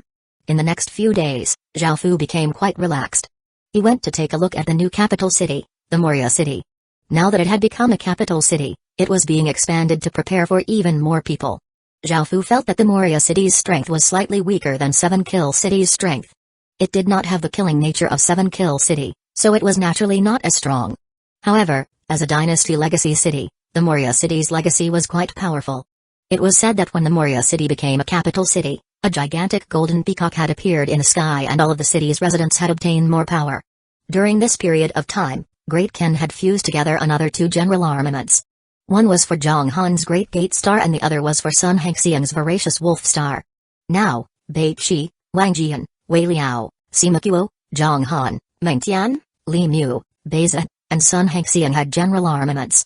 Great Kin now had 9 general armaments, and Beiza had the 7 Murders Star and Sun Hengxiang had the Voracious Star. If they could find someone with the Army Destroyer Star, Zhao Fu would once again gather the Murder Destroyer Wolf formation. Back when he had gathered it the first time, it had caused Zhao Fu's Myrtle Imperial Star to awaken. Zhao Fu wondered what would happen if he gathered those 3 stars again. Zhao Fu felt that between Wei Qing and Zhu Liui, one of them would most likely awaken the Army Destroyer Star. They would soon be able to gather those 3 stars again, making Zhao Fu feel quite excited. Soon, a month had passed, and during that time, Zhao Fu had successfully found some suitable people to become city lords and had nurtured them greatly. Zhao Fu also rebuilt the transboundary teleportation channel in Great Kin. He had not left the legacy land in a while, and he decided to go out again for a few reasons. The first reason was to gain information about the battle between the Devil Horn Empire and the various other worlds. Their battle could decide the life of the human race, so Zhao Fu had to obtain information and make preparations. The second reason was to sell the ridiculous amount of equipment he had. After all, he had obtained 3 billion sets of equipment from the battle with the fish scale people. Zhao Fu had wanted to sell them in the human world, but because of the natural disasters, there was very low demand and it was quite difficult to transport them. All of the equipment was worth about 18 billion gold coins, which was quite a large fortune. The third reason was to buy talisman stones. Great Kin always lacked talisman stones, as they were simply too important to Great Kin. All of their equipment and weapons required talisman stones now. More than half of the talisman stones in China had been bought by Great Kin, but Great Kin still only had 8 million sets of talisman equipment for 80 million soldiers. They had only provided 10% of the soldiers with talisman equipment, and if they wanted to buy more, they would have to buy it from outside the legacy land. The Kershi Kingdom had most likely guessed his identity, so Zhao Fu did not dare to step into the Kershi Kingdom again. There was a big difference between those who had established kingdoms and those who had not. After establishing a kingdom, one's faction would greatly change. Zhao Fu quite admired those with kingdoms, but Great Kin was nearly there itself. Zhao Fu could not go to the Kershi Kingdom anymore, but there were other places that he could go to. Not only was Zhao Fu going to go to the various kingdoms in the grassy world, but he was also going to Lantong kingdoms and kingdoms in other worlds. Zhao Fu planned to open up paths to different worlds and not limit himself to the grassy world. If he wanted to obtain a large amount of resources, he had to travel to many places. From the information he had obtained, the Lantong world was the world before the grassy world, to its left was a half-beast world and to its right was an elf world. The half-beast world was the world before the Dark Daemon world, and the elf world was the world before the fish scale world.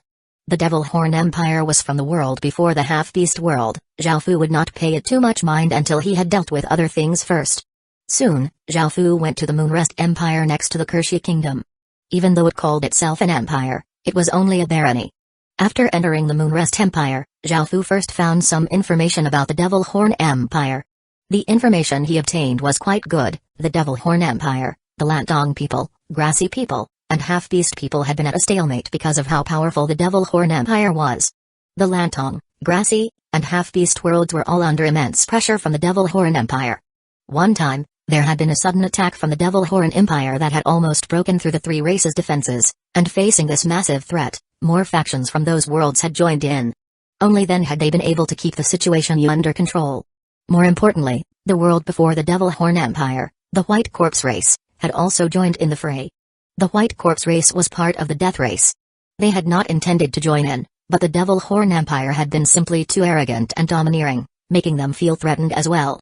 The White Corpse race was from the world before the Devil Horn Empire, so its strength was far stronger than the Lantong, Grassy, and Half-Beast worlds.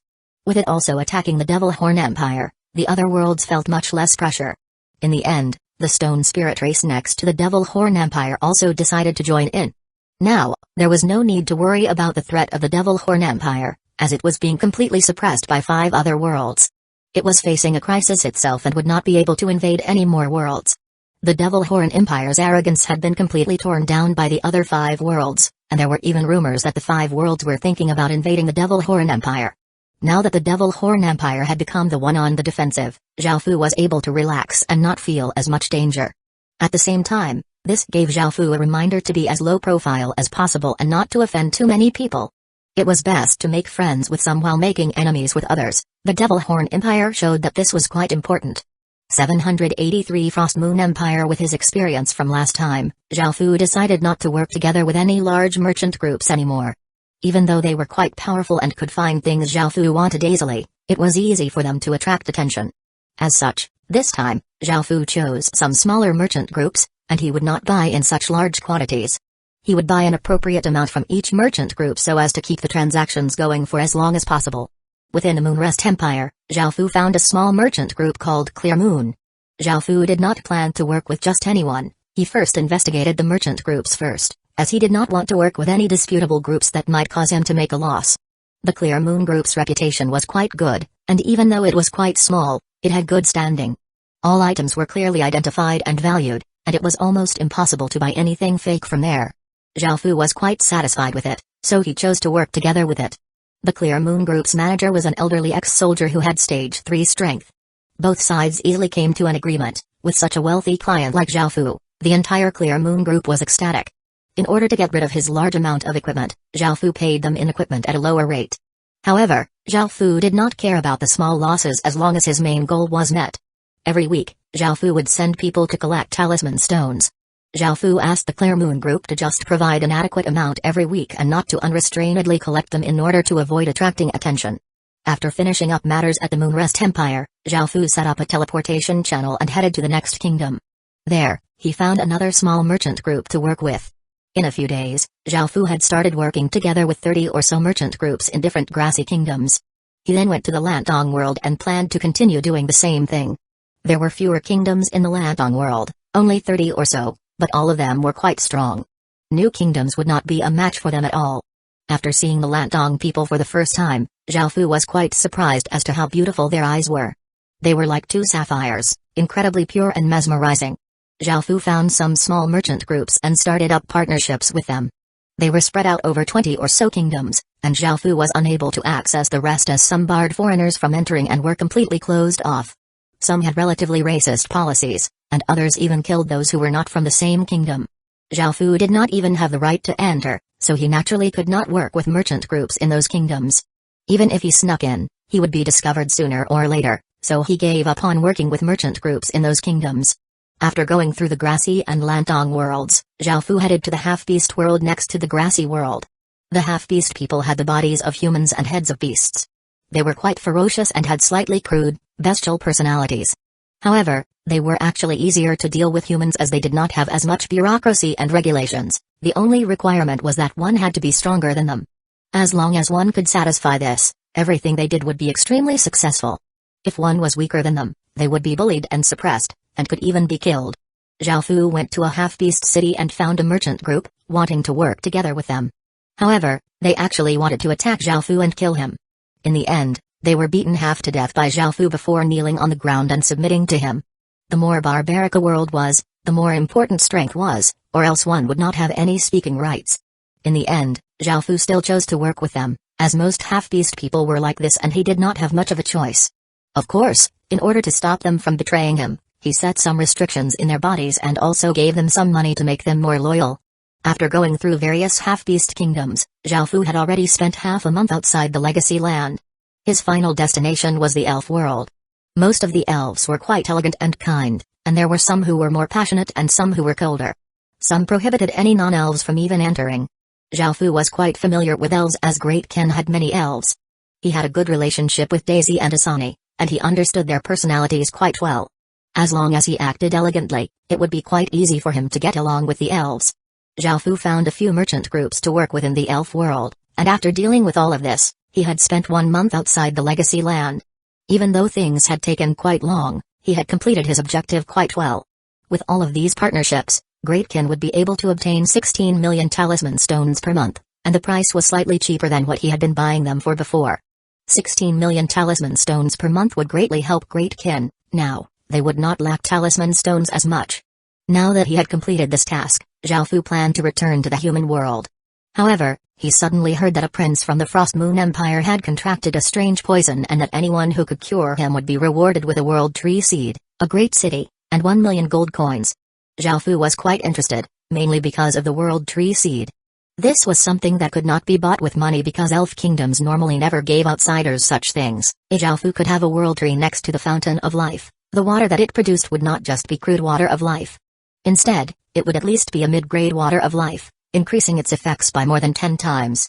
This was quite important to Great Ken. Zhao Fu thought about it and decided to try it out. The Frost Moon Empire had a good reputation, welcomed all sorts of races, and was quite friendly. There were many humans living there, and there was not any racism.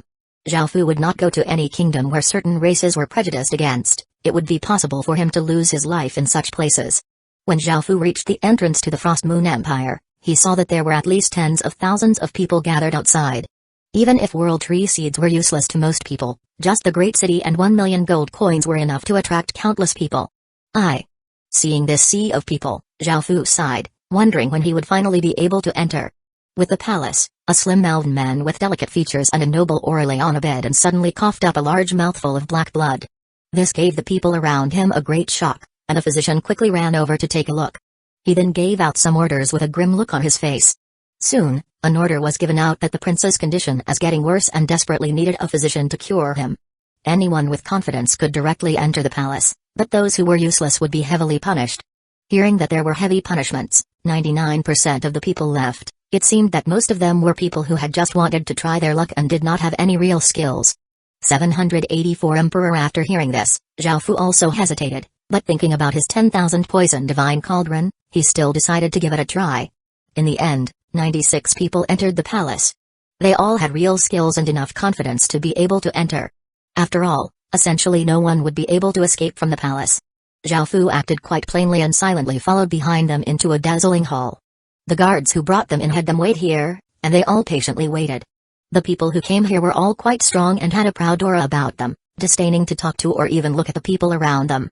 Zhao Fu kept a low profile and stood by the side, not doing anything as he silently waited.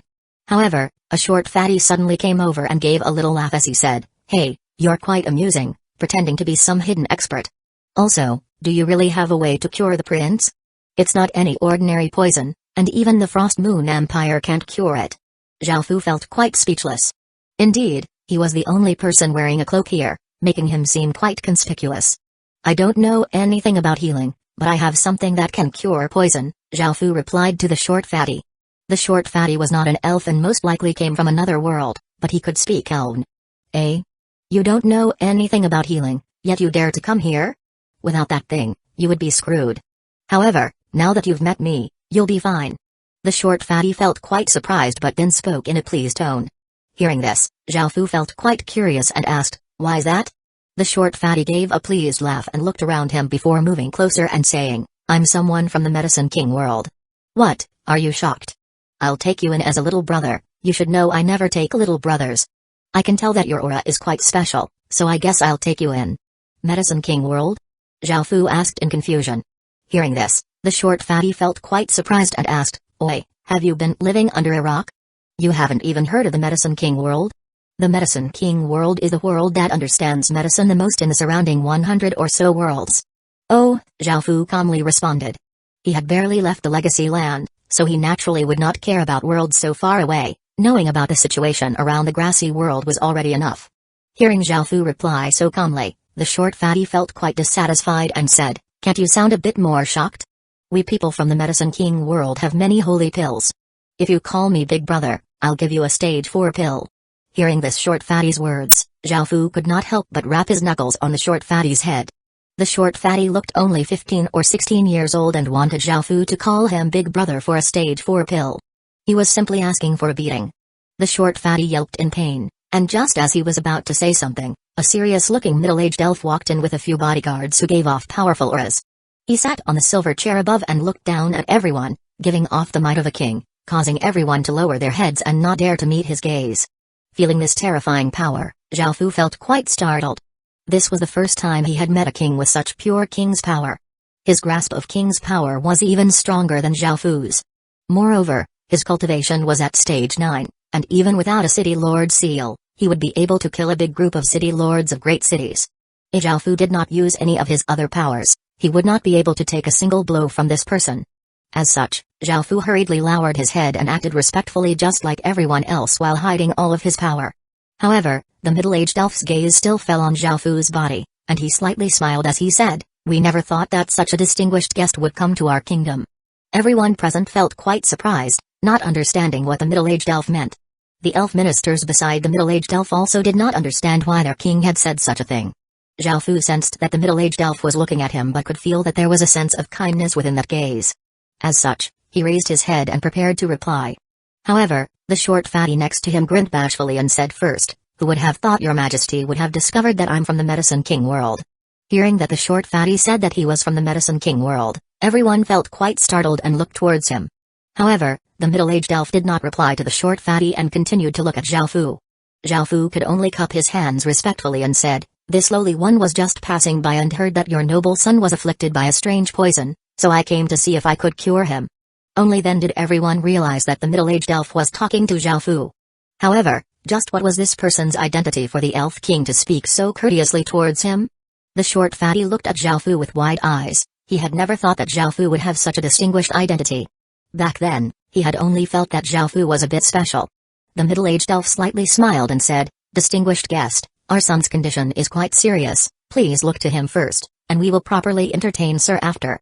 Hearing this, Zhao Fu nodded and left with the middle-aged man while everyone stared with open mouths. They could already guess that Zhao Fu's identity was incredibly prestigious, or else the elf king would not speak so politely. Zhao Fu followed the middle-aged elf to a room and saw a young elf lying there, and he immediately took out the 10,000 poison divine cauldron. The 10,000 poison divine cauldron gave off a faint violet light and floated above the bed. The violet light covered the young man lying on the bed, and his face grimaced as traces of black aura started to leave his body. Seeing this, Zhao Fu let out a sigh of relief. After no more black aura came out of the young man's body, Zhao Fu put away the 10,000 poison divine cauldron. From the growth of the 10,000 poison divine cauldron just now, he could tell that the poison definitely was not simple at all.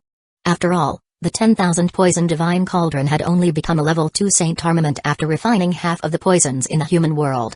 Seeing that the young elf on the bed was looking much better, the middle-aged elf was delighted and walked over to check on him. He then smiled at Zhao Fu and cupped his hands as he said, "Thank you, sir, for saving my son." Zhao Fu humbly cupped his hands in response. The middle-aged elf asked Zhao Fu to join them for a banquet to properly thank him and entertain him, and all those who had entered the palace were invited as well. However, Zhao Fu simply asked for the rewards and prepared to leave. After coming out from the room, the short fatty darted over and hugged Zhao Fu's leg as he cried out, "Big brother! Please take me in as your little brother." Zhao Fu pushed him away, but the short fatty did not give up and clung onto him, continuing to follow him.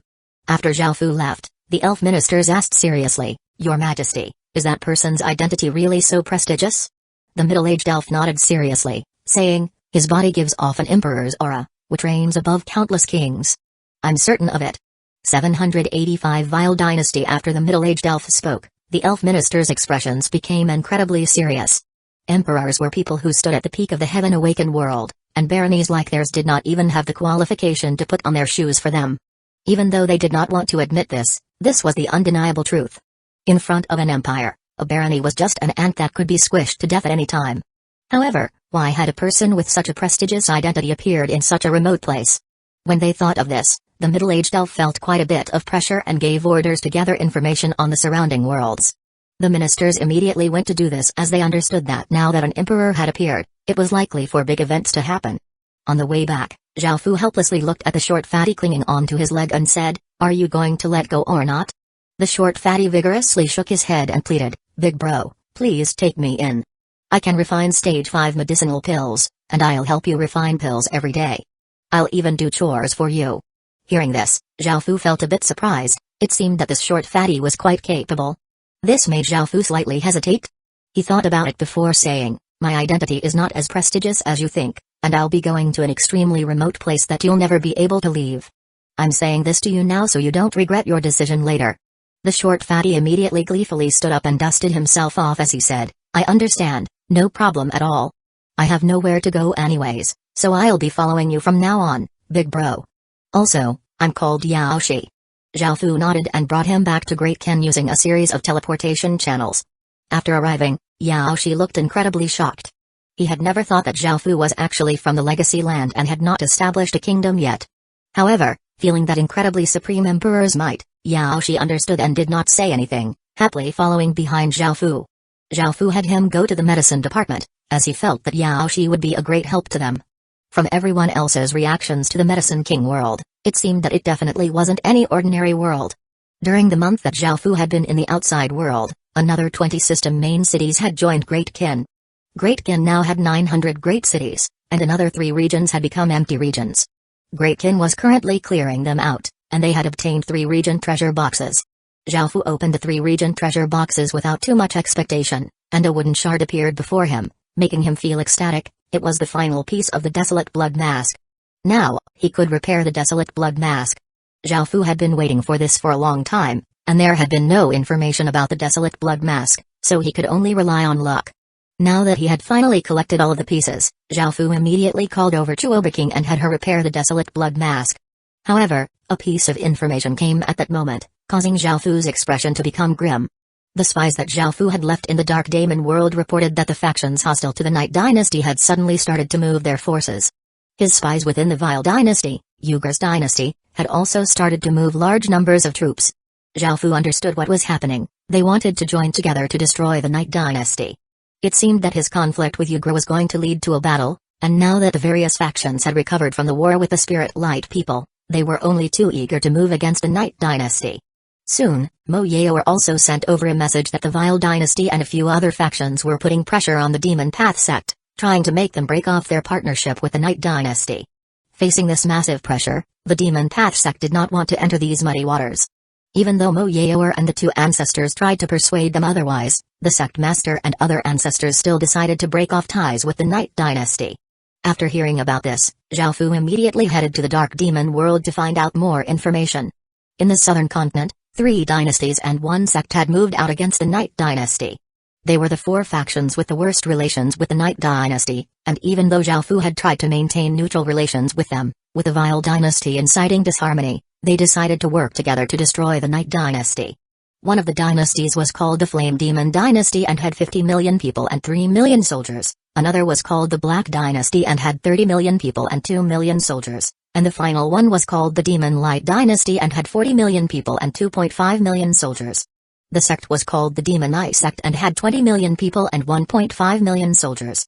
Because most of these factions were made up of players, who had all sorts of costs and requirements, the expenditures of these factions were quite great. They were not able to develop so quickly like Great Ken, as most of Great Ken's people were indigenous residents. As such, even though the Night Dynasty had 160 million residents, it only had 12 million soldiers. The 3 dynasties and 1 sect had a total of 9 million soldiers.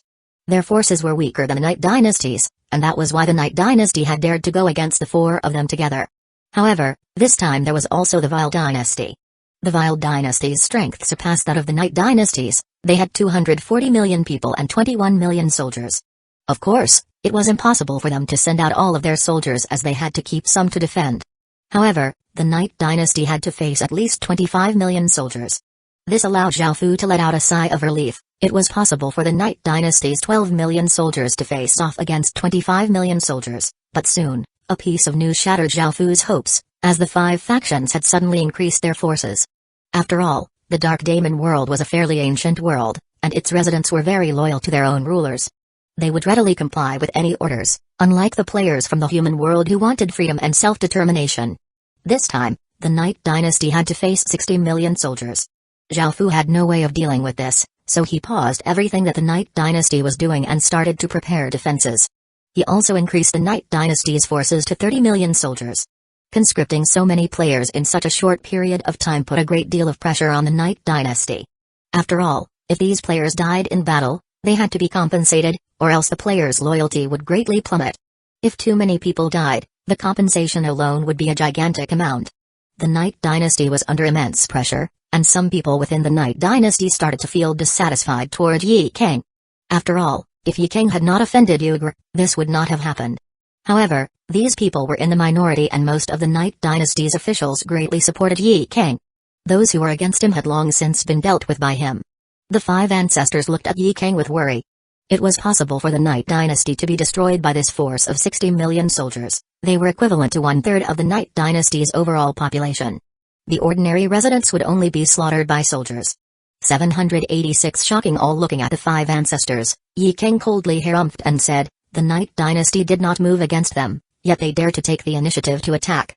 Since they've acted in this way, we will not hold back either. We will fight this battle and see just who will survive and who will die." Hearing this, one of the ancestors could not help but say, "Ye King, the situation is very disadvantageous for us. First off, our forces are less than half of theirs, and we desperately lack high-grade battle power.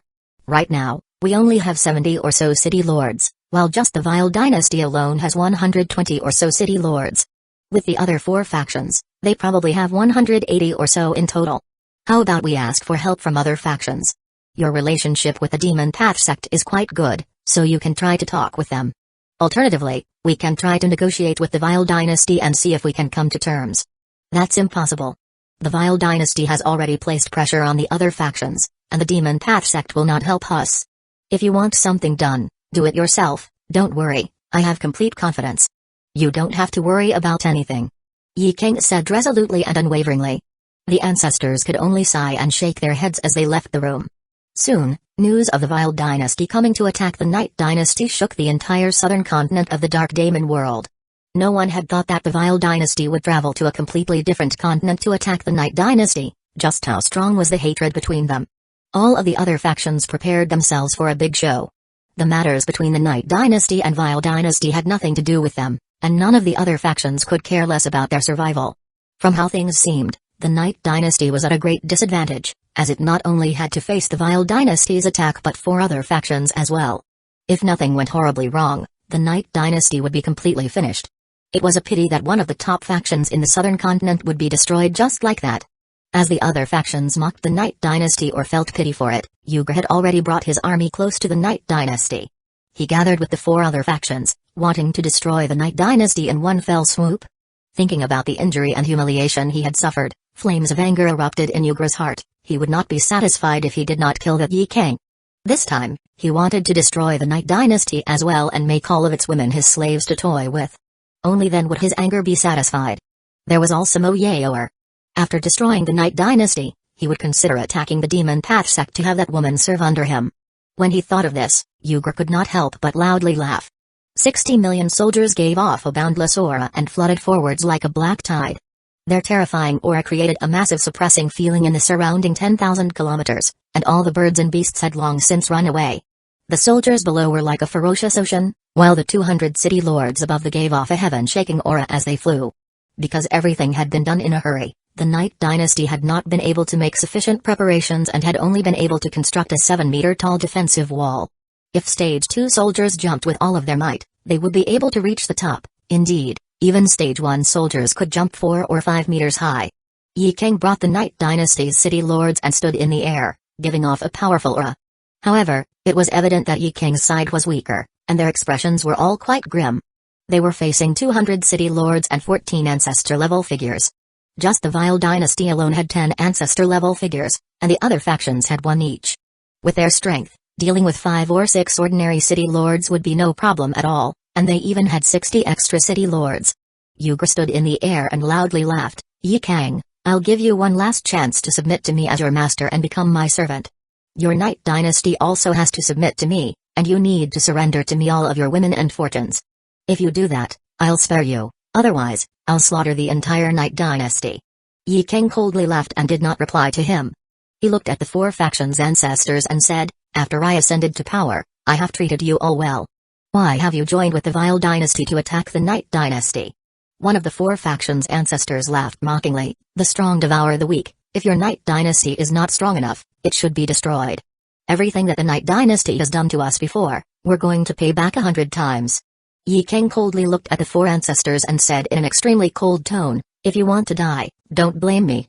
This caused the four ancestors to disdainfully laugh. It was evident to them that Yi King would be the one dying. Hyuga felt even angrier and wanted to rip Yi King to shreds, so he immediately attacked. With him leading them, the other city lords rushed towards the Knight Dynasty's city lords, and the city lords of both sides started a massive battle in the air. As the battle unfolded above, the vile dynasty's soldiers also started to charge.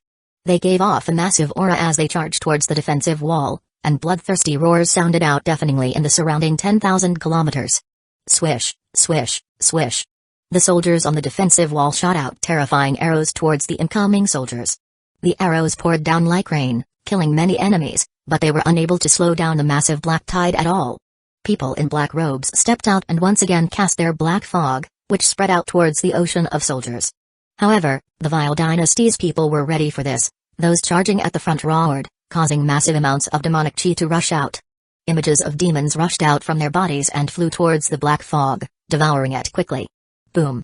The massive flood slammed against the defensive wall, and some of the Stage 2 soldiers directly leaped onto it, starting to fight with the Knight Dynasty's soldiers.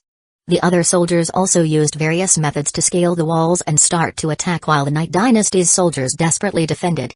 However, their enemies had a big advantage in numbers and also had archers who ferociously shot at the defensive wall. The situation was quite grim for the Knight Dynasty, and their casualties continuously increased. It seemed that they would be broken through by the vile dynasty sooner or later. Similarly, the battle in the air was not going well for the Knight Dynasty either. The Knight Dynasty's city lords were surrounded by the city lords from the vile dynasty and the four other factions. The Knight Dynasty's 5 ancestors were also completely suppressed and had many injuries. They would not be able to hold on for too long. Hyuga loudly laughed as he attacked Yi King, as he had absolute confidence that he would be able to destroy the Knight Dynasty. He licked his lips as he said sinisterly to Yi King, "I'll cut your flesh off bit by bit later and enjoy it properly." Yi King coldly laughed as he replied, "Really? Are you sure you've won?" This made Hyuga feel quite confused. Victory was almost guaranteed for them, but just as he was about to attack Yi King again, a chilling feeling spread out in his heart that he had never felt before. Boom! Boom! Boom! Shocking explosions sounded out as blinding light devoured everything at the center of the black tide. Everyone was temporarily blinded and the ground continuously trembled as the world was filled with the roars of the explosions.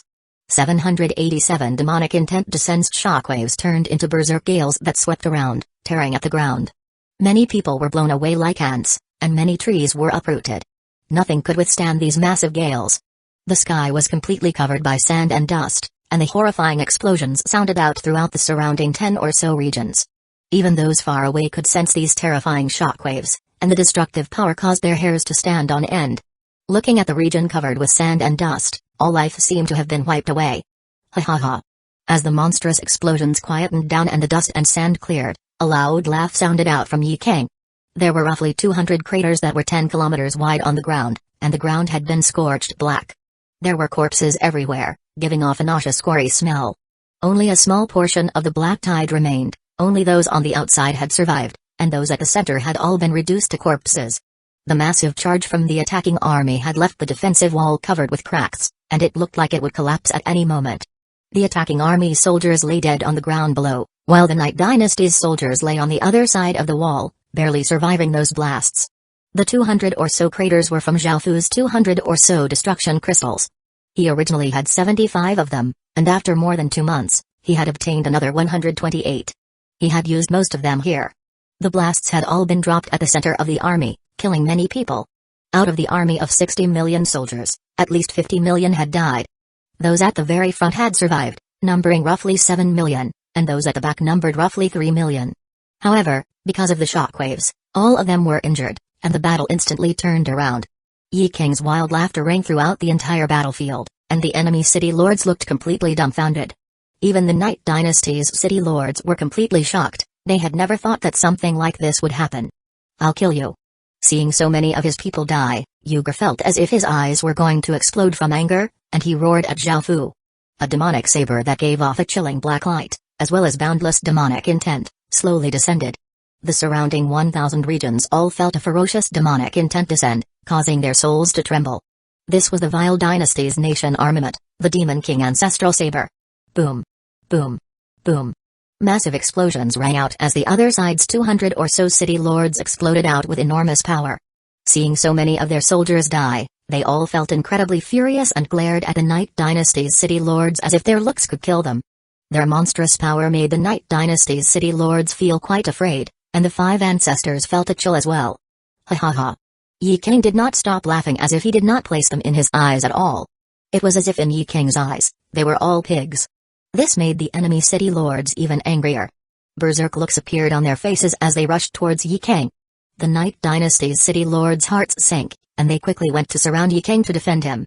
They could not help but feel angry at Yi King for madly laughing at a time like this, making the enemy even angrier.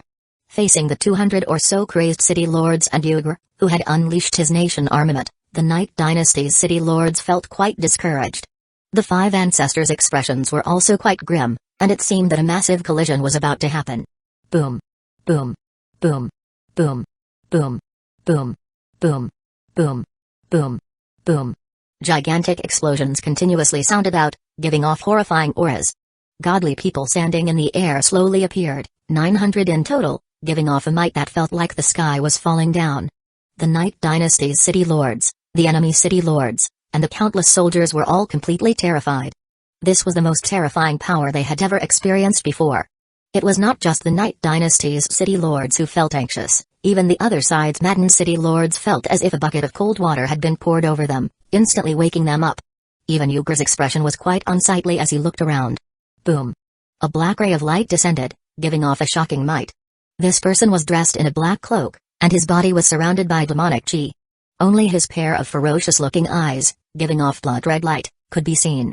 All of the city lords' bodies froze. They felt as if they had been gazed at by an extremely frightening beast. They could not tell if this figure was a person or a god. "I said that you were all seeking death. Kill them all, don't spare a single one." Yi King yelled out, giving off immense killing intent. Great Kin's city lords all complied, starting to massacre the enemy city lords. The Night Dynasty's city lords felt as if they had just walked out from hell. Their backs were completely soaked with cold sweat. They had never thought that these people would follow Yi King's orders. The people from the other factions had never thought that Yi King would have such powerful forces either. Right now, the only thing on their minds was to escape. Even though the city lords from the various factions wanted to escape, they were tied down by Great Kin's many city lords. Hyuga turned into a ray of light and shot off into the horizon, not wanting to fight at all. Even though his nation armament was incredibly powerful, that power had limits. Facing 900 city lords, he would definitely die. Standing beside Yi King, Zhao Fu used his real body. His left eye twitched as an immense aura rushed out, causing thousands of chains to fly towards Hyuga. As the countless chains rushed at Hyuga, Hyuga was greatly startled and did not hesitate to use the Demon King Ancestral Sword. A gigantic saber light slashed out, cutting the incoming chains into segments. Seeing this, Hyuga felt quite pleased and continued to run away. At that moment, City Lord seals shot out of Zhao Fu's body, turning into rays of light that flew towards Hyuga.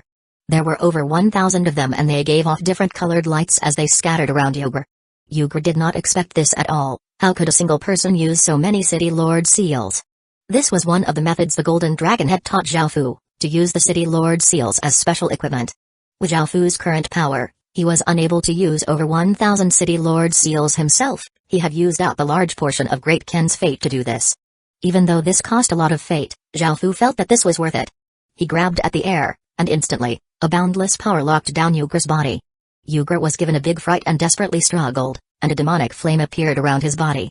He tried to unleash all of his nation armament's power, but at that moment, 5 chains flew out from the ground, binding him in midair and dragging him down into the sealed region. 788 Demon King Ancestral Saber. After temporarily sealing Hyuga, Zhao Fu turned his terrifying gaze to the remaining enemy city lords. Those city lords felt a chill within their hearts, and their bodies trembled as if they were naked during winter. It was an uncontrollable shaking out of fear. Zhao Fu turned into a ray of light and shot towards a few ancestor-level figures while Great Qin's city lords also acted. Yi King laughed as he also flew over, and the Night Dynasty's city lords had their confidence greatly bolstered as they also flew towards the enemy city lords. Below, the Night Dynasty's soldiers started to hunt down the remaining enemy soldiers. Because of the terrifying shockwaves, the enemy soldiers were all injured, and their morale had plummeted. They were completely suppressed by the Night Dynasty's soldiers, and some enemy soldiers even started to run away. After the massive battle, Great Qin killed 203 city lords. None of them had been able to escape. Great Qin had won a decisive victory, with only a few city lords being injured. The vast majority of the enemy soldiers had been killed already, and after dealing with the enemy city lords, the Night Dynasty and Great Qin's city lords came to deal with the remaining soldiers. Only a very small portion had been able to escape. Seeing that the battle was over, Zhao Fu went down into the sealed region and looked at Hyuga, who was bound by countless chains. He coldly laughed and gave his body to the golden dragon. Hyuga stared with wide eyes and looked at Zhao Fu vehemently as he cursed, "How the hell did trash like Yi King ally with people from another world? Do you know who I am? I'm a legatee of the Dark Daemon world. If you do anything to me, you'll be starting a war between two worlds." Even though Zhao Fu had demonic chi covering his aura, after using Great Qin's fate, Hyuga, who was a legatee of the Dark Demon world, had sensed that Zhao Fu was not someone from the Dark Daemon world. Zhao Fu did not reply to Hyuga's words, as his body was currently being controlled by the golden dragon. Zhao Fu stretched out his hand and faced his palm towards Hyuga, and 15-centimeter wide magic formations floated out in front of his hand. Hyuga sensed something and his expression fell as he yelled, "Stop! Otherwise, I'll definitely kill you." However, his yelling made no difference to what Zhao Fu was doing. He grabbed out with his hand, causing a black city lord seal and a demonic saber to be sucked out from within Hyuga's body by a golden light. As the two items left Hyuga's body, they continuously trembled, wanting to return to his body. However, they were locked down by the golden light, unable to return at all. This city lord seal was twice the size of an ordinary city lord seal and gave off dense demonic chi. It seemed to be made of black jade, and it had a squatting demon engraved on it. This was the city lord seal of a level 1 capital city. The demonic saber was very slim and was 1 meter wide. At its hilt, there was an engraving of a two-horned demon. The blade was completely black, and the edge gave off a blood-red light. This was the Vile Dynasty's nation armament, the Demon King Ancestral Saber. Because Hyuga had just used it, the Golden Dragon was able to easily use Hyuga's body to draw it out, otherwise, it would have taken a lot of effort. After locking down these two items, Zhao Fu took out a reality fruit. The reality fruit floated above Zhao Fu's hand and slowly turned into a mass of crystals. Zhao Fu threw out the crystals, causing them to shoot into Hyuga's body, bringing Hyuga's body into the real world. Following this, Zhao Fu did not do anything else and returned to the surface. He controlled Yi Kang's body to descend to the ground and press his palm against the ground, causing countless traces of black substance to spread out from his palm. They formed an octagonal diagram, which was Yi Kang's king seal. After Yi Kang's diagram had formed, it seeped into the ground like it was liquid, forming a final seal. Zhao Fu could not kill Hyuga yet, as he was a legatee of the world. If he was in fatal danger, he would gain his world's power, making it quite difficult to deal with him. As such, Zhao Fu could only use Yi Kang's power to form a seal so as to hide this matter and avoid any suspicion. Looking at the two items in his hands, Zhao Fu could not help but feel incredibly delighted. Now, he only had a single aim, which was to relocate Hyuga City. This city was a level 1 capital city, and relocating it would give Great Qin 3 capital cities. After leveling up the Great Qin city 2 more levels, he would be able to establish a kingdom.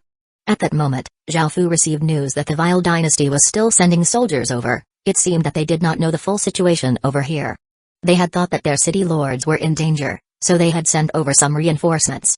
Zhao Fu left this to the Night Dynasty to deal with, as the most important thing for him to do right now was to go to the Western continent to relocate the Vile Dynasty's city. No matter what sort of price he had to pay, Zhao Fu was determined to obtain that city. As Zhao Fu left with the countless city lords, the shocked ancestors came to Yi Kang's side and asked politely and respectfully, "Yi Kang, just who were those people?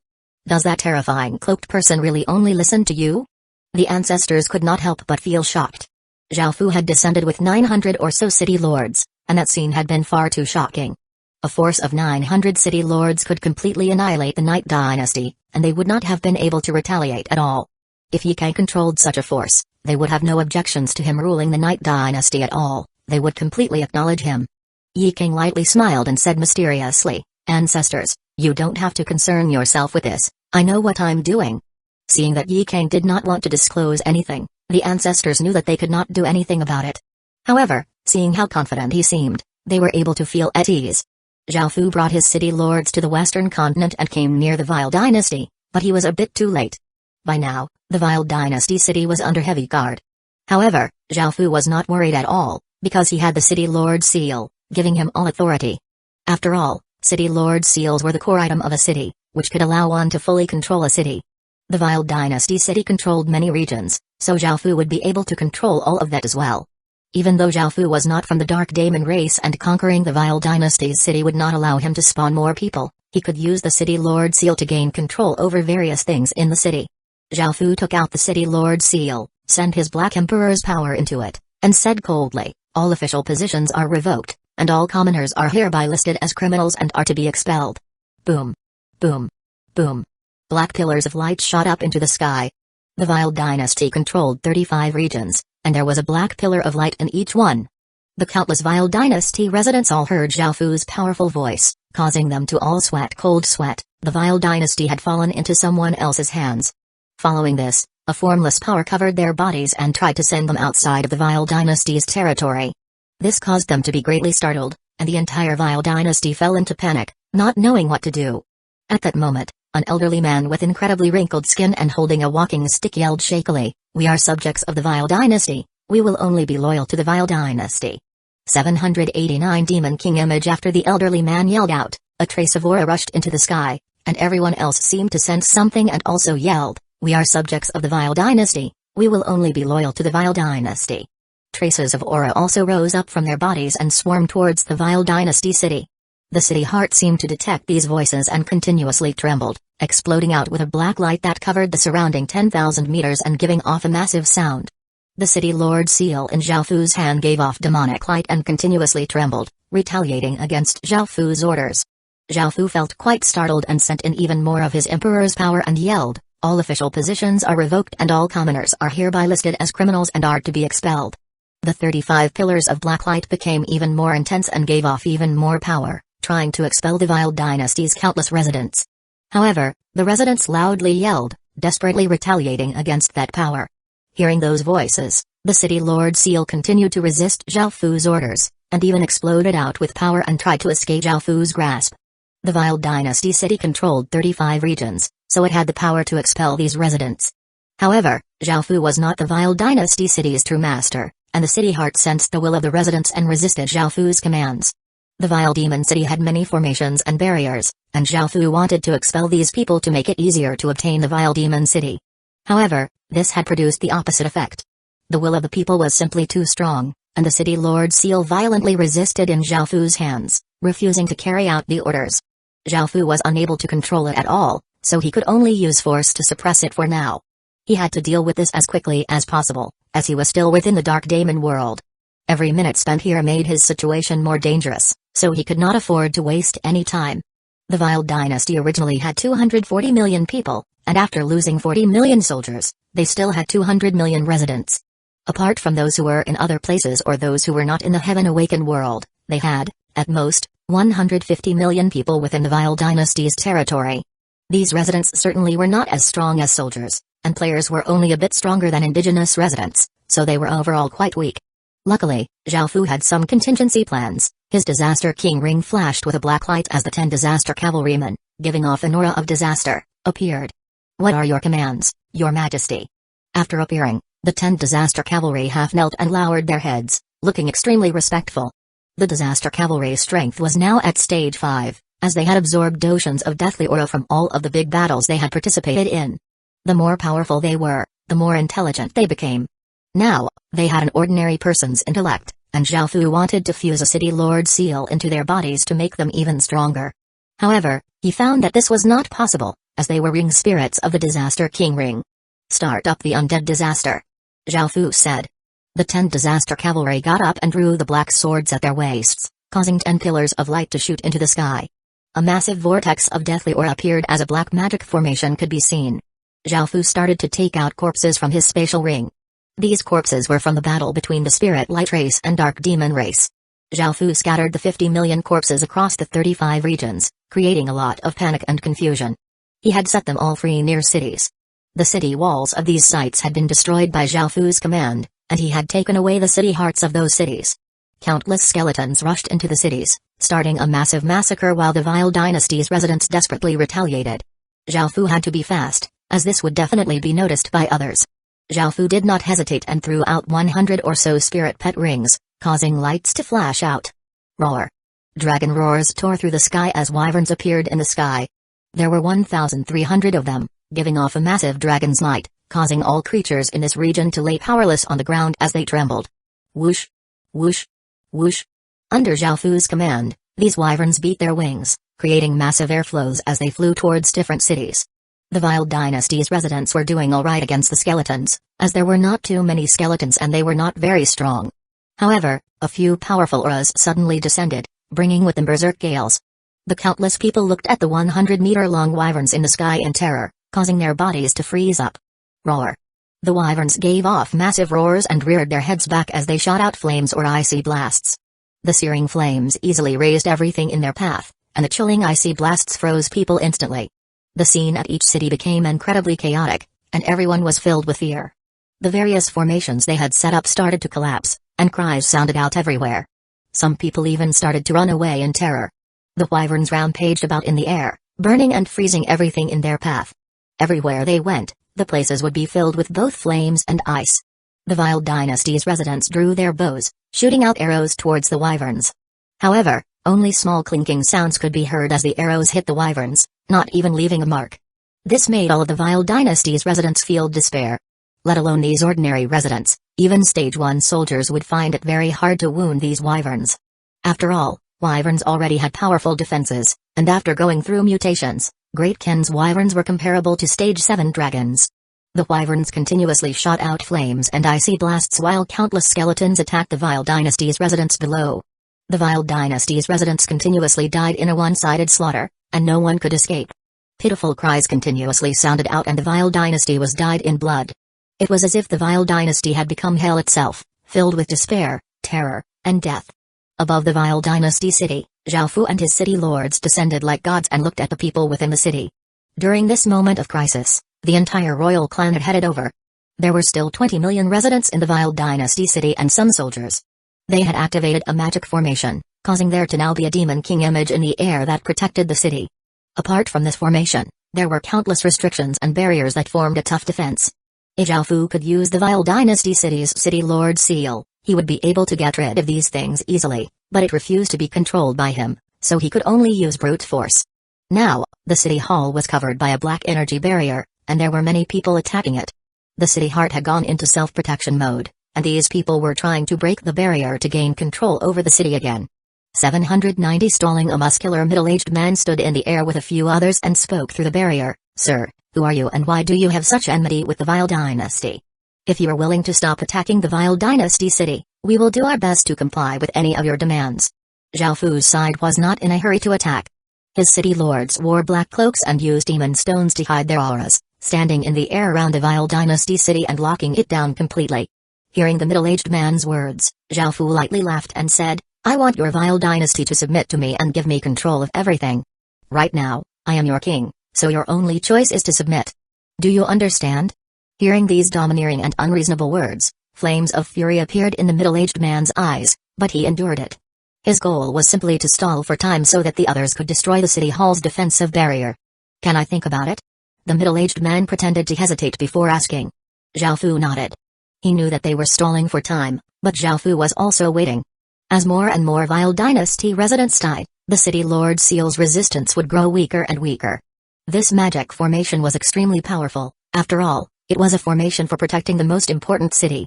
The Demon King image also had the ability to attack, but for safety, it was in a defensive mode and was supported by 20 million residents. It was also protected by various restrictions, so Zhao Fu and his city lords would not be able to break through them quickly. As such, Zhao Fu did not try for now.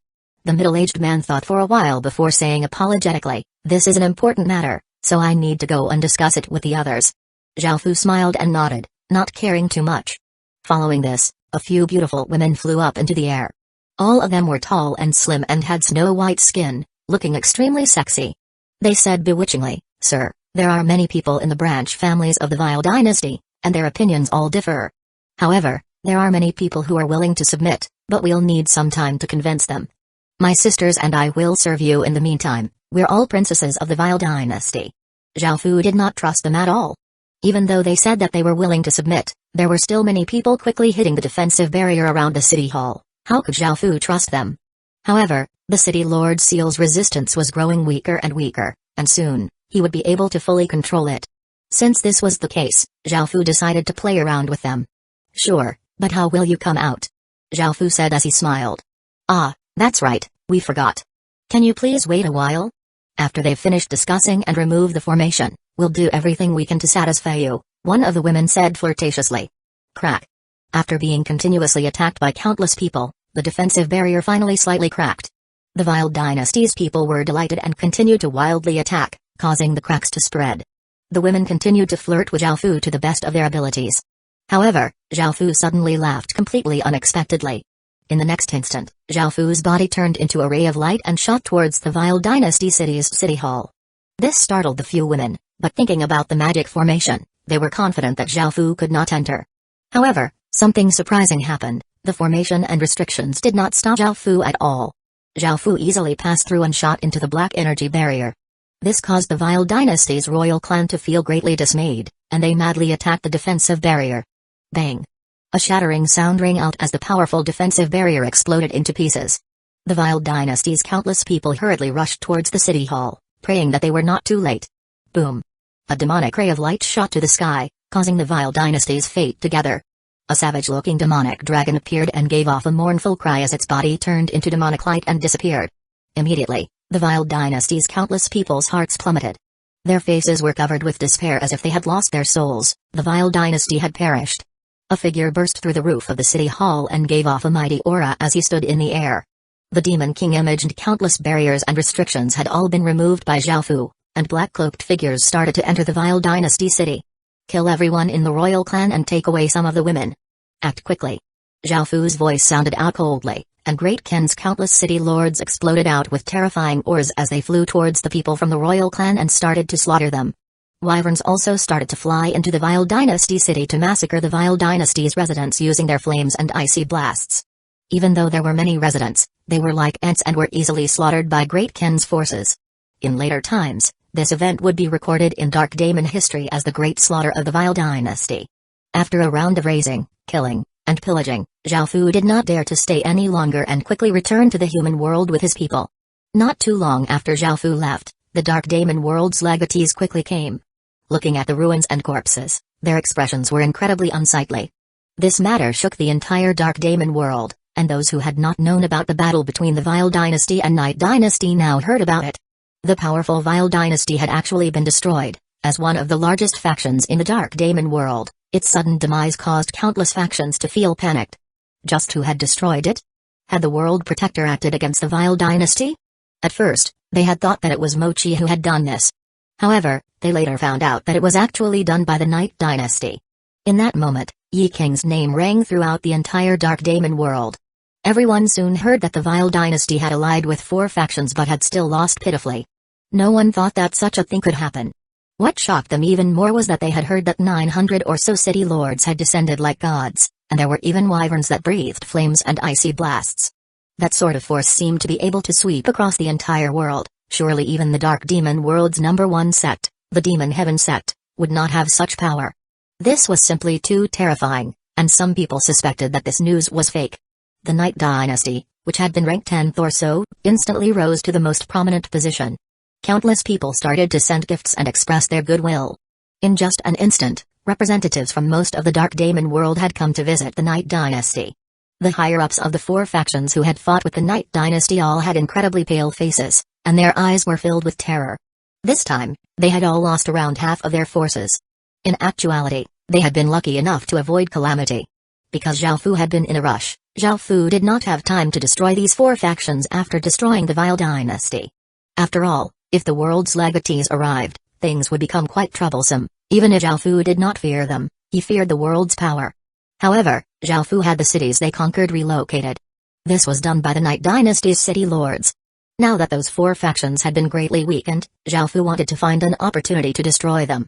791 Mysterious Faction. Because the dust had not yet settled, Zhao Fu did not dare to act yet.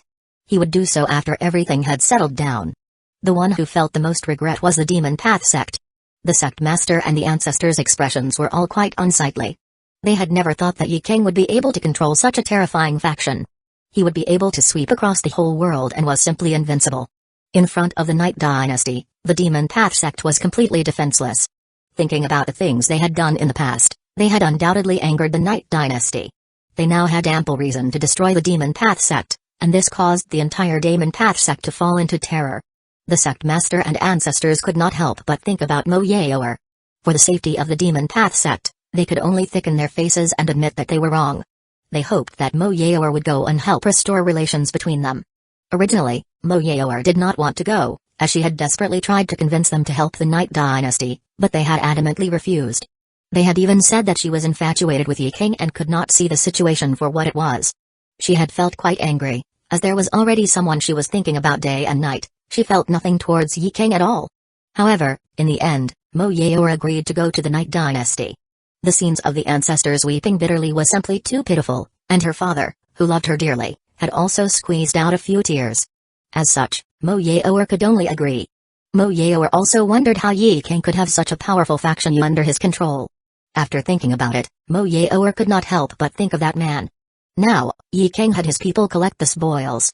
There was a massive amount of equipment, money, and resources. They did not lose many people either, only 4 million or so.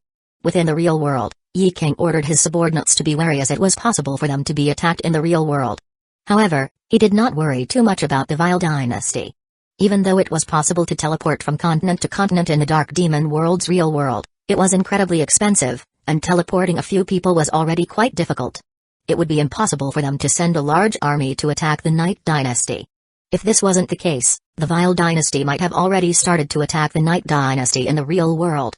If that had happened, things would have been very bad for the Night Dynasty, as Zhao Fu could not go to the real world to help. The only thing he could do was bring all of the Night Dynasty's subjects into the Heaven Awakened world, but the downside was that they would die true deaths if they died again. Also, after the Vile Dynasty's ancestors and important figures had died in the Heaven Awakened world, various cliques started to fight for power within the Vile Dynasty, making them not as much of a threat anymore. Of course, Yi King accepted the goodwill that the various factions showed, and the Night Dynasty now stood at the peak of the Dark Demon world. It was incredibly lively and jubilant at the Night Dynasty, but the world's legatees all looked quite grim. They realized that the faction that had helped Yi King definitely was not from the Dark Demon world. Even though they had tried to cover it up, they could not fool the legatees. After all, there was not such a powerful faction in the Dark Demon world. Also, another thing was that the most important person, Hyuga, was missing. However, he was not dead, as one of the legatees. They could sense this. Afterward, they heard from people who had died and returned to the real world that Hyuga had been sealed underground using chains by an incredibly terrifying existence. That terrifying existence was incredibly powerful and seemed like a god. No one had been able to see his appearance clearly, but his shocking eyes could be clearly seen and made one feel as if they had fallen into hell.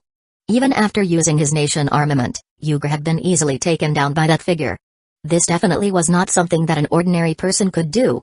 Hyuga ranked third out of the legatees, and now that he had been defeated so easily, the other legatees felt incredibly unsettled. After his battle with the Spirit Light World's World Protector, Mochi was still in closed-door training to recuperate. They could not count on him to help. That unknown existence made it difficult for all of them to eat or sleep. All of the legatees were afraid that the terrifying existence would suddenly appear before them. When that happened, none of them would be able to escape. At that moment, an elegant-looking young man, the legatee of the Nether King dynasty, received some news and said, "I know where Hyuga is. He was forcefully sealed and should be where the Vile Dynasty and the Night Dynasty fought." Hearing this, everyone felt quite delighted. If they could find Hyuga, they could find more information about that terrifying faction. Following this, the legatees went to the place of the battle and immediately found the sealed area. Seeing the seal, the bald-headed elder said, "Let this old man give it a try." After saying this, the elder took out a staff that was covered with runes and gave off a strange light. He came down to the ground and found the center of the seal and stabbed the staff into the ground, causing the runes to seem to come to life. Instantly, a black mark appeared on the ground, and just as the bald-headed elder was about to move on to the next step, the enchanting woman seemed to detect something and cried out, "Hurry and leave." Clang, clang, clang. The sounds of countless chains rang out as the legatees in immense danger. All of their heads stood on end, and none of them hesitated to turn into rays of light to shoot into the sky. At that moment, thousands of chains burst out of the ground, giving off shocking sounds. However, the legatees reacted fast enough and were barely able to escape the chains. Ha ha ha. Light laughter sounded out, and the legatees were startled to see Yi King appear. You're a traitor to the Dark Daemon race, you actually allied with someone from another world to harm our race. The bald-headed elder said furiously. Yi King's smile disappeared as he said, should I have just let the Vile Dynasty destroy the Night Dynasty then? Who cares if we're the same race? The Vile Dynasty wanted to destroy the Night Dynasty, so of course I can use another faction to destroy the Vile Dynasty. Also, I advise that you don't anger that faction. I'm sure you've realized how small and pitiful you are in front of them. Let me tell you now that that faction spans across 50 or so factions and that they are not someone you can afford to offend. The people who entered the Dark Daemon world are but a small team from that faction, and there are tens of thousands of such small teams. Now, do you understand how terrifying they are? They're not a faction that a new world like ours can resist. I advise you all to be careful, otherwise, you won't even know how you died. Of course, Zhao Fu said these things to make the Night Dynasty seem even more mysterious and have others fear it more. He made up this mysterious faction to make it impossible for them to guess that they were actually the humans who they looked down on so much. Just as expected, Zhao Fu's words caused the legatees' expressions to become incredibly serious and for them to feel greatly shocked. 792 Great Ken Demon Saber. The reason why they believed Yi King's words was because he seemed to know a lot about the outside world, more than them, at least, making it likely for him to actually have a relationship with a faction outside. If what Yi King was true, that faction would be incredibly terrifying. Just a small team had such immense strength, and if they sent over a few teams, the Dark Daemon world would never know peace again. Even though they still had some doubts, it was best to take what Yi King was saying seriously. If that faction really did exist and they stupidly opposed him, that faction might send out a few teams to destroy them like the Vile Dynasty had been destroyed. The chains from just then had nearly sealed them, and everyone could tell how terrifying they were. Naturally, none of them wanted to try to undo the seal again. However, facing Yi King, who had borrowed power from a faction from a different world, their expressions were quite unsightly. There were traces of fear, disgust, and fury. Suddenly, an enchanting woman said, was that faction how you were able to take control of the Night Dynasty in a single night? Hearing this, everyone realized how Yi King had been able to take over the Night Dynasty. If he had the support of that faction, it would make complete sense. Yi King lightly laughed but did not reply. The enchanting woman coldly harumphed, I hope you look clearly at your identity and your race.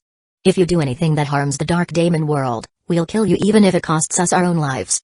After saying this, the woman turned into a ray of light and shot into the horizon. The other people also left, as there was not much more they could do. They mainly feared that faction standing behind Yi King, and since it was the Vile Dynasty who had attacked first, they could not say much about this matter. They could only give Yi King a warning, remind him about his identity, and tell him not to be a traitor to the Dark Demon world. Yi King lightly chuckled and did not pay much mind to their words. After all, Zhao Fu was a human, so how could he betray them? Following this, Yi King returned to the banquet. Back at Great Kin, Zhao Fu's subordinates reported to him their shocking gains. They had obtained 203 cities, including one capital city, which fulfilled the requirements to level up the Great Kin city into a royal city. The experience point they had gained now pushed the Great Kin city halfway to its next level. After leveling up the Great Kin city another 2 levels, the Great Kin Empire would be restored. It would not just be an empty name but would be a true empire again. There were now 3 things for Zhao Fu to do: re-establish the Vile Dynasty city, refine its nation armament, and restore the desolate blood mask. Zhao Fu decided to put aside re-establishing the city for now. He would refine its nation armament first. The Dark Daemon world residents and Vile Dynasty women required for refining the nation armament had already been gathered. Zhao Fu just took out 100,000 people form the Night Dynasty's indigenous residents. Now that the Night Dynasty had 60 million people, having 100,000 less would not make a difference. Also, when Zhao Fu destroyed the Vile Dynasty, his subordinates had captured 20 or so women. Within them, they included Hyuga's mother, a few concubines, and a few princesses. They also captured a few concubines from branch families and a few of Hyuga's women. Zhao Fu also brought back the women who had tried to seduce him. They no longer looked flirtatious and instead looked incredibly hateful and furious. Zhao Fu first made these people concubines. In actuality, capturing these women was the best way of obtaining Phoenix Chi. They had captured many of them and all of them had quite a lot of Phoenix Chi. After making them concubines, countless traces of golden Phoenix Chi rose up from their bodies and was absorbed by the Emperor Phoenix statue. The Emperor Phoenix statue was now 400 meters wide and gave off a powerful aura that could almost rival a nation armament. Zhao Fu brought the women into the refining building, which was the place for refining nation armaments. It was a 3-story building that was even bigger than before and much more luxurious looking. The ground was made using warm jade that gave off a faint warmth. After bringing them in and a wave of moan sounded out, Zhao Fu put on his clothes again and went before the Demon King ancestral saber that was no longer struggling, and he took it to the heaven and earth refining formation. Zhao Fu once again gathered Beiqi and the other generals. This was the second time Great Ken was refining a nation armament, so Zhao Fu was quite excited. Zhao Fu placed the Demon King ancestral saber into the heaven and earth refining formation and looked at the generals. The generals all nodded, sending a massive amount of fate into the heaven and earth refining formation. The heaven and earth refining formation started to absorb the boundless fate and give off a faint light. Boom! A massive explosion sounded out as a rainbow-colored pillar of light shot up into the clouds. Countless traces of heaven and earth fate madly gathered, causing wild gales to blow and for the heavens and earth to grow dim. As the enormous amount of fate continuously gathered, it was gradually compressed, and an extremely terrifying aura spread out in the sky. The entire northern side of the Midland continent once again experienced a wave of terrifying power. They immediately knew who was doing this and were not too surprised, they had long since become used to such things. Finally, as the countless traces of fate were condensed, they formed a 100-meter-tall cauldron that gave off a rainbow-colored light. This cauldron gave off immense might and could cause anyone to tremble in its presence. Following this, everyone continued to send fate into the magic formation, and the massive cauldron shook as a formless flame lit up within the cauldron, starting to refine the Demon King ancestral saber. As the Demon King ancestral saber was refined, the vile dynasty's aura started to leave it, and it gave off a faint demonic light and a shocking aura. At that moment, the 100,000 Dark Daemon world residents knelt on the ground, and Great Ken fate rose up from the ground, flooding into the rainbow-colored cauldron. The formless flames absorbed Great Ken's fate and instantly became black flames, and the Demon King ancestral saber also absorbed Great Ken's fate. Time gradually passed, and the rainbow-colored cauldron, which gave off immense might, turned into countless traces of fate and dissipated.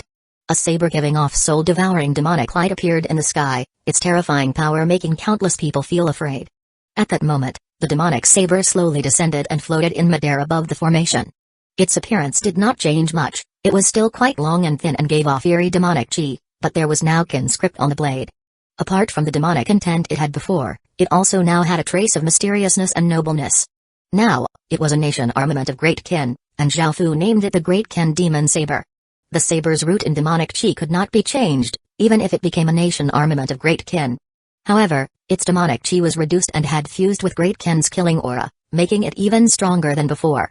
After destroying the Vile Dynasty, which had been one of the more powerful dynasties of the Dark Demon world, Great Ken had obtained the notion of fate, making Zhao Fu feel quite joyful.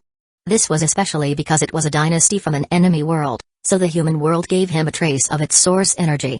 793 World Cleansing Butterfly. This trace of the world's source energy was a rainbow-colored ball as big as a bean. Even though it was incredibly small, the power it gave off was incredibly monstrous, more than over 1,000 destruction crystals combined. That was how terrifying the world's source energy was. However, this trace of source energy was not for Zhao Fu to use, it was for the world cleansing butterfly. After Zhao Fu had become the world protector, he had been rewarded with his own egg. Ever since he had obtained the egg, it had shown no signs of hatching despite Zhao Fu using medicine to speed up the incubation process. The effects were negligible or non-existent. This was because the world cleansing butterfly was a world beast created using the world's fate. They were very rare even within the Heaven Awakened world, and ordinary medicines would naturally be useless. Zhao Fu placed Great Ken's demon saber in the city hall next to the city heart. This allowed it to be nourished by the Great Ken's fate. Then, he took out the egg and slowly fused the trace of the world's source energy into the egg. Immediately, Zhao Fu felt a powerful life force from within the egg. The weather started to change as countless traces of heaven and earth spirit chi started to gather, and the egg's aura became more and more terrifying. The world seemed to go quiet as all beasts, whether tigers, lions, or wolves within China's territory, all obediently lay on the ground, instinctively feeling terrified. The wind stopped blowing, and the light seemed to freeze. At that moment, the human world's legatees also sensed this wave of power and turned their gazes toward where Great Ken was. The egg was now floating in the air, and a tiny figure moved about within it. Following this, a little black head poked itself out of the top of the shell and curiously looked around. After finding there was no danger, it dragged its entire body out. The rainbow-colored shell turned into dust and disappeared, and a chubby caterpillar that was 1 finger length long floated in midair. After sensing Xiaofu's aura, the little caterpillar happily flew over to Xiaofu, and Xiaofu sensed a consciousness trying to communicate with him. However, because the caterpillar had just been born, it did not know anything and could not express itself very well. Xiaofu could not understand it, but he could sense it was very happy and excited, and it felt quite the affection towards him. Xiaofu smiled and held out the stage 5 spirit pill that he had bought in the outside world. The little fellow swallowed it in one gulp before looking at Xiaofu with its round black eyes. She seemed to want more. Following this, Xiaofu took out another 10 or so stage 5 spirit pills, and the little caterpillar gulped them all down before looking satisfied. It then lazily made its way into Xiaofu's clothes to sleep. Now that the world-cleansing butterfly had hatched, it was up to Xiaofu to raise it. The world-cleansing butterfly's potential definitely surpassed the Sky Desolation Azure Dragon. After it matured in the future, it would be more powerful than the Sky Desolation Azure Dragon, but raising it would be quite difficult. If a stage 1 beast devoured a stage 5 spirit pill, its body would explode, killing the beast. However, the little caterpillar had eaten about 10 in order to be satisfied. It seemed he would have to feed it many treasures in the future to help it grow. Xiaofu thought about it and decided to give the little caterpillar a name. He decided to base it off its actual name and call it Cleansing Butterfly.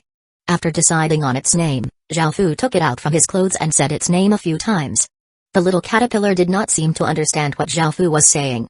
But, because it felt very close to Xiaofu, it quickly started to respond. After playing with it for a bit, Xiaofu put it back into his clothes. Because it had just hatched, the world-cleansing butterfly was still quite sleepy. By now, the 20 or so women within the refining building had regained some strength, but their faces were still quite flushed. A beautiful woman said, "Empress, should we agree to what he said?" Hearing her words, a young woman said with tears, "We'll never submit to him, and, he's a human. He is an enemy of the Dark Daemon world, and our vile dynasty was destroyed by him. It's better for us to die than to submit to him." A more mature woman sighed before saying, "It's not easy to die. There are restrictions in our bodies that stop us from even dying. Moreover, our bodies were just taken by him, and we could not resist him at all. I actually feel submitting to him would not be too bad since things are already like this, and we can't do anything about it. Moreover, he's so strong, it's the first time I've felt such pleasure before," a woman with a fairly licentious aura said. After hearing her say this, the other women's faces became red, and they looked at her angrily. She knew there was no way for them to refute what she had said, so she lightly hair-umped and laid on the warm jade to rest. The woman who was referred to as the Empress was a cold-looking woman. She was Hyuga's mother. After thinking for a while, she finally said, "The fact stands that the vile dynasty has perished. We cannot change that. We need to think about the future. If we anger him, he won't kill us, but he'll think of ways to torture us. Do you really want to live like that? Moreover, it's better for the vile dynasty city to be in our hands than in someone else's. That way, we'll be able to stand within great kin." All of the women fell silent. None of them wanted to live a life worse than death, so they all calmly considered what they should do. In the end, they could only comply and look to the princesses. They had the purest bloodlines, so they would be the best choices for being the city lord. "Linger, you have the best aptitude here, and your bloodline is the purest. He'll most likely let you become the city lord. What do you think?" the Empress said to a young woman. This young woman was one of the women who had tried to seduce Xiaofu to buy time. Her expression was cold as she thought to herself, feeling quite complicated. The other women did not say anything and waited for her to reply. They would be depending on her in the future, and without her help, the rest of them would be quite pitiful. In the end, the young woman called Erling nodded and agreed, causing everyone else to sigh in relief. After hearing they had agreed to his proposal, Xiaofu felt quite pleased. For ordinary cities, Xiaofu could casually choose a Dark Daemon person to be the city lord. However, as one of Great Kin's 3 capital cities, Xiaofu had to find a suitable city lord to properly wield its power. Only someone with the Vile Dynasty's bloodline could properly wield the Vile Dynasty city's power. And for Xiaofu, it was easier to have women submit to him than men. If it was a man, he would hate Xiaofu to death and would never submit after knowing his female relatives had been taken by Xiaofu. As such, Xiaofu could not choose a man to be the city lord of the Vile Dynasty city. 794 Origin Race. Xiaofu returned to the refining building and looked at the young woman called Erling, feeling quite surprised. Erling's expression was quite cold, and she turned her head aside, but Xiaofu did not care about her attitude. Xiaofu brought her out of the Xianyang region and went to the nearby Green province. There, he re-established the Vile Dynasty city. Following this, he made Erling the city lord and planted a 6 desires demonic seed within her body. Since he had made her the city lord, he had to fully control her. After finishing this matter, Zhao Fu ordered his people to start preparing the restoration of the Desolate Blood Mask. Back when he had first obtained a Desolate Blood Mask shard, he had thought that it had been the shard of a nation armament. After all, even the description described it to be a shard of a nation armament. However, after Chuoba King had awakened her bloodline, the shard had started to change, and the Golden Dragon said it was not just a nation armament but something that surpassed Emperor Heaven armaments. Zhao Fu did not know what was going on, but perhaps after restoring it, he would be able to learn more about it. As such, he quickly called Chuoba King over. Now, Chuoba King's eyes were blood red, and she looked incredibly bewitching and beautiful. However, her personality was still quite pure and simple. After hearing they were going to repair the Desolate Blood Mask, she felt incredibly happy as she felt a great sense of familiarity toward the Desolate Blood Mask. Repairing the Desolate Blood Mask was different from refining a nation armament, but it also required the heaven and earth refining formation. First, it required the blood of at least 100,000 people, and it had to be people with bloodlines related to Chuoba King's bloodline. After such a long time, the various cities, towns, and villages had spawned enough people. This was because Zhao Fu had made Chuoba King the city lord of a city, and he made the people it spawned the mayors and village chiefs of towns and villages. This way, they had spawned 180,000 people already. Zhao Fu ordered the 180,000 people to gather together and give a bit of their blood, which he collected. Even though they only needed the blood of 100,000 people, it was better to have as much as possible. After collecting the blood, Zhao Fu took out the 4 Desolate Blood Mask shards and brought Chuoba King to the heaven and earth refining formation. This time, they were not using fate to perform a great world refinement but a blood refinement.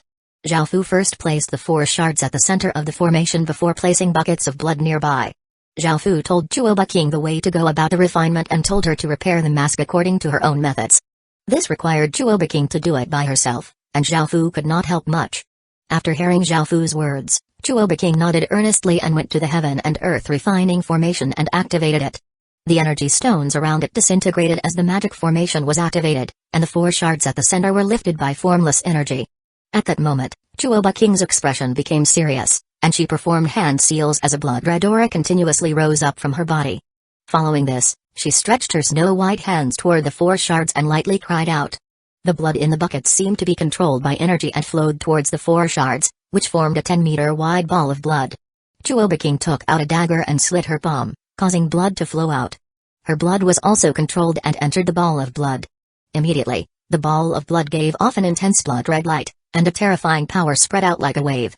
The sky seemed to dim and become completely dark. Without a trace of light, everyone felt quite afraid. Suddenly, the ball of blood gave off a monstrous aura and turned into a ray of light as it shot into the sky. It gave off blood-red light that covered as far as the eye could see, looking like a blood-red sun in the sky. Husband, I can't keep controlling it. Chuoba King's expression fell as she felt the ball of blood was slipping out of her control. Just as Zhao Fu was about to do something, a blood-red light covered Chuoba King and lifted her into the blood-red sun in the sky. Immediately, the blood-red sun became 1,000 meters wide, and an even brighter blood-red light spread out. Zhao Fu's expression became quite startled. Things had spun out of control. Zhao Fu looked at the blood-red sun in the sky and wanted to stop it, but the Golden Dragon suddenly said, "Don't do anything." Hearing this, Zhao Fu could only remain still and hurriedly ask, "What's going on?" The Golden Dragon replied, "Before, I said her identity was quite extraordinary, and even I have no idea what's going on. However, I can sense the world's source energy gathering. This is not the human world's power but the actual heaven awakened world's source energy. You're unable to stop it right now with your power. If you touch it, you'll die." The entire human world became so dark that it was impossible to see their hands in front of them. The blood-red sun in the sky expanded to 10,000 meters and shined down on the entire world. Countless people looked at the blood-red sun in confusion. An indescribable night gradually descended on the world, and countless beings felt their bodies sink. It was as if their hearts were gripped by a pair of big hands and made it impossible for them to breathe. Within the blood-red sun, Chuoba King seemed to have fainted. The 4 shards gave off intense lights and gradually moved towards each other until they formed a complete mask.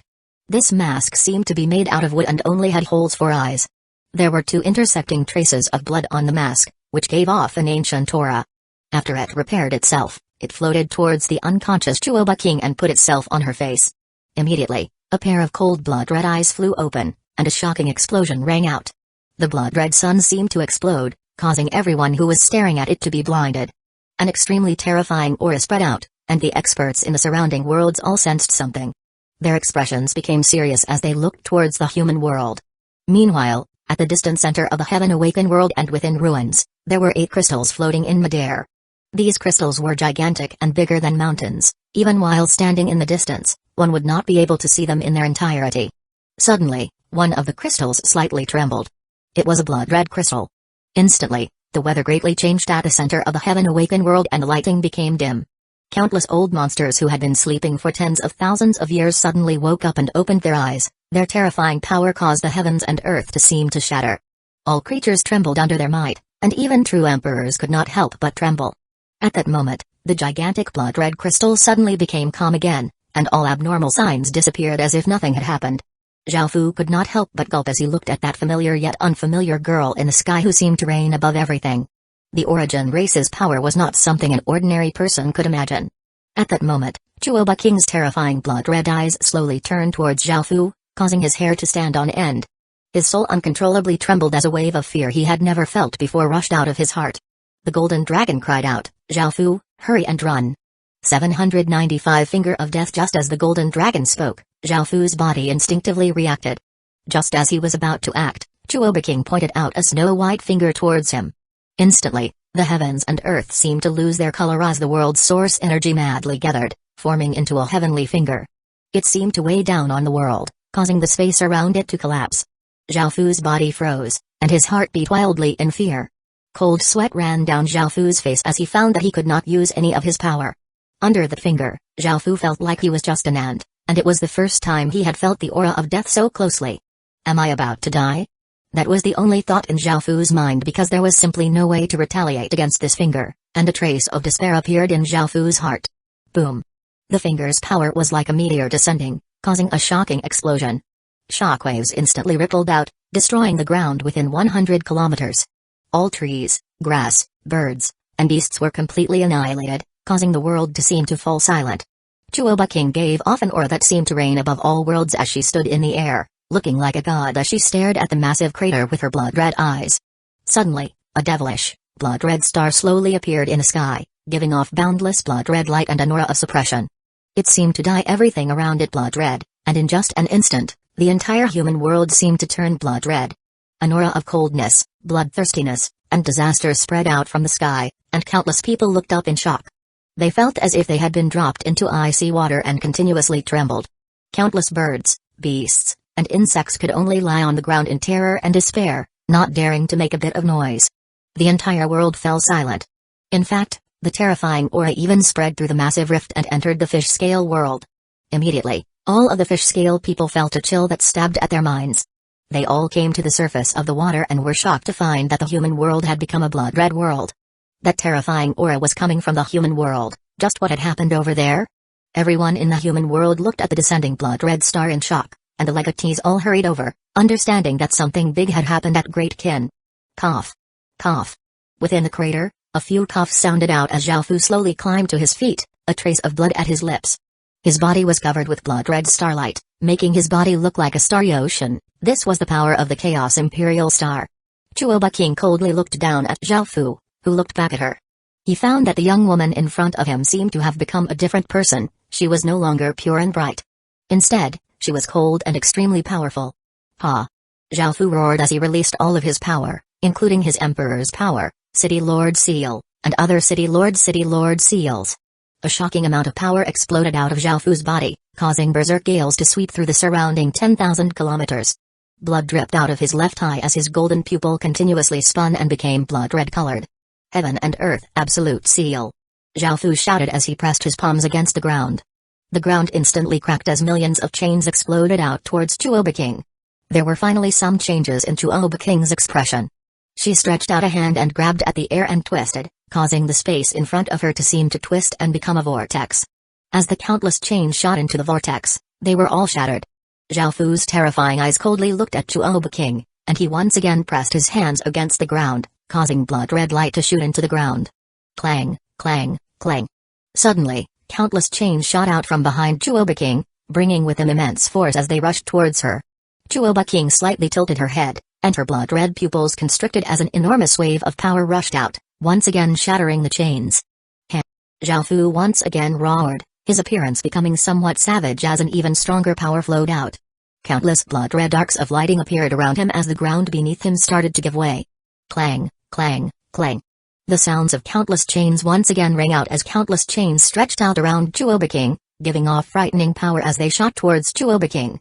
Chuoba King once again stretched out a hand and closed it, causing a round, blood-red crystal to come out of her palm, and a blood-red energy barrier spread out. Clang, clang, clang. Under Zhao Fu's control, the chain's target changed as they wrapped around the blood-red energy barrier and tightly bound it. More and more chains wrapped around it, forming a 100-meter-wide ball of chains in the sky. This scene was incredibly shocking and was something that ordinary people would never see. The countless chains not only bound the blood-red energy barrier but also temporarily sealed Chuoba King's terrifying aura as well. Whoosh, whoosh, whoosh. Thousands of chains then burst out of the ground, connecting with the ball of chains in the sky before slowly dragging it towards the ground. If Zhao Fu could drag her into the underground sealed space, he would be able to successfully restrain her. The ball of chains greatly resisted, making Zhao Fu feel quite difficult to drag it to the ground.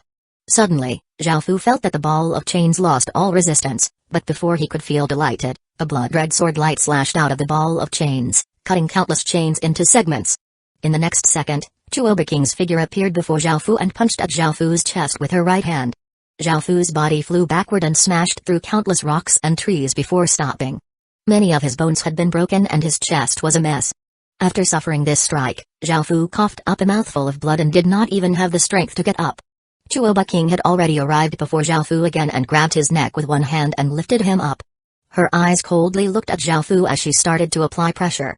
Zhao Fu felt more and more pain in his neck as if it was going to be squeezed apart. He could barely breathe anymore. Was he going to die at the hands of his own woman? Zhao Fu felt quite bitter, and looking at Chuoba King in front of him, he could not help but think back to the time he had spent together with her. He felt quite regretful. If he had known repairing the desolate blood mask would end up like this, he definitely would not have done it. However, now that things had come to this, there was nothing he could do about it. 796 Humans Power Husband, you're so weak.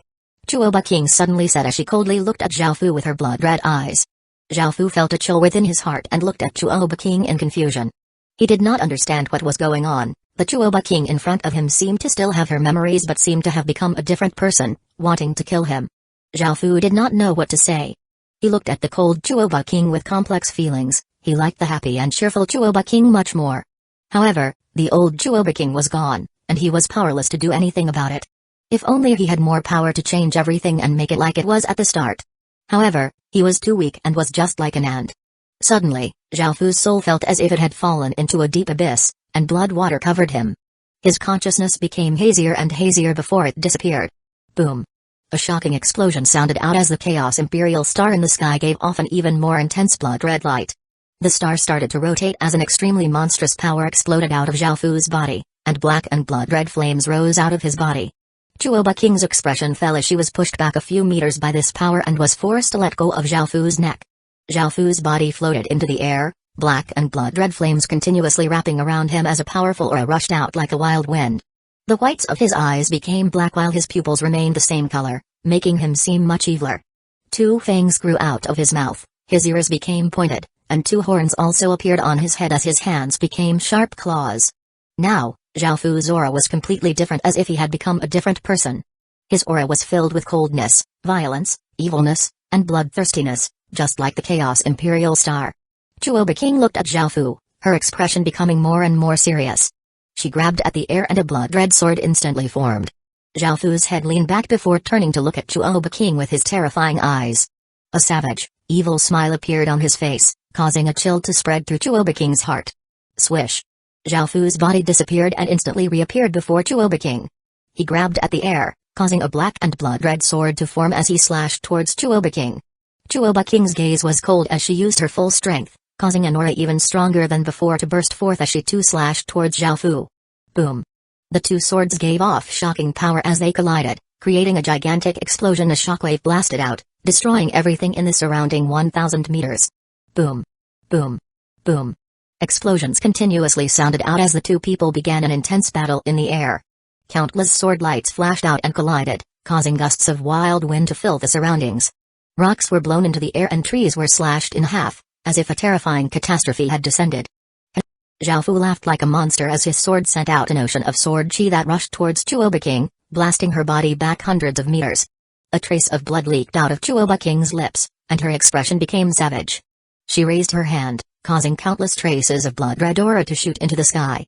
The sky seemed to be torn as a massive, crude-looking hand, giving off boundless power, stretched out and pressed down towards Xiaofu. Xiaofu felt as if there were countless mountains weighing down on him, pressing him against the ground. However, the massive hand did not disappear and continued to press Xiaofu into the ground, causing a massive handprint to appear on the ground. Rumble. The ground continuously trembled as massive stone pillars stretched out of the ground, giving off a sealing power. It seemed that Chuoba King wanted to seal Xiaofu. The blood-red light coming from the Chaos Imperial Star became even brighter, making it seem like a blood-red sun. The cold, devilish aura also became more powerful, while black and blood-red arcs of lightning appeared below the gigantic hand. Shing. A clear sword hum sounded out as a shocking sword light slashed out, splitting the hand in half. Xiaofu's body was covered with black and blood-red arcs of lightning as he got up and ferociously looked at Chuoba King as he charged at her. Chuoba King raised her blood-red sword, and countless traces of sword chi flowed out, forming a long dragon. As Chuoba King slashed out, the dragon roared and gave off a boundlessly sharp aura as it shot towards Xiaofu and seemed to tear through the sky. Xiaofu showed no fear and instead ferociously smiled. He gripped his sword with both hands and slashed out with all his strength, sending out a massive sword light that split the dragon in half and continued on towards Chuoba King. Chuoba King once again stretched out her hand, causing a blood-red energy barrier to appear. As the massive sword light smashed into it, a cracking sound could be heard as the barrier was massively cracked, but it still blocked Xiaofu's attack. However, Xiaofu's body suddenly blurred, and he disappeared before reappearing behind Chuoba King. His sharp claw instantly pierced through the cracked energy barrier, startling Chuoba King. She tried to use all her power to defend but was still sent flying by Xiaofu and coughed up a mouthful of blood. After crashing to the ground, Chuoba King lightly smiled and got to her feet before saying, "Husband, today I'll show you what human's power is."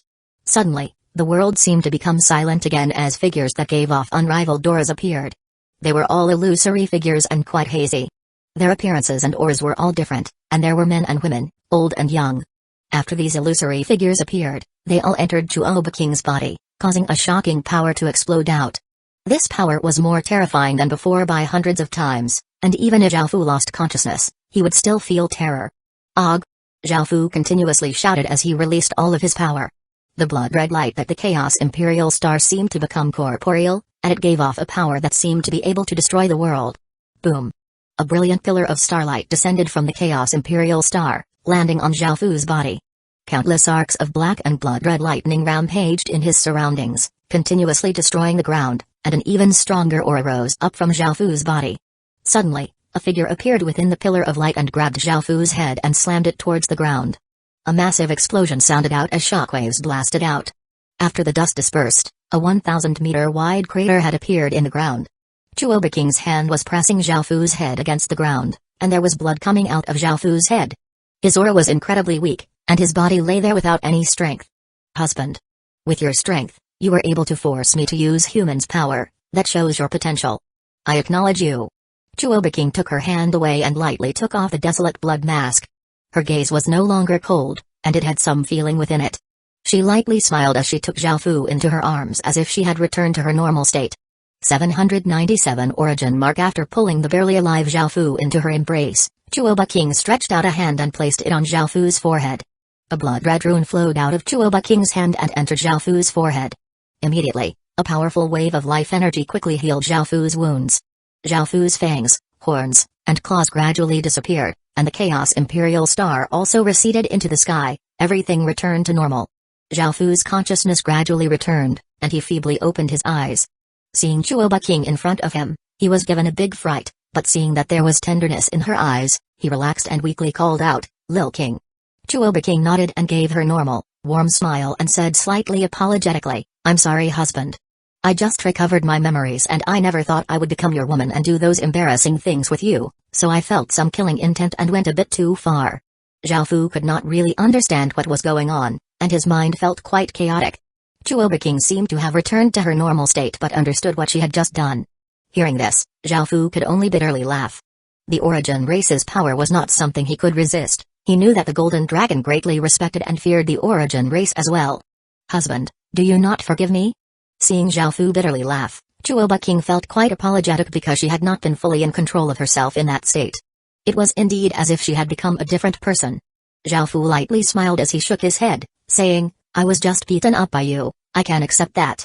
Chuoba King's face became slightly red, and she smiled before suddenly thinking about something and saying, Husband, I put an origin mark in your body. With this mark, you'll have a chance to obtain the origin bloodline. Also, I need to go now, so please take care of Wu King and the others. Zhao Fu had somewhat expected this, but he still said reluctantly, Do you have to leave?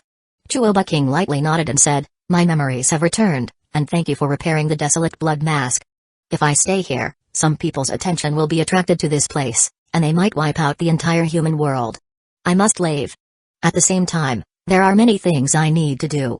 I also want to find a way to restore my power. Right now, my power is less than 1% of what it was before, so I need to quickly recover. Hearing that this massive power was not even 1% of her original power, Zhao Fu could not help but feel incredibly shocked. However, thinking about the fact that Chuoba King was about to leave, he could not help but sadly sigh.